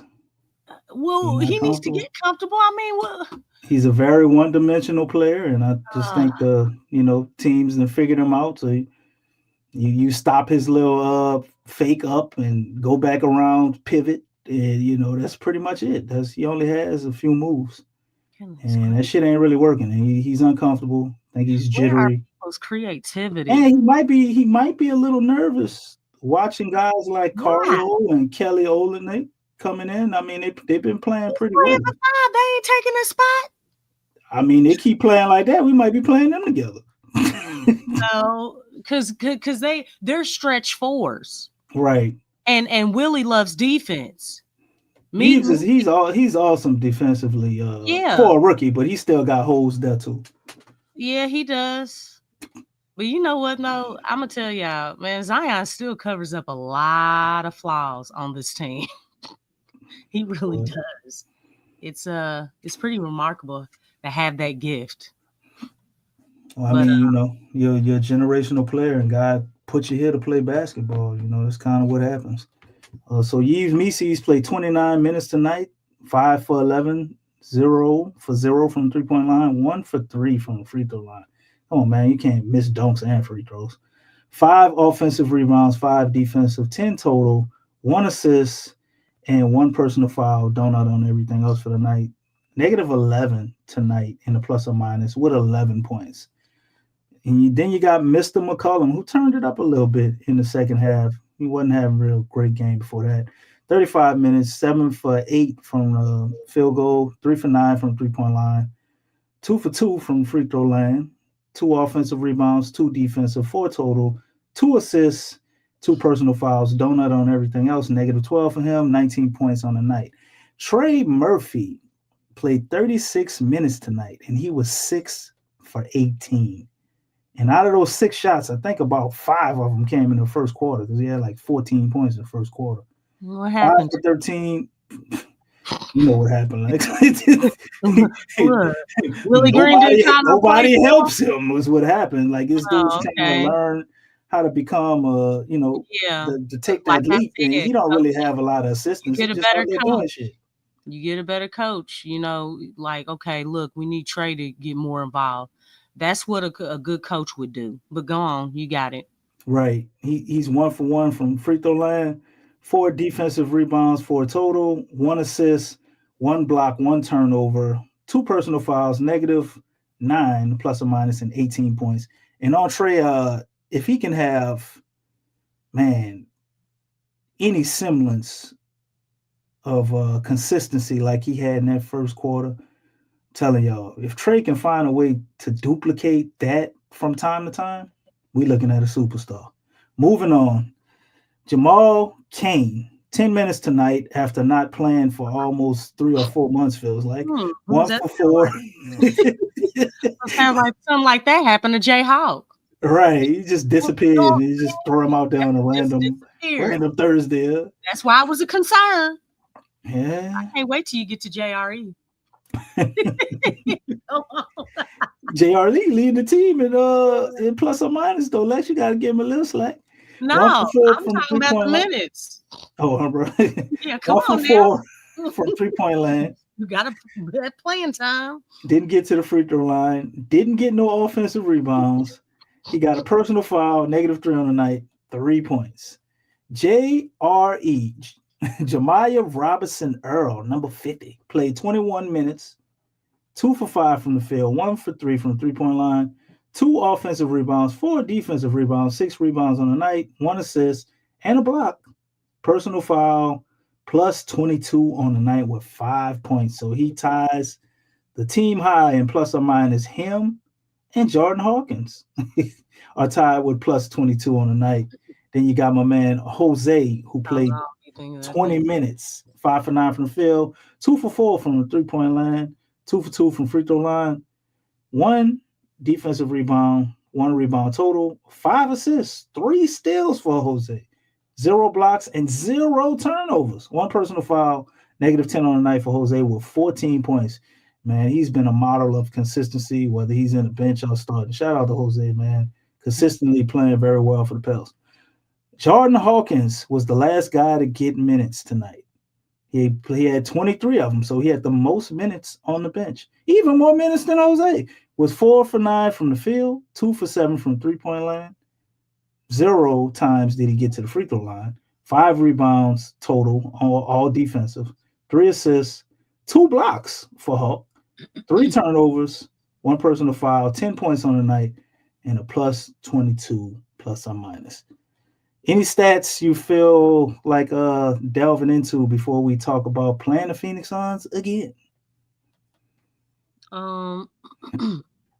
Well, we know that Zion stats are not going to be there when they play the Suns. So if we subtract talking that, about tonight right now, Lex. Come on, let's live in the moment for that's about what I'm 5 saying. minutes. So we talk about When you insert Zion, those are stat like Zion that you're gonna get that really impact the game. When you it was 50 to 52 Stace team rebounds. Sorry, yeah, Lex. so yeah. Oh no, you good because I saw when he asked that. But yeah, yeah, Zion played incredible, man. You know what's really something? What's up? How long it's taken to consistently have the ball in Zion's hands. Like, it took a long time for them to understand that, hey, he really needs to have the ball in his hands. I mean, think about all the time. You think it really took that long to understand that? Yes. Look at I don't think who so. we talking about? Who we talking about? I think they understood it. I don't think they did. It took them too long to realize that.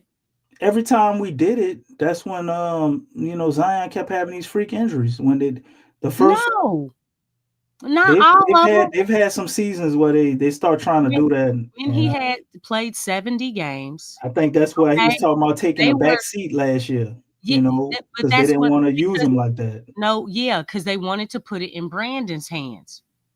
You don't think that But had it's nothing like- to do with him getting injured though and keeping him healthy? No, he played 70 games. No. I'm saying them not using him in the way they're using him right now. They wanted his usage to be down a little bit so he can make it through the season. No, Put the ball more in Brandon and CJ's hands you and have kind to of. think Brandon was coming off of FIBA that year. Mhm. Okay. I think they were really trying to make Brandon the centerpiece. They were going to focus on him because what did Borrego say? Because Brandon had joked about it, like, yeah, Borrego said that he's gonna have that ball in my hands a lot. He kind of chuckled about it. So you knew right off top they were focusing on Brandon having the ball more. That's why, Zion was talking about taking a back seat. That's why we saw Zion in the corner a lot. Mm-hmm. It's like all of us, we have been talking about it. Like, the ball needs to be in Zion's hands. Like, why isn't he touching the ball? You saw it in CJ's hands a lot. You saw it in Herb's hands a lot. You saw it definitely in Brandon's hands. But it's like Zion was almost like he was the fourth wheel. But we all knew because, again, they had already collected that data. Stan Van Gundy had introduced him, the point Zion handling that rock. And with Stan, he played 61 games, right? Zion, they've always known that. I feel like they were just trying to go away from it for whatever reason. Like, I know a lot of people may say injuries, but the dude played 70 games. Why didn't you have it in his hands then? Well, their whole focal point was more so Brandon and CJ, like having it in their hands. That was the whole thing. Like, they really wanted to. I don't know what they were thinking. And it's funny because analytics basically proved that the ball is actually better in Zion's hands. And I know for me, I didn't have to look at analytics to know that more positive things happen when Zion has that ball in his hands than not. He makes good things happen. He makes good decisions with the ball. He's a willing passer. He wants to get guys open shots. Like he wants that. And it's genuine. It's not one of those things where, okay, dang, like Zion, I don't think I've ever heard anybody say Zion is a ball hog or anything like that. Or he's too ball dominant. Like, he moves that ball, like he shares the ball because he's using his gravity to get guys open. So I just think it's kind of funny how, it just seemed like, again, the back and forth. They went to it 1 or 2 games. And this is during his 70 games, right? They went to it 1 or 2 games, and then they went away from him having the ball in his hands the next 3 or 4 games. And then the next 2 games, that's why we talked about there was a lack of consistency with how they were playing. Because it's like, you all are not mastering a particular way of playing the game. You keep changing it up. It's too sporadic. You need to stick with a strategy so you can master that. And then you can start going into other things. But they weren't mastering anything that year. But I don't know. It just seems like they took a long time, like, hey, this is what we need to grow off of. And this is when he was available. I know, like, well, Lex, he was injured, and stuff, so we couldn't use him. No, this is when he was healthy. That's what I'm talking about. When he was healthy, there was so much hiatus in his ball usage a lot. It wasn't consistent because, again, that year he was saying taking a back seat. And I mean, we all saw it, man. I mean, I can recall, a lot of those games and just our discussions. But after a lot of movement, at the trade deadline and throughout the season, again, and obviously DeJounte's injury, is clear, but I just feel like it took a long time for them to be like, okay, we got to put the ball in his hands. Like, you know what I'm saying? Like this, like, I guess we have no choice. You know what I'm saying? Like, dang, man. I mean, for real, y'all didn't want the ball to be in this man's hands like that.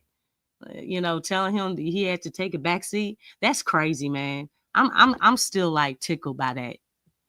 Him taking a back seat. You're on mute.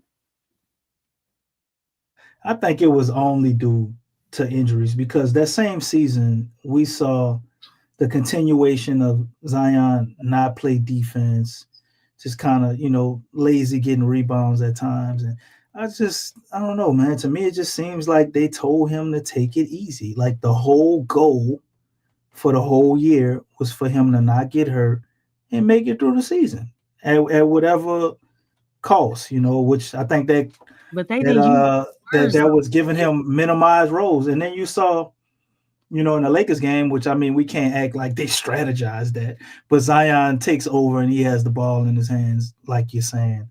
So I don't know. I think some of it was them being cautious and scared for him to get hurt again. I want them to do the Pelicans organization. No, I'm not giving an excuse. I just think he stated a back seat. A back seat and taking it easy is two different things. They retarded, Lex. They retarded now. Back seat. They retarded because they were saying like at the end of the season. Because everybody felt like it was Zion who wasn't being dialed into, I guess, the strategy when really, afterwards it came out that it was actually Brandon, and Brandon even alluded to it. It's like backseat we know what backseat means, man. We know what that means. I just, to take it easy, Zion. Zion, you need to take a back seat. We need him. You know what I'm saying? That's two different things, man. It's just two different things. Yeah, but backseat was his words. I mean, we don't know what they told him. Maybe that's exactly what they said. I'm not trying to get him an excuse out. I'm just saying, knowing this team and looking at what they're doing now, with they got the performance guy with the tablet hooked up to him and they watching his spikes of when his load is too high. And I don't think that mindset just started. This is coming from an organization that gave Zion ramp up periods and all this dumb shit back from every injury and when he was a rookie. So they've always had ways of doing unconventional and sometimes borderline dumb ass shit of trying to avoid injuries with him. And avoid hurting him or babying him, so to speak. Even sometimes that leans into letting him do the wrong stuff, which we see some of those things got out of control, right? But looking at that, after watching Stan Van Gundy and what he did opening up Point Zion, right? I don't see how you look at that and don't know. Zion played like damn near MVP candidate his second year in the league. So they didn't. I think they knew because we saw Willie come in with the 0.5 bullshit, and he had no idea how to use Zion. So in that season, you're right. Willie didn't know what to do with him initially before when he did finally get him on the court. But I mean, he missed doing them now. He missed that whole year, with the foot and all of that shit. He had that going on, and when he did play. They rediscovered Point Zion, who was first in the NBA, and he went down against Philadelphia. They knew. It's just I don't think they thought he could sustain that load for that many minutes per game. Well, I think to me, with CJ McCullough, you got Brandon Ingram, you got Trey Murphy, you got Dyson Daniels, you got all of these people. I think they were just trying to make sure he got through the season healthy. Even though I know they dumb as shit, it would be. I mean, you just have to be like so bad, even worse than they've already been, to not see that when you put the ball in this guy's hand, he's dominant, and everybody on the team says the same thing. You know, even the players. So I think they knew. They just thought they could, slow walk it or have him be a secondary option due to injury concerns. It was trying to keep him on the court. Okay. There's a difference between knowing and putting action behind it. And so actions do speak louder than words. Mm-hmm. They're just now putting him in the 3 spot. No. When you're talking about that, feel me? You're right. You're right. Because he's not he's not a 4. And I think that's everybody has the misconception with Zion that he is a big man. Stop looking at his body type and look at his game. It's 2 different things. The dude has quickness. He has speed and power, and it's like at a high level. His speed and power is like way above average. And that's something that you don't typically see with speed. Usually, a lot of times you have guys that have a whole lot of speed, but they don't have a whole lot of power, or they have a whole lot of power, but not the greatest speed. It's always a drop off in one of those 2. But to be like at a high level in both those areas, that's rare. That's rare. I think and then it's like this dude, you see how he's guarding other guards? He was guarding Kyrie, a shifty guard. You know how we've been talking about how we struggle against shifty guards? Right. He was guarding Kyrie. He was guarding Chris Paul. That's what this guy has the ability of doing. That is a rare thing for him to be able to do that. And he's with them. And let me tell you something. Good luck getting around him. Like, you really have to throw him off balance just to get past him. Like, you really have to make him commit to being off balance if you make a move or something. But he's been disciplined on defense, staying down, not getting jump happy. Because once he gets jump happy, because, he's a leaper, he just kind of leaps on out the play. But he's been disciplined on defense. And just looking at that, it's like, man, it is amazing to see that, just on defense, how he's able. Look at how he's getting low. Man, I think he got in the cookie jar with Kyrie. I was like, what in the world? This is something the guys struggle with. That's not something that's typical. He made Kyrie fumble. It's like, wow. That's remarkable, because that does not happen to someone at the caliber of a Kyrie. It doesn't happen a lot. And to be able to do that just speaks volumes of Zion's abilities on the defensive end and offense, because he can get dialed into speed, and then he can switch over to power and then go back to speed again. And then he can get both of them. And then he was like, okay, I need speed on this one. Oh, but I got to go to power on this one. That's crazy. That's crazy. That switch up. And then look, attack the basket with a vengeance, right? And go up with grace. Oh my gosh. You know what I'm saying? Zion got some of the best touch in the league. Go up with finesse. Man, dog, you would have been like you were going in there for war, and you just. It's otherworldly. Like the alley tonight. Did you see the alley he caught? Man, that was a horrible. Did you see that? But yes, Lex, my baby is 1 year old. She saw that. She started clapping. Oh man. The baby knew. He wasn't supposed to make that. Y'all, Zion. It's insane, man. Yeah. And they getting more sloppy and sloppy with these alleys. Zion got them spoiled. They just throw any old shit up there. They're like, oh, you gonna get it. Big K Red in the building. What you saying right there? Come on, read that, DC. Read that. Let me see. Let me get to it. When we start hearing Zion being compared to Derrick Rose in Super Saiyan mode, that's when Zion will have reached his full potential. You are absolutely right, Big K Red. My Lex told me, and I was like, I don't know. And I went back and I watched some tape on Derrick Rose because Derrick Rose is one of my favorite players. And I really looked at the way he attacked the basket. Yep. And you see how low he gets low, just like Zion. Didn't get big, And man. then get big.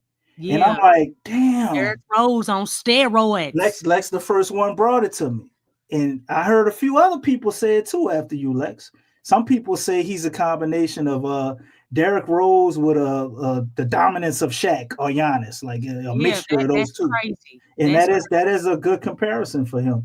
And Zion, man, I've seen Zion get down. It's coming, man. Y'all remember that play? Was Zion his knee hit the floor and he didn't even break stride and kept going and then still scored. I didn't see Zion look like his shoulder is damn near about to touch the court. Yep. Getting low. You know, he gets so he did low. That on, Anthony Edwards. There is no. Remember that? What? You remember that And they play? got a little like that on Ant? Yeah. I don't remember that particular play. Ant I went, have to go find it. steal, and Zion lost his balance, went down to the floor. Man, he got up, attacked the basket, and hit a floater. I was like, and everybody was like, what do you do? I've never seen a dude like, what? 270, 280 pounds that can do that. Matter of fact, you don't see a lot of guys be able to do what he does at any weight. And then you calculate in all that muscle and mass he is, and he can move like that. On top of he's that agile, can jump out the gym like that. He's way faster than people think. Yeah. And then he got like one of the quickest first steps in the league too. Deceptive. It is crazy. His speed is deceptive, man. It really is. I see why people compare him to LeBron in that aspect, because LeBron speed is kind of deceptive too. Like that. You don't think he fast as he really is when in his prime, you know what I'm saying? Not to slow it down, LeBron. Look, I'm gonna be quiet. I like Derrick Rose. You know what I'm saying? No, the Derrick Rose comparison is spot on. I'm just saying the deceptiveness in his speed, because LeBron, to me, his speed was always deceptive how fast he was. He don't look like he moving that fast. But anyway, moving on. What do you think about the Pelicans facing the Phoenix Suns again? The matchup indicator seems to like the idea for the Phoenix Suns. They have them winning it at 72%. I wonder why. Vegas must know something that we also know. You know, and as we look at the players that are out, you have Herb Jones out. You know, Brandon Boston is still hurt. I remember somebody wondering why Kane was playing in the starting lineup over Boston. I forgot who put that comment in. I didn't get a chance to answer you, but Brandon Boston is still hurt, brother. Kelly Olynyk was out. Bruce Bowen is out. Those two guys are probably going to shoot up, and we know what's going on with DeJounte. Not sure what's going on with Bradley Beal, so maybe he could possibly suit up tomorrow. Soreness. Yeah, he might play tomorrow. They might have just not wanted to play back to back. Then you got Monte Morris also who's out. Not sure what injury he's dealing with. And Cody Martin. You know, these are all solid players. Well, one of them is a good player. They haven't been playing very well for Phoenix, but I would still consider Bradley Beal a good player. Those guys could very well suit up tomorrow. And we know of these players out right here on the injury report, you can just go ahead and add Zion to that because you know they're not going to play him on a back-to-back. What do you think the outcome will be in this game tomorrow? We are now 16-43. It's been a while since I've seen something get added to that loss column. I'm getting a little nervous, Lex. I'm not. What's going to happen tomorrow? Oh, shoot. Is Zion playing? No, We didn't see his name on there. Zion is not playing. But they know Vegas knows that they ain't playing. That's why they had that percentage up like that. Zion opened up. You know what? I have a question. I don't know if we can look this up. How many points did Zion contribute with everybody else? Wait, say that one more time. How much did he have to do with I guess goodness, how can I say this? I know what I want to say, but I don't think I'm saying it right. I'm trying to make sure I understand. I heard what you said. The impact of the game. I know his stats, but how many points did he contribute? How many points did he have a whole lot to do with? Probably about 60.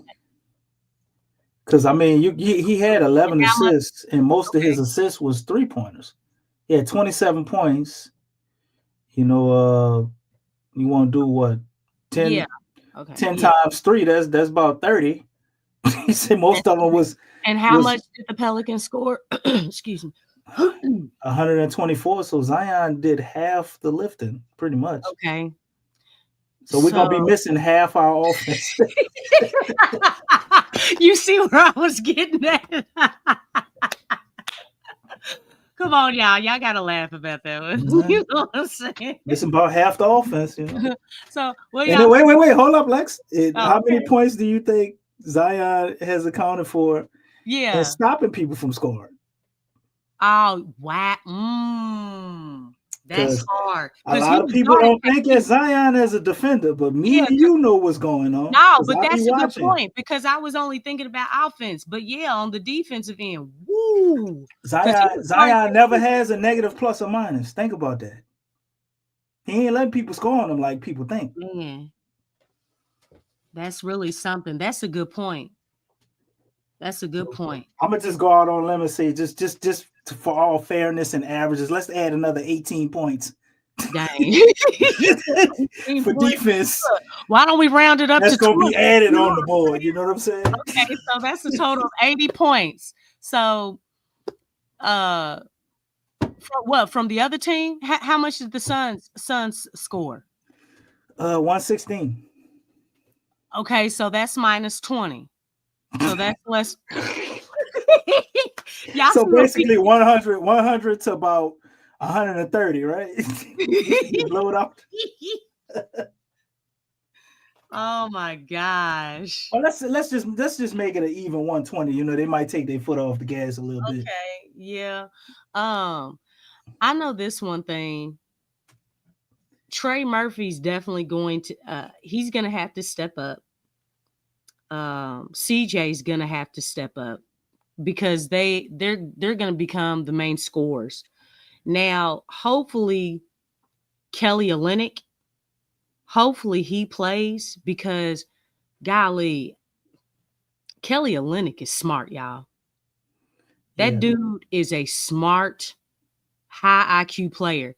Look, and I told y'all, he is so unorthodox. He be everywhere. It's like, be in rhythm, Kelly. But he gets it done. Yeah. He gets it done. I don't know how he does it. It's like, when he has 2 left feet. But with them 2 left feet, that dude does amazing things. That's why I want to keep him around, man. Hopefully some of that could rub off on Yves and Carlo. Well, not the unorthodoxness, but no, I'm just saying his mind. Yeah, because he's very smart, and you can't. It's hard to study that dude because he is so out of rhythm. He is so out of rhythm, man. It's like bad, y'all. But it is because I don't like it. I'm like, get your steps right, dog. He'd be like, oh, there's the basket. Like, what? He makes that jump. Like, dog, you were looking that way and back this way, and then you turned at the last minute to shoot. Like, oh my gosh. Okay, Kelly. My girl called him Napoleon Dynamite. She said, "Oh, here come Napoleon Dynamite." Oh man. But anyway, I think the Pels definitely lose this one. I was on the fence. Okay, so look, let's start. Okay, how much does Zion account for? You started answering that question. I thought they was gonna lose tonight, though. So it's like I've been wrong. I thought they were gonna lose the last 2 games I didn't think because so. I felt like they could win. Well, no, I thought they could win, but I knew I called it. I thought Zion was gonna miss a game or something weird was gonna happen with some people being out, and I thought that was gonna lead to us losing. When I saw Kelly Olynyk and Bruce Brown, who I just watched, them basically be huge parts in us winning that second San Antonio game. Yeah. And then they say they were out for condition. I was like, yeah, we probably gonna lose. You know what? They need to stop BSing. Why they have to, Lex? I mean, we go keep. I mean, it's like that don't even make sense. Like they gotta try to stay in a certain percentage. Down. They were getting up and down the floor, and you can't tell me the league don't see this. Man, they know what they're doing, but I was like the way they're doing it, they can't be mad because we've been being competitive. You know what I'm saying? So it's not like just blatant letting them go out there and get blowed out. Like they're still trying to be competitive with it, but they're doing little things to stack the odds against the Pelicans on their own side. Keeping Willie Green is definitely one of them. And also, the minutes restriction, and you got all these conditioning. They have people missing games here and there that don't really need. They know what's going on. I think the Pelicans have already been in contact with the league, and they're trying to make their losses be in a certain spot. We're going to be gifted, I think, at the very least, a top 3 pick. We're going to get 1, 2, or 3. I don't think it's any way we don't. It's too much shit has happened. If they really want Zion to be here, I think it's in the league's best interest to get somebody else here, especially after we gave Brandon Ingram away for nothing. I mean, they do for a little bit of help. I mean, Kelly's really smart. I think, Bruce Brown, I think it's taking him a little longer to come around. You think that was worth Brandon Ingram, though? That and the Indiana pick for next year? It probably ain't going to be nothing but a... They overvalued Brandon and they waited too long. You have to look at the whole situation. I knew from the beginning that they weren't going to get it. You waited too long. You come on, man. We knew Griff. The more look, he should have been gone in the off season. Really, he probably should have been gone before that. But when you hold on to someone for too long, you overvalue him. Okay, I mean, this is what you get, and I understood that. That's why I was like, it's probably not going to be the initial trade of trading Brandon, but it's going to be the trade after that. Now, I don't know if Bruce Brown, I think Kelly Olynyk has more of a place here than someone like Bruce Brown. They may move him, depending on the contract situation, but I can see them moving him, to get a better piece. And that's what I was saying. It's not about this. How are they gonna? He's not under contract after this year. I don't know how we would be. Oh, he's not. Well, I didn't know his. Well, I mean, shoot, his contract is up now. I don't know if there's a team option or a player option or something like that. Either one of them can pick up. I mean, to me, they would have to if he think he's gonna get $23 million. But if he's willing to take like pretty much the same deal as Kelly Olynyk has, I don't have a problem with him coming back. But you can't pay a guy $20-something million and he got to come off the bench. I would love to see a lineup with him and Herb out there. I think that would wreak havoc. What? I think the biggest question is, what do you do with CJ? Because if Herb is coming back, okay, and you're running, and you're talking about drafting a top 3 pick, exactly. What do you do with CJ? Because I think really they may couple them together, or they may keep Bruce Brown and then start focusing. Okay, we need to move CJ. Well, I don't think CJ is needed. He's needed in the beginning of the season, Lex, because you got to remember No. DeJounte Murray has an Achilles injury, so Yeah, I know. he will not be back. We still need him in the beginning of the season, but I think during the season they could possibly trade him. But what is somebody really going to give up for a 33-year-old guy that's an expiring I on a $30 mean, million contract? listen, if you're getting a top draft pick, Herb Jones is coming back. Obviously, you want to give more minutes to Jayhawk coming off the bench. You got to make room. And you got Brandon Boston now too. Yeah. So, and then look, it's like, man, these guys right here, they're cheaper. They're cheaper. Like, are you investing in the young? Because CJ's on his way out the door. You have guys that have more athleticism, that have better shots. They just need opportunity. Look at the situation with Trey Murphy. Once Trey Murphy started getting more opportunity, that changed a lot. And we've been saying that. Murphy now is a legitimate starter. And it's really sad that it took this long because, and he was vocal about that. Like, hey, I'm a starter wherever I go, whatever team I'm in the league. He said that. So, Trey's not coming off the bench.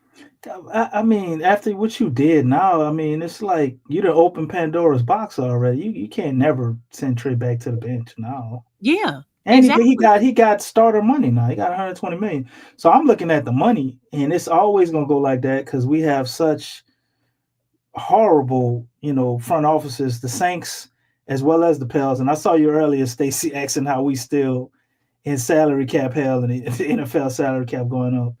Mickey Loomis, Stacey, that is what it is. But as far as the Pelicans, they gonna go with the money because they have to justify this guy getting paid $30-some-odd million. Yeah. His contract isn't expiring.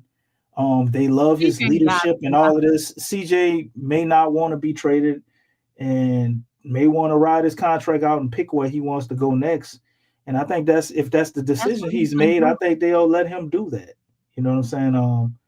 They trying to be in good favor with guys like that when they get them in trades because that's pretty much the only way we can get players of a caliber of CJ McCullough, somebody who had a established resume in the league of being a very good / great player.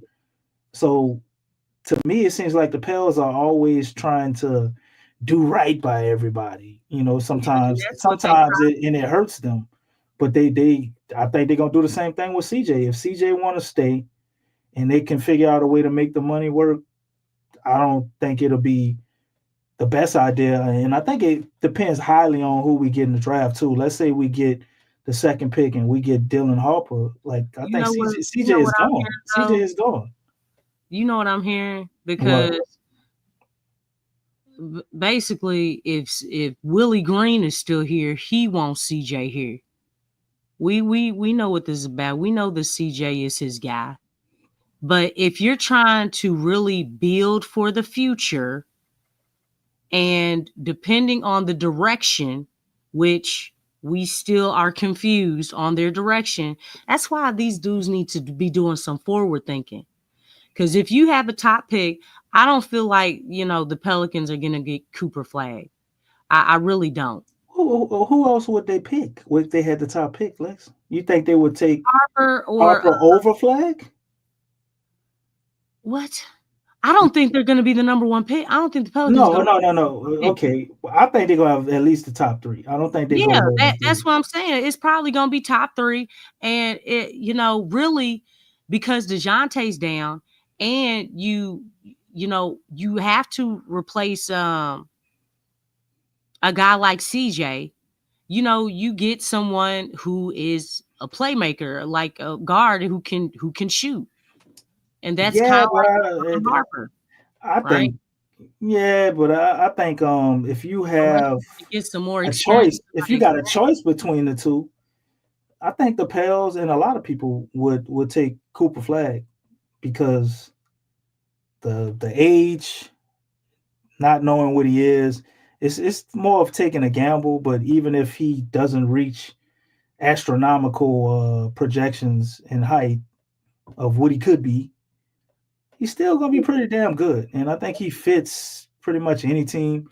You can say the same thing about Harper, tomato, but I look at the Duke connection. You know, they probably know certain things, maybe about. I'm sure he probably has some type of relationship with Zion. Cooper You know, Flag loves Zion. exactly. So it's like it just makes too much. It makes too much sense No, if they had the ability to be able to pick him. The Huh? Jazz, I'm telling you. No. I agree with you when you said that the last show. I think you're right. It just makes too much sense to send him to Utah. Because the Jazz are bad. They probably gonna be ass. Right. They should send him to Utah. As much as I like him and like the idea of him being a Pelican, it makes too much sense for the league. If you don't want to have if you want, what do you call it, parity, you want everybody to have like a star player.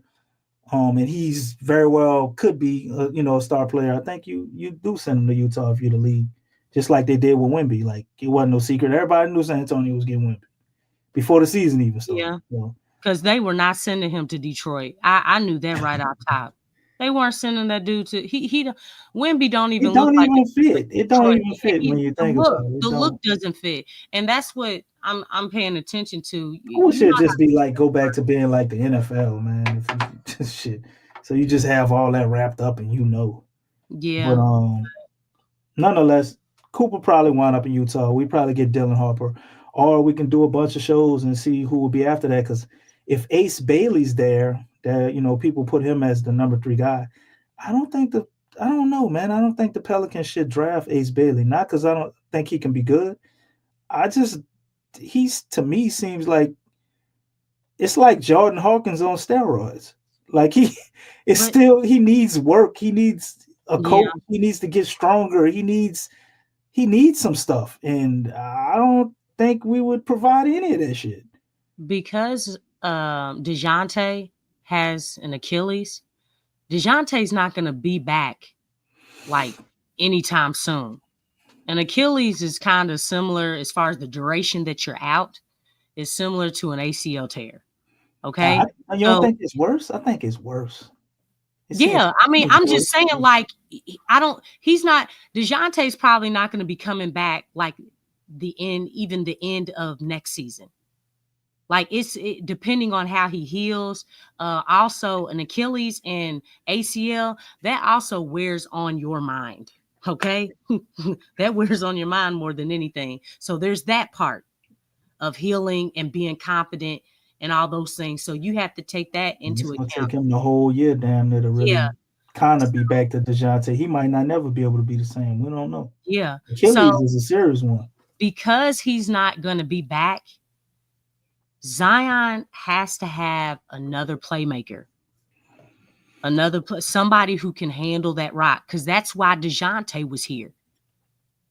Zion needed to have another point guard, that other playmaker, someone who can make things happen. You don't think we could sign maybe somebody in free agency to just get by through the season? Like if we were to take hypothetically, because like you said, it probably ain't gonna happen, but a Cooper Flag or something like that, we couldn't use Jose and a combination of CJ and maybe another free agent signing to get by until DeJounte got back, if they had confidence after seeing him before the draft that he would return back to the level of play. I mean, I'm not sure. I'm just looking at the fact that it's hard to say, because that's a good question, DC.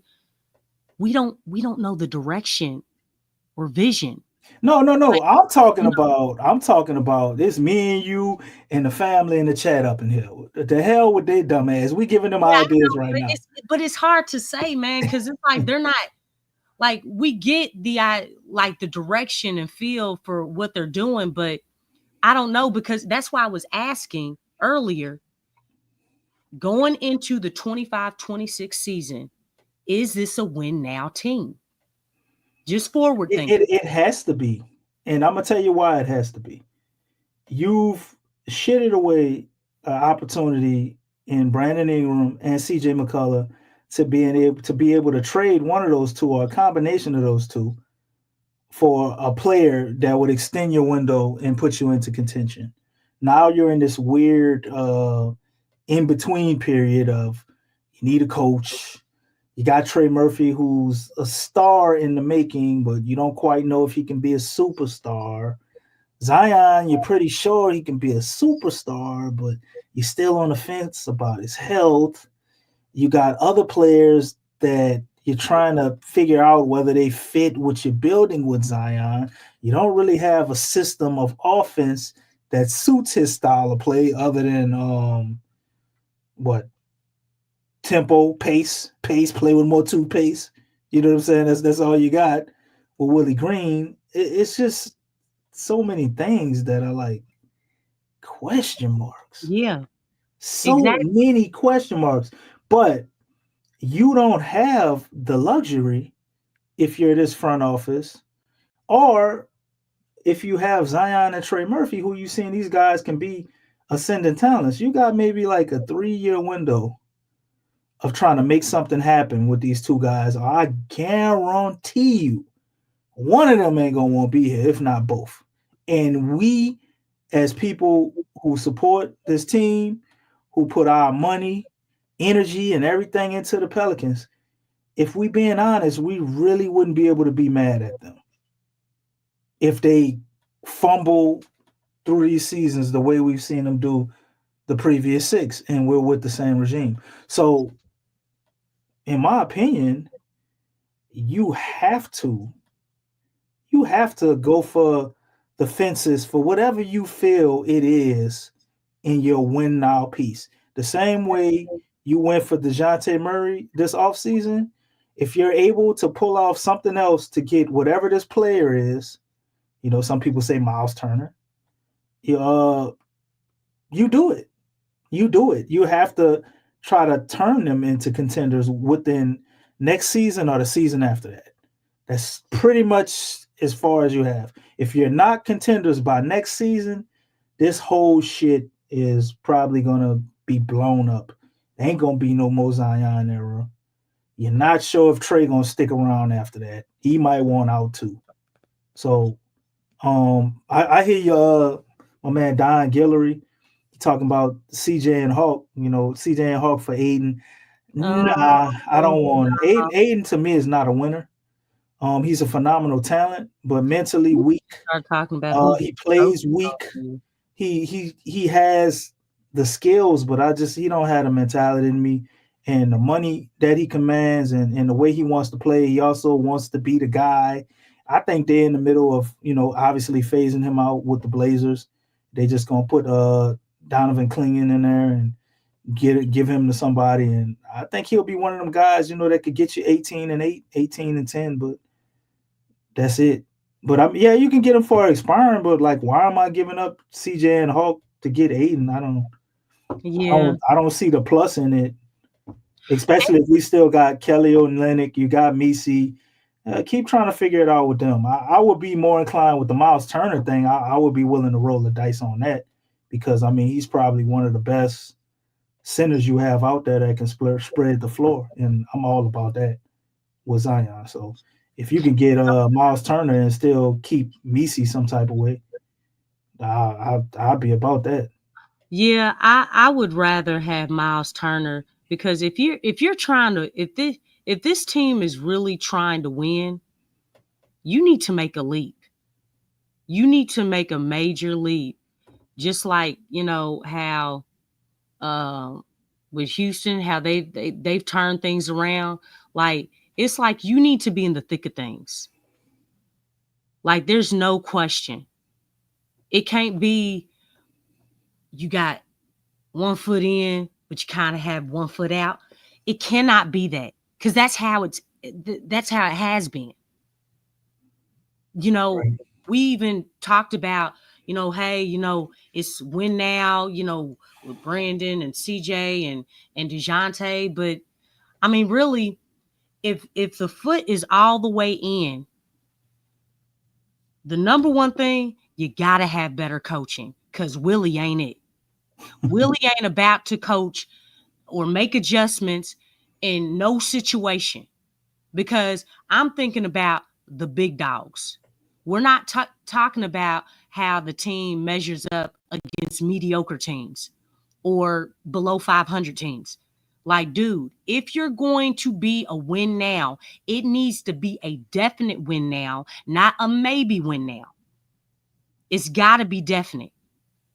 And so if you want to give Messi more time to develop, hey, go and get Miles Turner.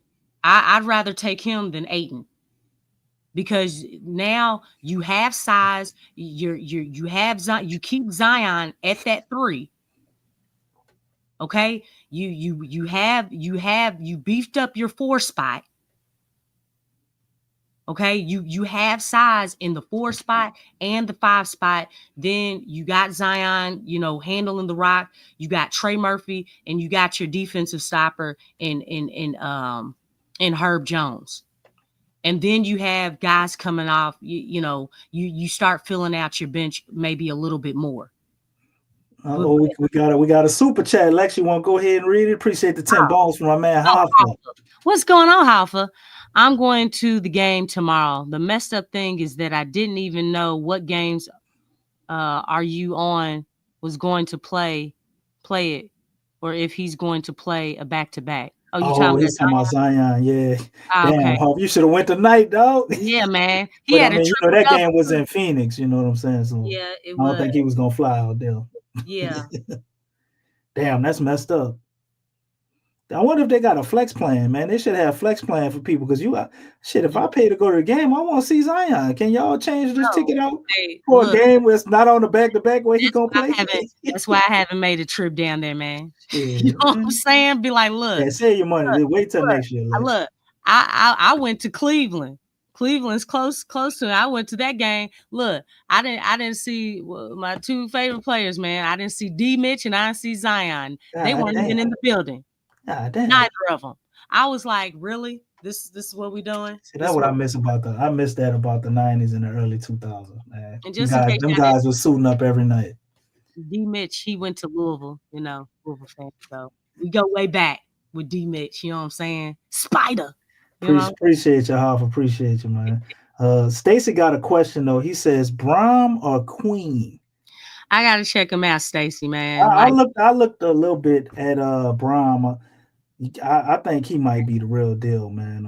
You got a dude big like that, got a little bit of a 3 ball. I think he hit like 17 3-pointers or so. Just the fact that he's a true big man, and I think he possibly can expand his game out to the 3-point line. If we get into a situation where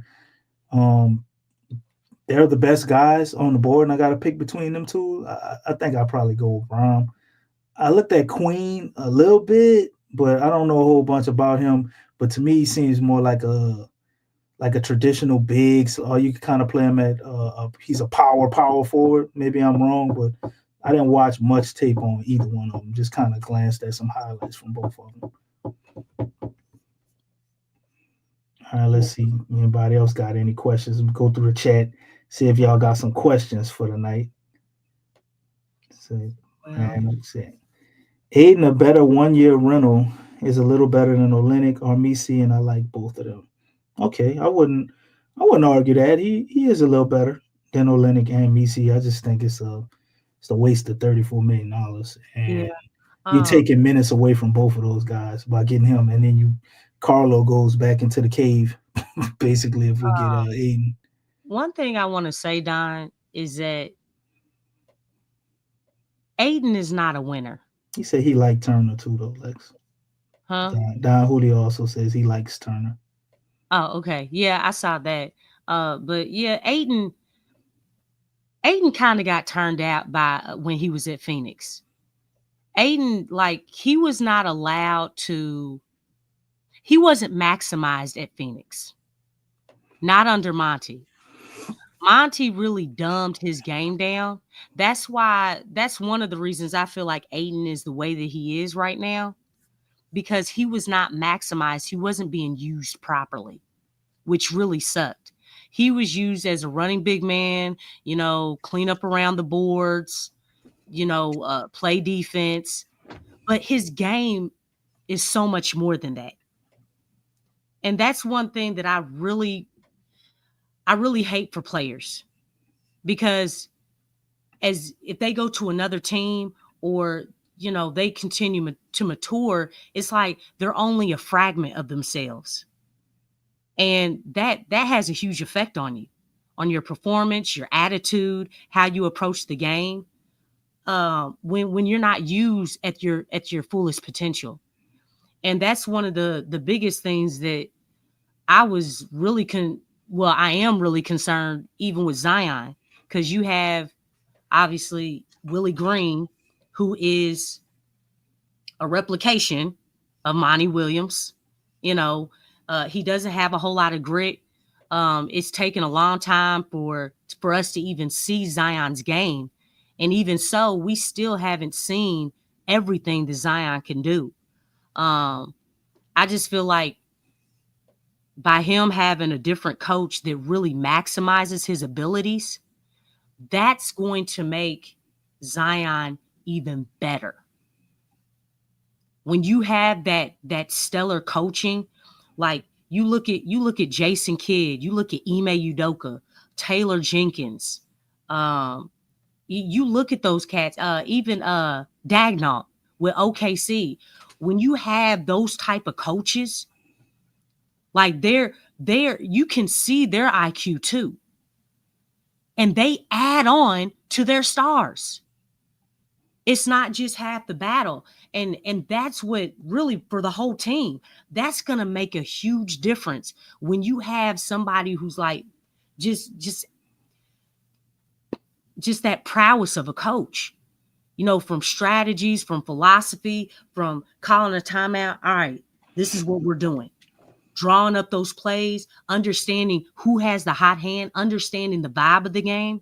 That makes a huge difference. And, I just think with Ayton, he just wasn't maximizing. That's what kind of really killed him. Foundation and how you come into the league is really important.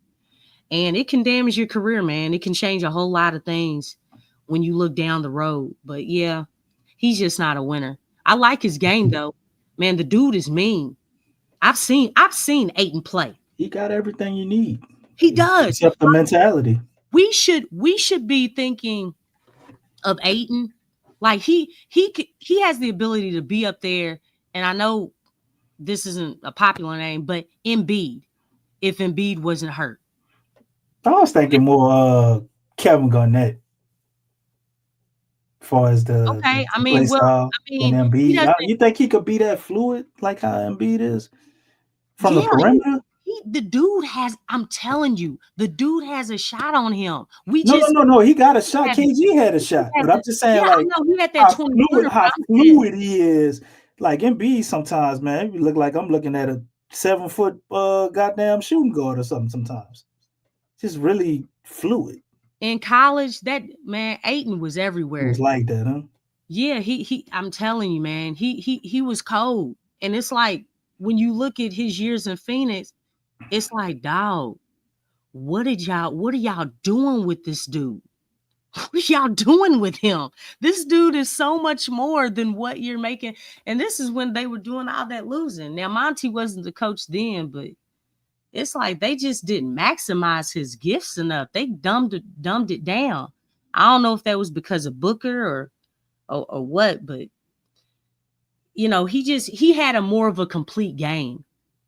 He could go inside. He can give you a 15, 20. He could shoot behind the arc. He could get rebounds. I mean, he has that versatility. He really does. And as much as Embiid, as he's, with everything going on with him, you don't even speak of Ayton in that light. And Embiid is people speak highly of Embiid. Man, I felt bad for what happened with him, though, man. Damn, a rough go of it with Embiid. With his injury situation is just so crazy. You heard they're trying to do the procedure where they break his hip and then realign it and all of this shit. Okay, what? Yes. Okay. They borderline talking like Embiid might have to retire, man. Like it's crazy. And the Knicks were about to trade. They came out saying the Knicks were about to trade everything to get Embiid. I mean, they would have been a better team with him than Big Cat. He's obviously better than him, but man, his injury history is just so crazy. But It was somebody else be like that. That's ain't nobody trying to take him now. because it went from a meniscus to like they're saying it's gonna keep reoccurring because the way his legs are aligned, they can break his hip and reposition it. And I was like, oh my God.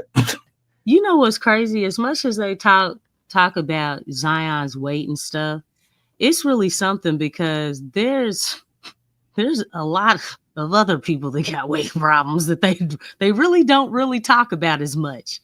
But definitely with Embiid, if he drops some of that weight, I mean, it'll take some weight off his knees because I think that's the biggest thing.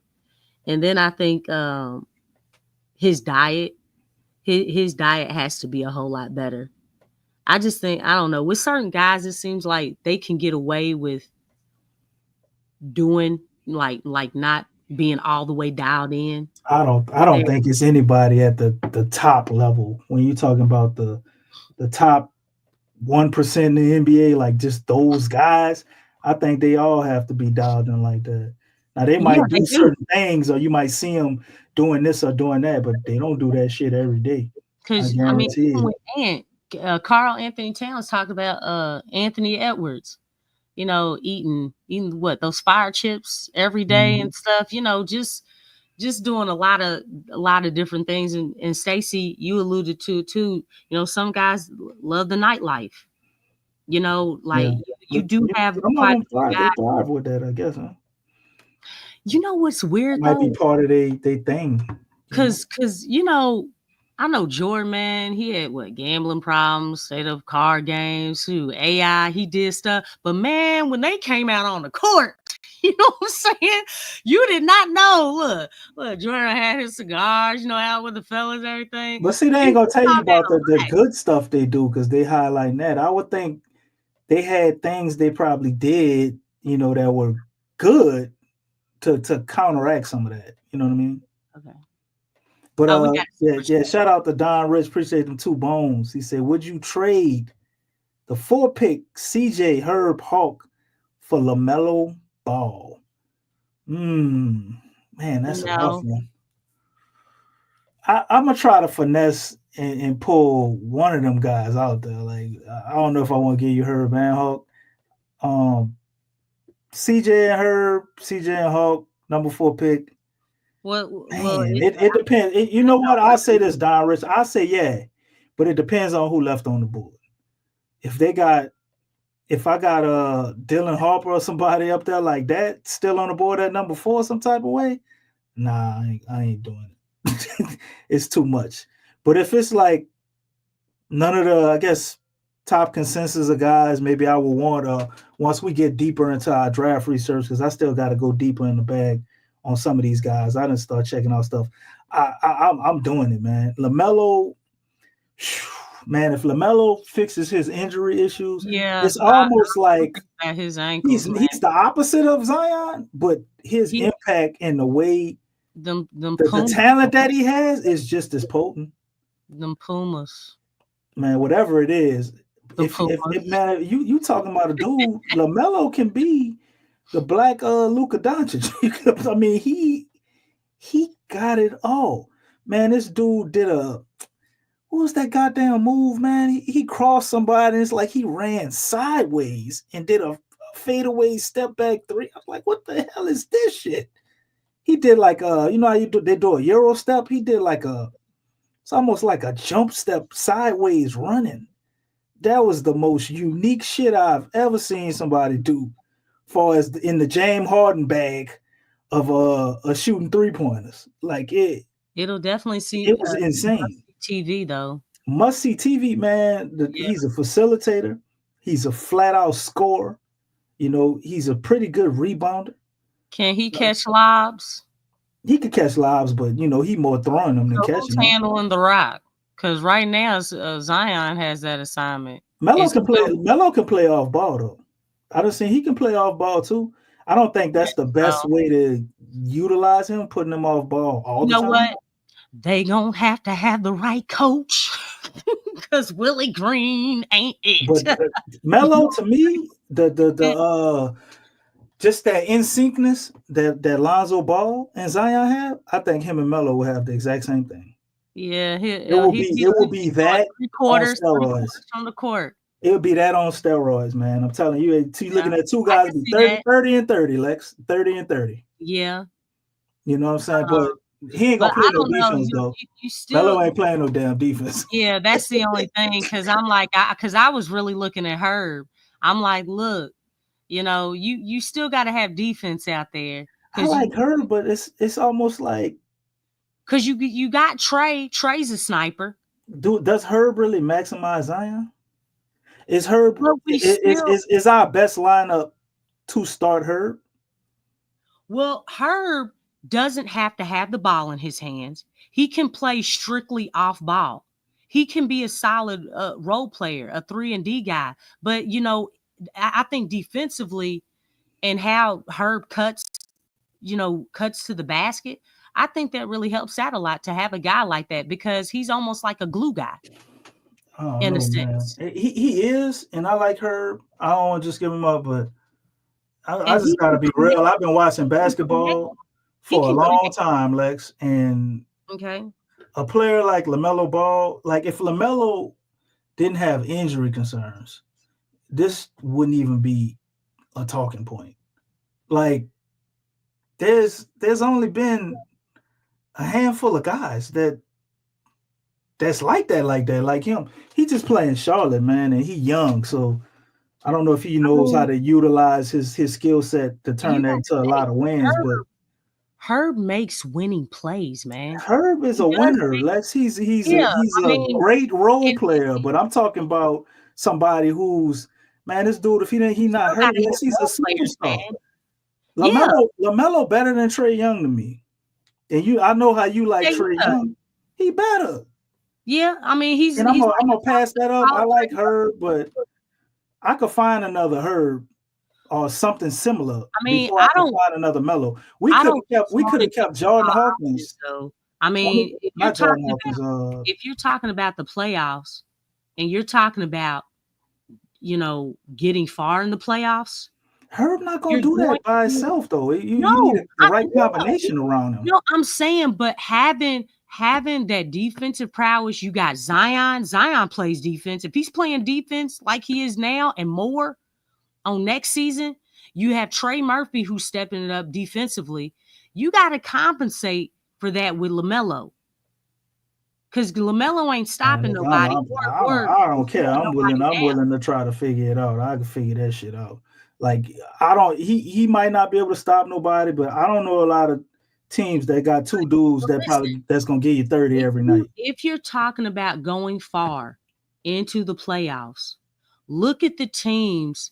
Look at the top teams right now. They all got two dudes that could give you 30 every night. No, all of them. But even so, you have guys that are two-way players in every position. Look at OKC. No. You're right, but I'm saying look at Boston. But without those other guys, it don't matter. Of the floor. Now, obviously, you won't have that with Herb. I don't know. Offensively, I mean, he can keep growing, but I mean, Herb is like 25 though, so LaMelo's still growing. I think Herb we don't know if he's gonna get better. He might just be what he is offensively, and his defense keep growing. But I mean, hey, you look at Drew Holiday, what he's doing, Derek White.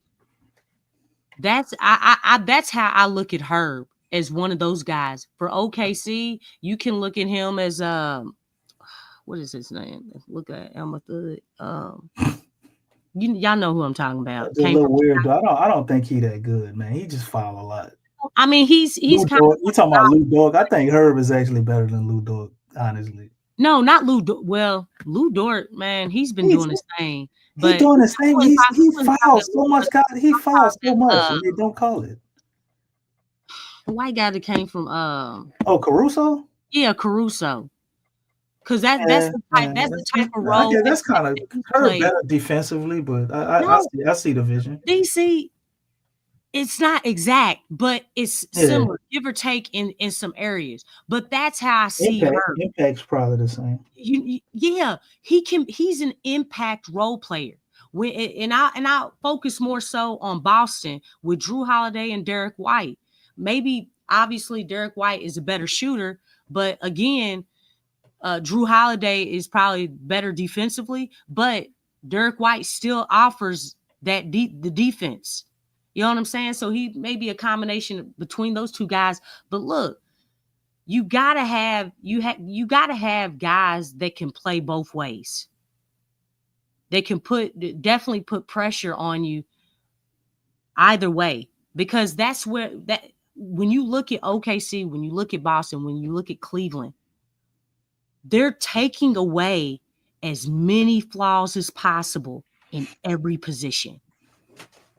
They're taking that away like, look, everybody out here is a threat. You got a problem. Now, I would love for Herb to shoot what he was shooting on. I mean, what if that's an outlier? Because we saw how it was looking this year. What if he never shoots like that again? I mean, we don't know. Shoot. That's like a lot of stuff, though, right? When it comes to the Pelicans. I don't see Herb as untradeable. I ain't just giving him away or trying to trade him for nothing. No, I understand. We're talking about trading for a first round pick and all this shit. The goal is to get better. Role players and superstars, man. If I can get somebody with superstar potential, I mean, I'm gonna pretty much be looking to move a role player anytime. Like I can figure that out, Lex. Like I can figure out. You gotta be careful about that, though, man. I can figure out how to put the guys around them to match that. Like there is a lot of different players that they might not be Herb, but you can find other guys that can defend. You can figure out a solution for that. You got LaMelo, Trey, and Zion. Like that's just a 3-man lineup that I think would be unmatched. The Pelicans or whoever it is, those 3 guys by themselves, I think still would be a handful, barring injury. Injury to me would be the thing. You know, if they all healthy, that's an automatic 45, 50 wins just with them 3 dudes. You know what I'm saying? There's a little bit more to it than that. I get it is, but I'm just saying you got the traditional. On paper, trust me, it sounds great, but we also have to have, because we've seen this before where you have those superstars. And I'm not saying like the connection, because you mentioned Lonzo, definitely the facilitation that LaMelo offers is big time. I would love to see Everything that. You was talking about with Trae Young is the same thing and more for years to come. Well, and in order for less that of a defensive liability too, he better defensively. I just feel like, hey, you got to have the right coach, man. You got to have the right coach that knows what to do. Because That's and that's I'm gonna keep saying that because that is a concern. If they would get to the playoffs, they would always get. But if you're talking about going far, we know the Pelicans can get to the playoffs. You can't go far. Nobody can go far without a coach. Exactly. That's always going to be the separating thing.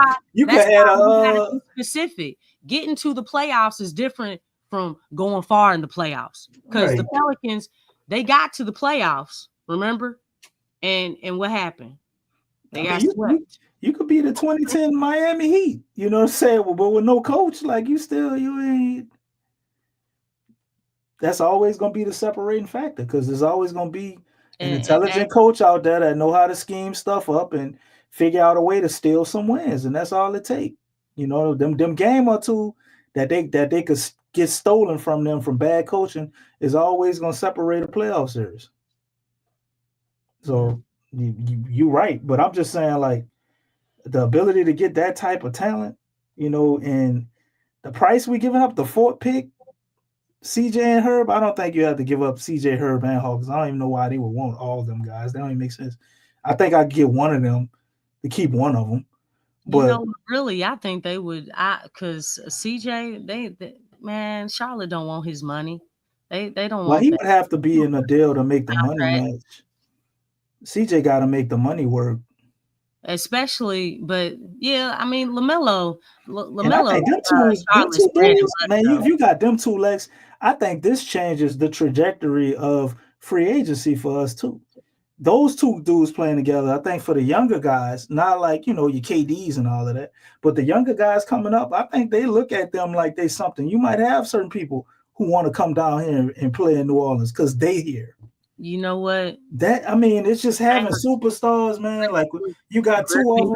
Gotta go because they don't match up. They do not match up. I'm sorry. Nah, Griff would never do that. He would never do this trade. This is all hypothetical. Yeah. I mean, because Griff ain't trying to He don't want nobody like LaMelo anyway. LaMelo ain't no yes man. He gonna be challenging shit. Yeah. He don't want that headache. Well, yeah, that's That's true. why Trae Young probably ain't here. We might have been to, like, when we was talking about the offseason, we might have been able to get Trae Young. But Trae Young ain't going, he not about to sit around and yes man no shit. And he got a little more cachet than DeJounte to actually, cause some waves. Yeah. And that's the thing is, this team can be really, really good. But again, beating around the bush just doesn't do it for me. A foundation is very, very powerful. It has a lot to do with what you can do with your future and all that stuff and direction, like you were saying. And that's so important. And I think that's one thing that's been happening like every year is beating around the bush. You're not addressing the main issues, the main things. It's not getting the talent or trading for the talent. I believe this team can really do some things. But when you start be like, hey, we are dialed into winning, not this family crap. Nobody cares about family. If you winning, dog, oh, man, I love you, brother. You know what I'm saying? You won't be a lovable loser, Lex? You won't be a lovable loser? No, that nobody likes losing. Nobody likes losing. That's not it. It's like you see the frustrations that the supporters have had. Yeah. Through this whole process. We want winning, man. Real winning. Not this good human being stuff. Okay? Being a family. I don't feel that family culture. I really don't. Because you know what? Family members don't be lying to each other like y'all do. Y'all lie. You little chicken head. You don't tell the truth. You ain't transparent. Talking about, oh, we're sitting him because he has reconditioning syndrome. What? He was playing last night. And they do that type stuff. Yeah, this ain't no family. Yeah, just lying. Like, look, well, I guess it is. If you one of them family members that be telling your kids, oh, Santa Claus is coming. Oh, look what the Easter Bunny left you. No, chicken, no. I mean, maybe I'm not with that. I be telling the truth, nothing but the truth, so help me God. Santa ain't real. You know what I'm saying? Look, somebody fat comes down my chimney, dog. Gonna bring out a shotgun. You know what I'm saying? I work hard to get all this stuff for you. I ain't getting that credit to nobody else. You know what I'm saying? It's true. I'm not with that, man. Come on, man. Like, tell the truth. Tell the truth. And this organization has been doing so horrible to supporters. Just not being like, just with the secret contracts. Dun, dun, dun. And we still don't know what's going on with them secret contracts. Dun, dun, dun. You know what I'm saying? We ain't gonna never hit the end of that. It's gonna be like the Stan Van Gundy contract. Stan Van Gundy got fired, and here it is. It's probably 5 years later, 4 or 5 years later, and we still don't know how many years he was signed for. Yeah, we don't know. It's off the books now, but we don't. Contracts. Dun, dun, dun. Man, Nick, you gotta learn from you, man. I know. You gotta learn from you. We have no idea what they're getting paid, and I just think we not gonna know. Like, if you look on the Saints side of it, we fired Dennis Allen, the coach for the Saints. We still don't know how many years he was signed for either. So it's like it's gonna forever be a mystery. I told you, Lex, we gotta call up Elon Musk and all and get them Doge people in there. Doge gotta come in there and start doing investigations. That's the only way we gonna find out. The big people talking about the dude who was in charge of the Catholic scandal. We don't know nothing about him either. You don't know what Gracious, man. You see what I'm saying? It's and they just still like- talking about family and culture. crazy. No, dude. The culture and foundation winning. That's it.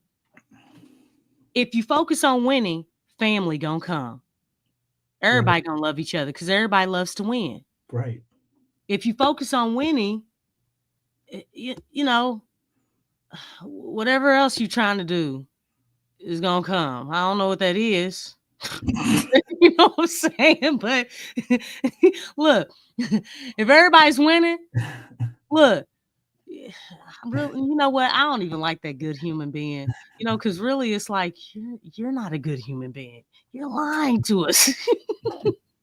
Yeah, how you want to get good human beings here? You ain't a good human being. Lying. You ain't a Exactly. good human being or a good You're a alien. liar. He bad at both of them. Bad human being and a bad alien. Whatever the hell that. Since we won't make the distinction between human beings and shit. Exactly, man. I just they gotta fix that, man. They gotta fix that. Just make the culture just winning and be dialed into winning. Not the fake winning, not up and down, not trying to figure it out winning. No, nobody has time for that. I ain't trying to hear that phrase on next season. We're still figuring it out. You know what? Supporters need to definitely riot. We know what that means. Yeah, if they like still they trying never- to figure things out. They never took a leap test, Lex. They act like they ain't got no time on this shit. You still figuring it out? Look, you don't just have forever to Oh, figure it out. Look, I'm like, man, just go on and trade Zion. Because if y'all still like, what are you doing? What are you doing? Look, Figuring it out. trade all the picks, you know, just start over. You know what I'm saying? And I don't know, but I'm just not trying to hear that because I'm not trying to see this. Is anybody Right. else in the chat? Are y'all trying to see a deja vu of this season of figuring it out? I don't think nobody is, to be honest with you. Shoot, because this is long suffering. I'm sick of trying to figure it out. This is long suffering. This shit should and have it's been pure figured out suffering. already. Like, dude, look, people trying to figure out. Look, we've been finding things to talk about, but you know, this just isn't it. Like, Yeah, they actually had me. I've been rooting for them to lose. They actually had me happy they won tonight. Lex, I forgot I was rooting for them to lose. Zion was playing so damn good. man, I mean, everybody ultimately wants to win, and I get the business side of it, but you know, I just I'm not asking you to be me. I'm just saying, like, man, I'm not dialed into losing, like, ever, even from a business standpoint. Right. And your outlook is as far as winning. I think it's all about who you have around to support the winning and can take talent and put that talent together and win. You know, that's what it's about. If you put those proper pieces together, which it has not been done, you know, it's been a lot of mistakes, making up for those mistakes, covering up those mistakes, you know, not making wise decisions, financial decisions, making decisions off of those poor financial decisions, you know, by bringing in someone cheap. That's horrible. That's horrible. That's not a winning mentality. Like, at some point in time, it's got to be, when is the mentality for this organization going to come up like, hey, we're all in. We really want to make a push and really make an effort to win. I mean, they were trying to do that this year. That's the funny part about it. You know what? No, they weren't. No, they weren't, though. They actually weren't. You know why? Because Willie is not a coach. Well, I know. I agree, but you can't say they weren't intentionally trying to win. They were trying to win. Now Willie ain't a coach. They needed to fire Willie. They made. They were trying to win in spite of Willie, like I was Okay. telling y'all all offseason. And then even with Zion, the way he started was horrible. I don't know, but you still have Willie Green, man. You still have him, and he's not even when the team was winning in 070 games. You could tell that Willie Green was not a good coach. You could tell. And it's sad. If we had a good coach, we'd have won 60 games. Let you know that. That's what I'm talking about. You have an available Zion for 70 games, and dog, you were a borderline playing team? Huh? What? You got to be kidding me. That's not good. And same thing, not just with Zion, Brandon, CJ, all of them were available. They played like 60-something games together, right? Nah, I thought it was more like 50, 40 or something. Okay. Because Brandon missed like 30 games. Okay, so what I'm saying is that with all them games that they did play together, you were still a borderline playing team. What does that tell you? 0-27 in the clutch. You know, dog, you can't coach. You had 27 chances in the clutch, and you got 0. Is anybody thinking about this stuff? Everybody was like, oh, we won 44 and 39. Dog, I'm going to need you to look at the whole picture and not, bits and pieces of the picture. We got to be better. I've got to do better. We got to go and get better. No, you got to fire yourself and get a real coach up in there. That's the. He ain't gonna never fire. He ain't gonna never fire himself. I mean, Willie bought his paper. He ain't about to fire himself now. Come on now, Lex. You talking crazy. I know. Well, no, I ain't talking crazy. Talking crazy. Because, look, as a coach, and look, when you're dialed in as a coach, and when you're not, saying stuff like, "I'm gonna keep my money in my pocket." Instead of backing your players. Are you serious? The funny part, you are not a coach. When you do what you're supposed to do. Coach backs their players. I don't care how much you making, dog. What type of coach are you? You a highest bidder coach. But look, he crazy though, Lex, because Zion and Brandon Ingram making quadruple millions of dollars, right? Mm-hmm. You don't think if he backing them, they know you not getting paid like that. Man, them dudes probably would have paid some of them fines for him. You know what? I wouldn't have even done that. Like, can you leave? No, I'm just saying, like, if he was you're not doing it thinking that, but I'm just saying, just being real like that, man, real recognize real. They know your situation, man. Them dudes probably would have had your back just like you got their back. Are you ready? What, Are you ready, DC? What? You ready for the music? You ain't gotta warn me. No, I got something else though. His faith doesn't run like that. Dun dun dun. Oh yeah, little faith. Dun dun dun. He always talking about God, man. Yeah. Little faith. Dun dun dun. I don't have faith that Zion gonna pay my fine. Crazy. Dun, dun, dun. He may not do it. I just don't believe that he has it within his heart and within his spirit to do as God shall lead him. Dun, dun, dun. That just let me know he fake with all the God talk, because if you really, when you really like that, about that, you know what you're going to do, Lex? You're going to always stand up for what's right. All the time. And then the other stuff for those type of people that I see that's like that, it's amazing how God just make it all work out for him. Yeah. So he don't even believe that what he preaching. Yeah. True. He just want everybody to be quiet, boys. But look, look, every time he says faith, I'll be like, is weak. You know what I'm saying? It's like, dog. He think being stubborn and faith is the same thing. Yeah, Because that's a oh my good. You better. But look, we got to get out of here, Lex. I We gotta come know. back and do this tomorrow. I know. Oh, dang, there's a game. We got to do this tomorrow. This ain't Friday.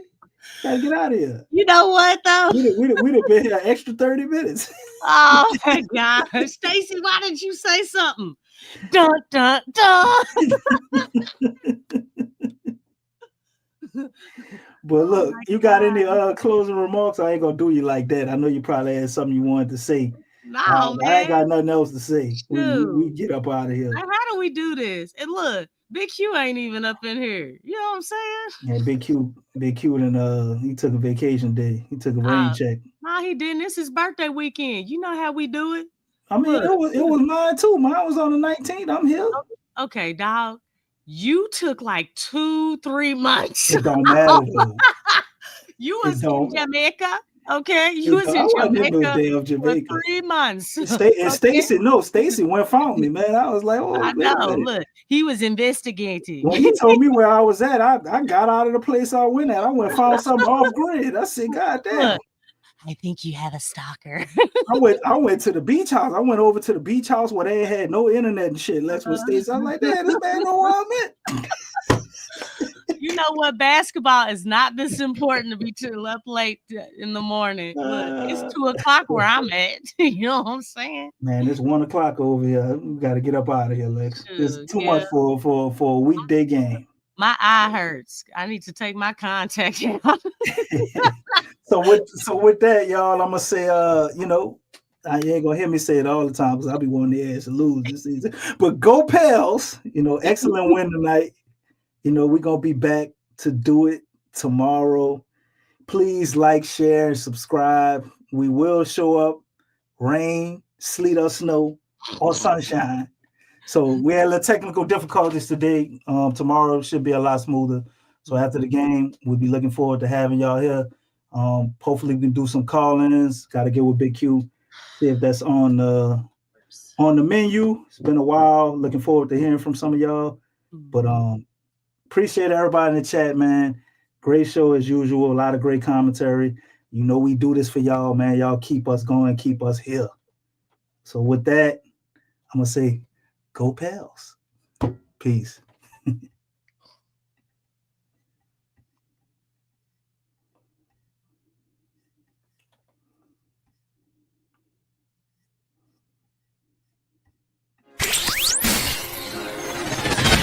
You're listening to the Pelicans postgame report on the PRO Media Network for all things Pelicans. Perfect. Fly Pelican, fly Pelican, fly Pelican. And I tell them that. Birds of a feather flock together. Fly down, I'm a Pelican forever. Pelican forever. Ain't gon' lie, I feel flyer than I ever been. We stay ballin', this New Orleans, I'm a Pelican. It's going down in the nest, wild, wild west. Come in town and you best show us some respect. 3-point threat, I better make it rain. If it's something, don't jump stupid like your ankle sprain. Always said, never hate the player, hate the game. Jumping where the dame late, punch a train. Post game, Big Q, talking about business. Bird gang, YouTube, they ain't flocking with us. Lock up the division mission, get into the finals. Finish competition, then it's going win the title. I know this flyer than you can get. Such a threat that the refs just might call a tag. You could double, you could press, but you can't check. Right, left, slide by you like a Eurostep. Fly Pelican, fly Pelican, fly Pelican. And I tell them that birds of a feather flock together. Fly down, I'm a Pelican forever, Pelican forever. And never, and never, and never, and never, and never, and never say birds of a feather flock together. Yeah, fly down, I'm a Pelican forever.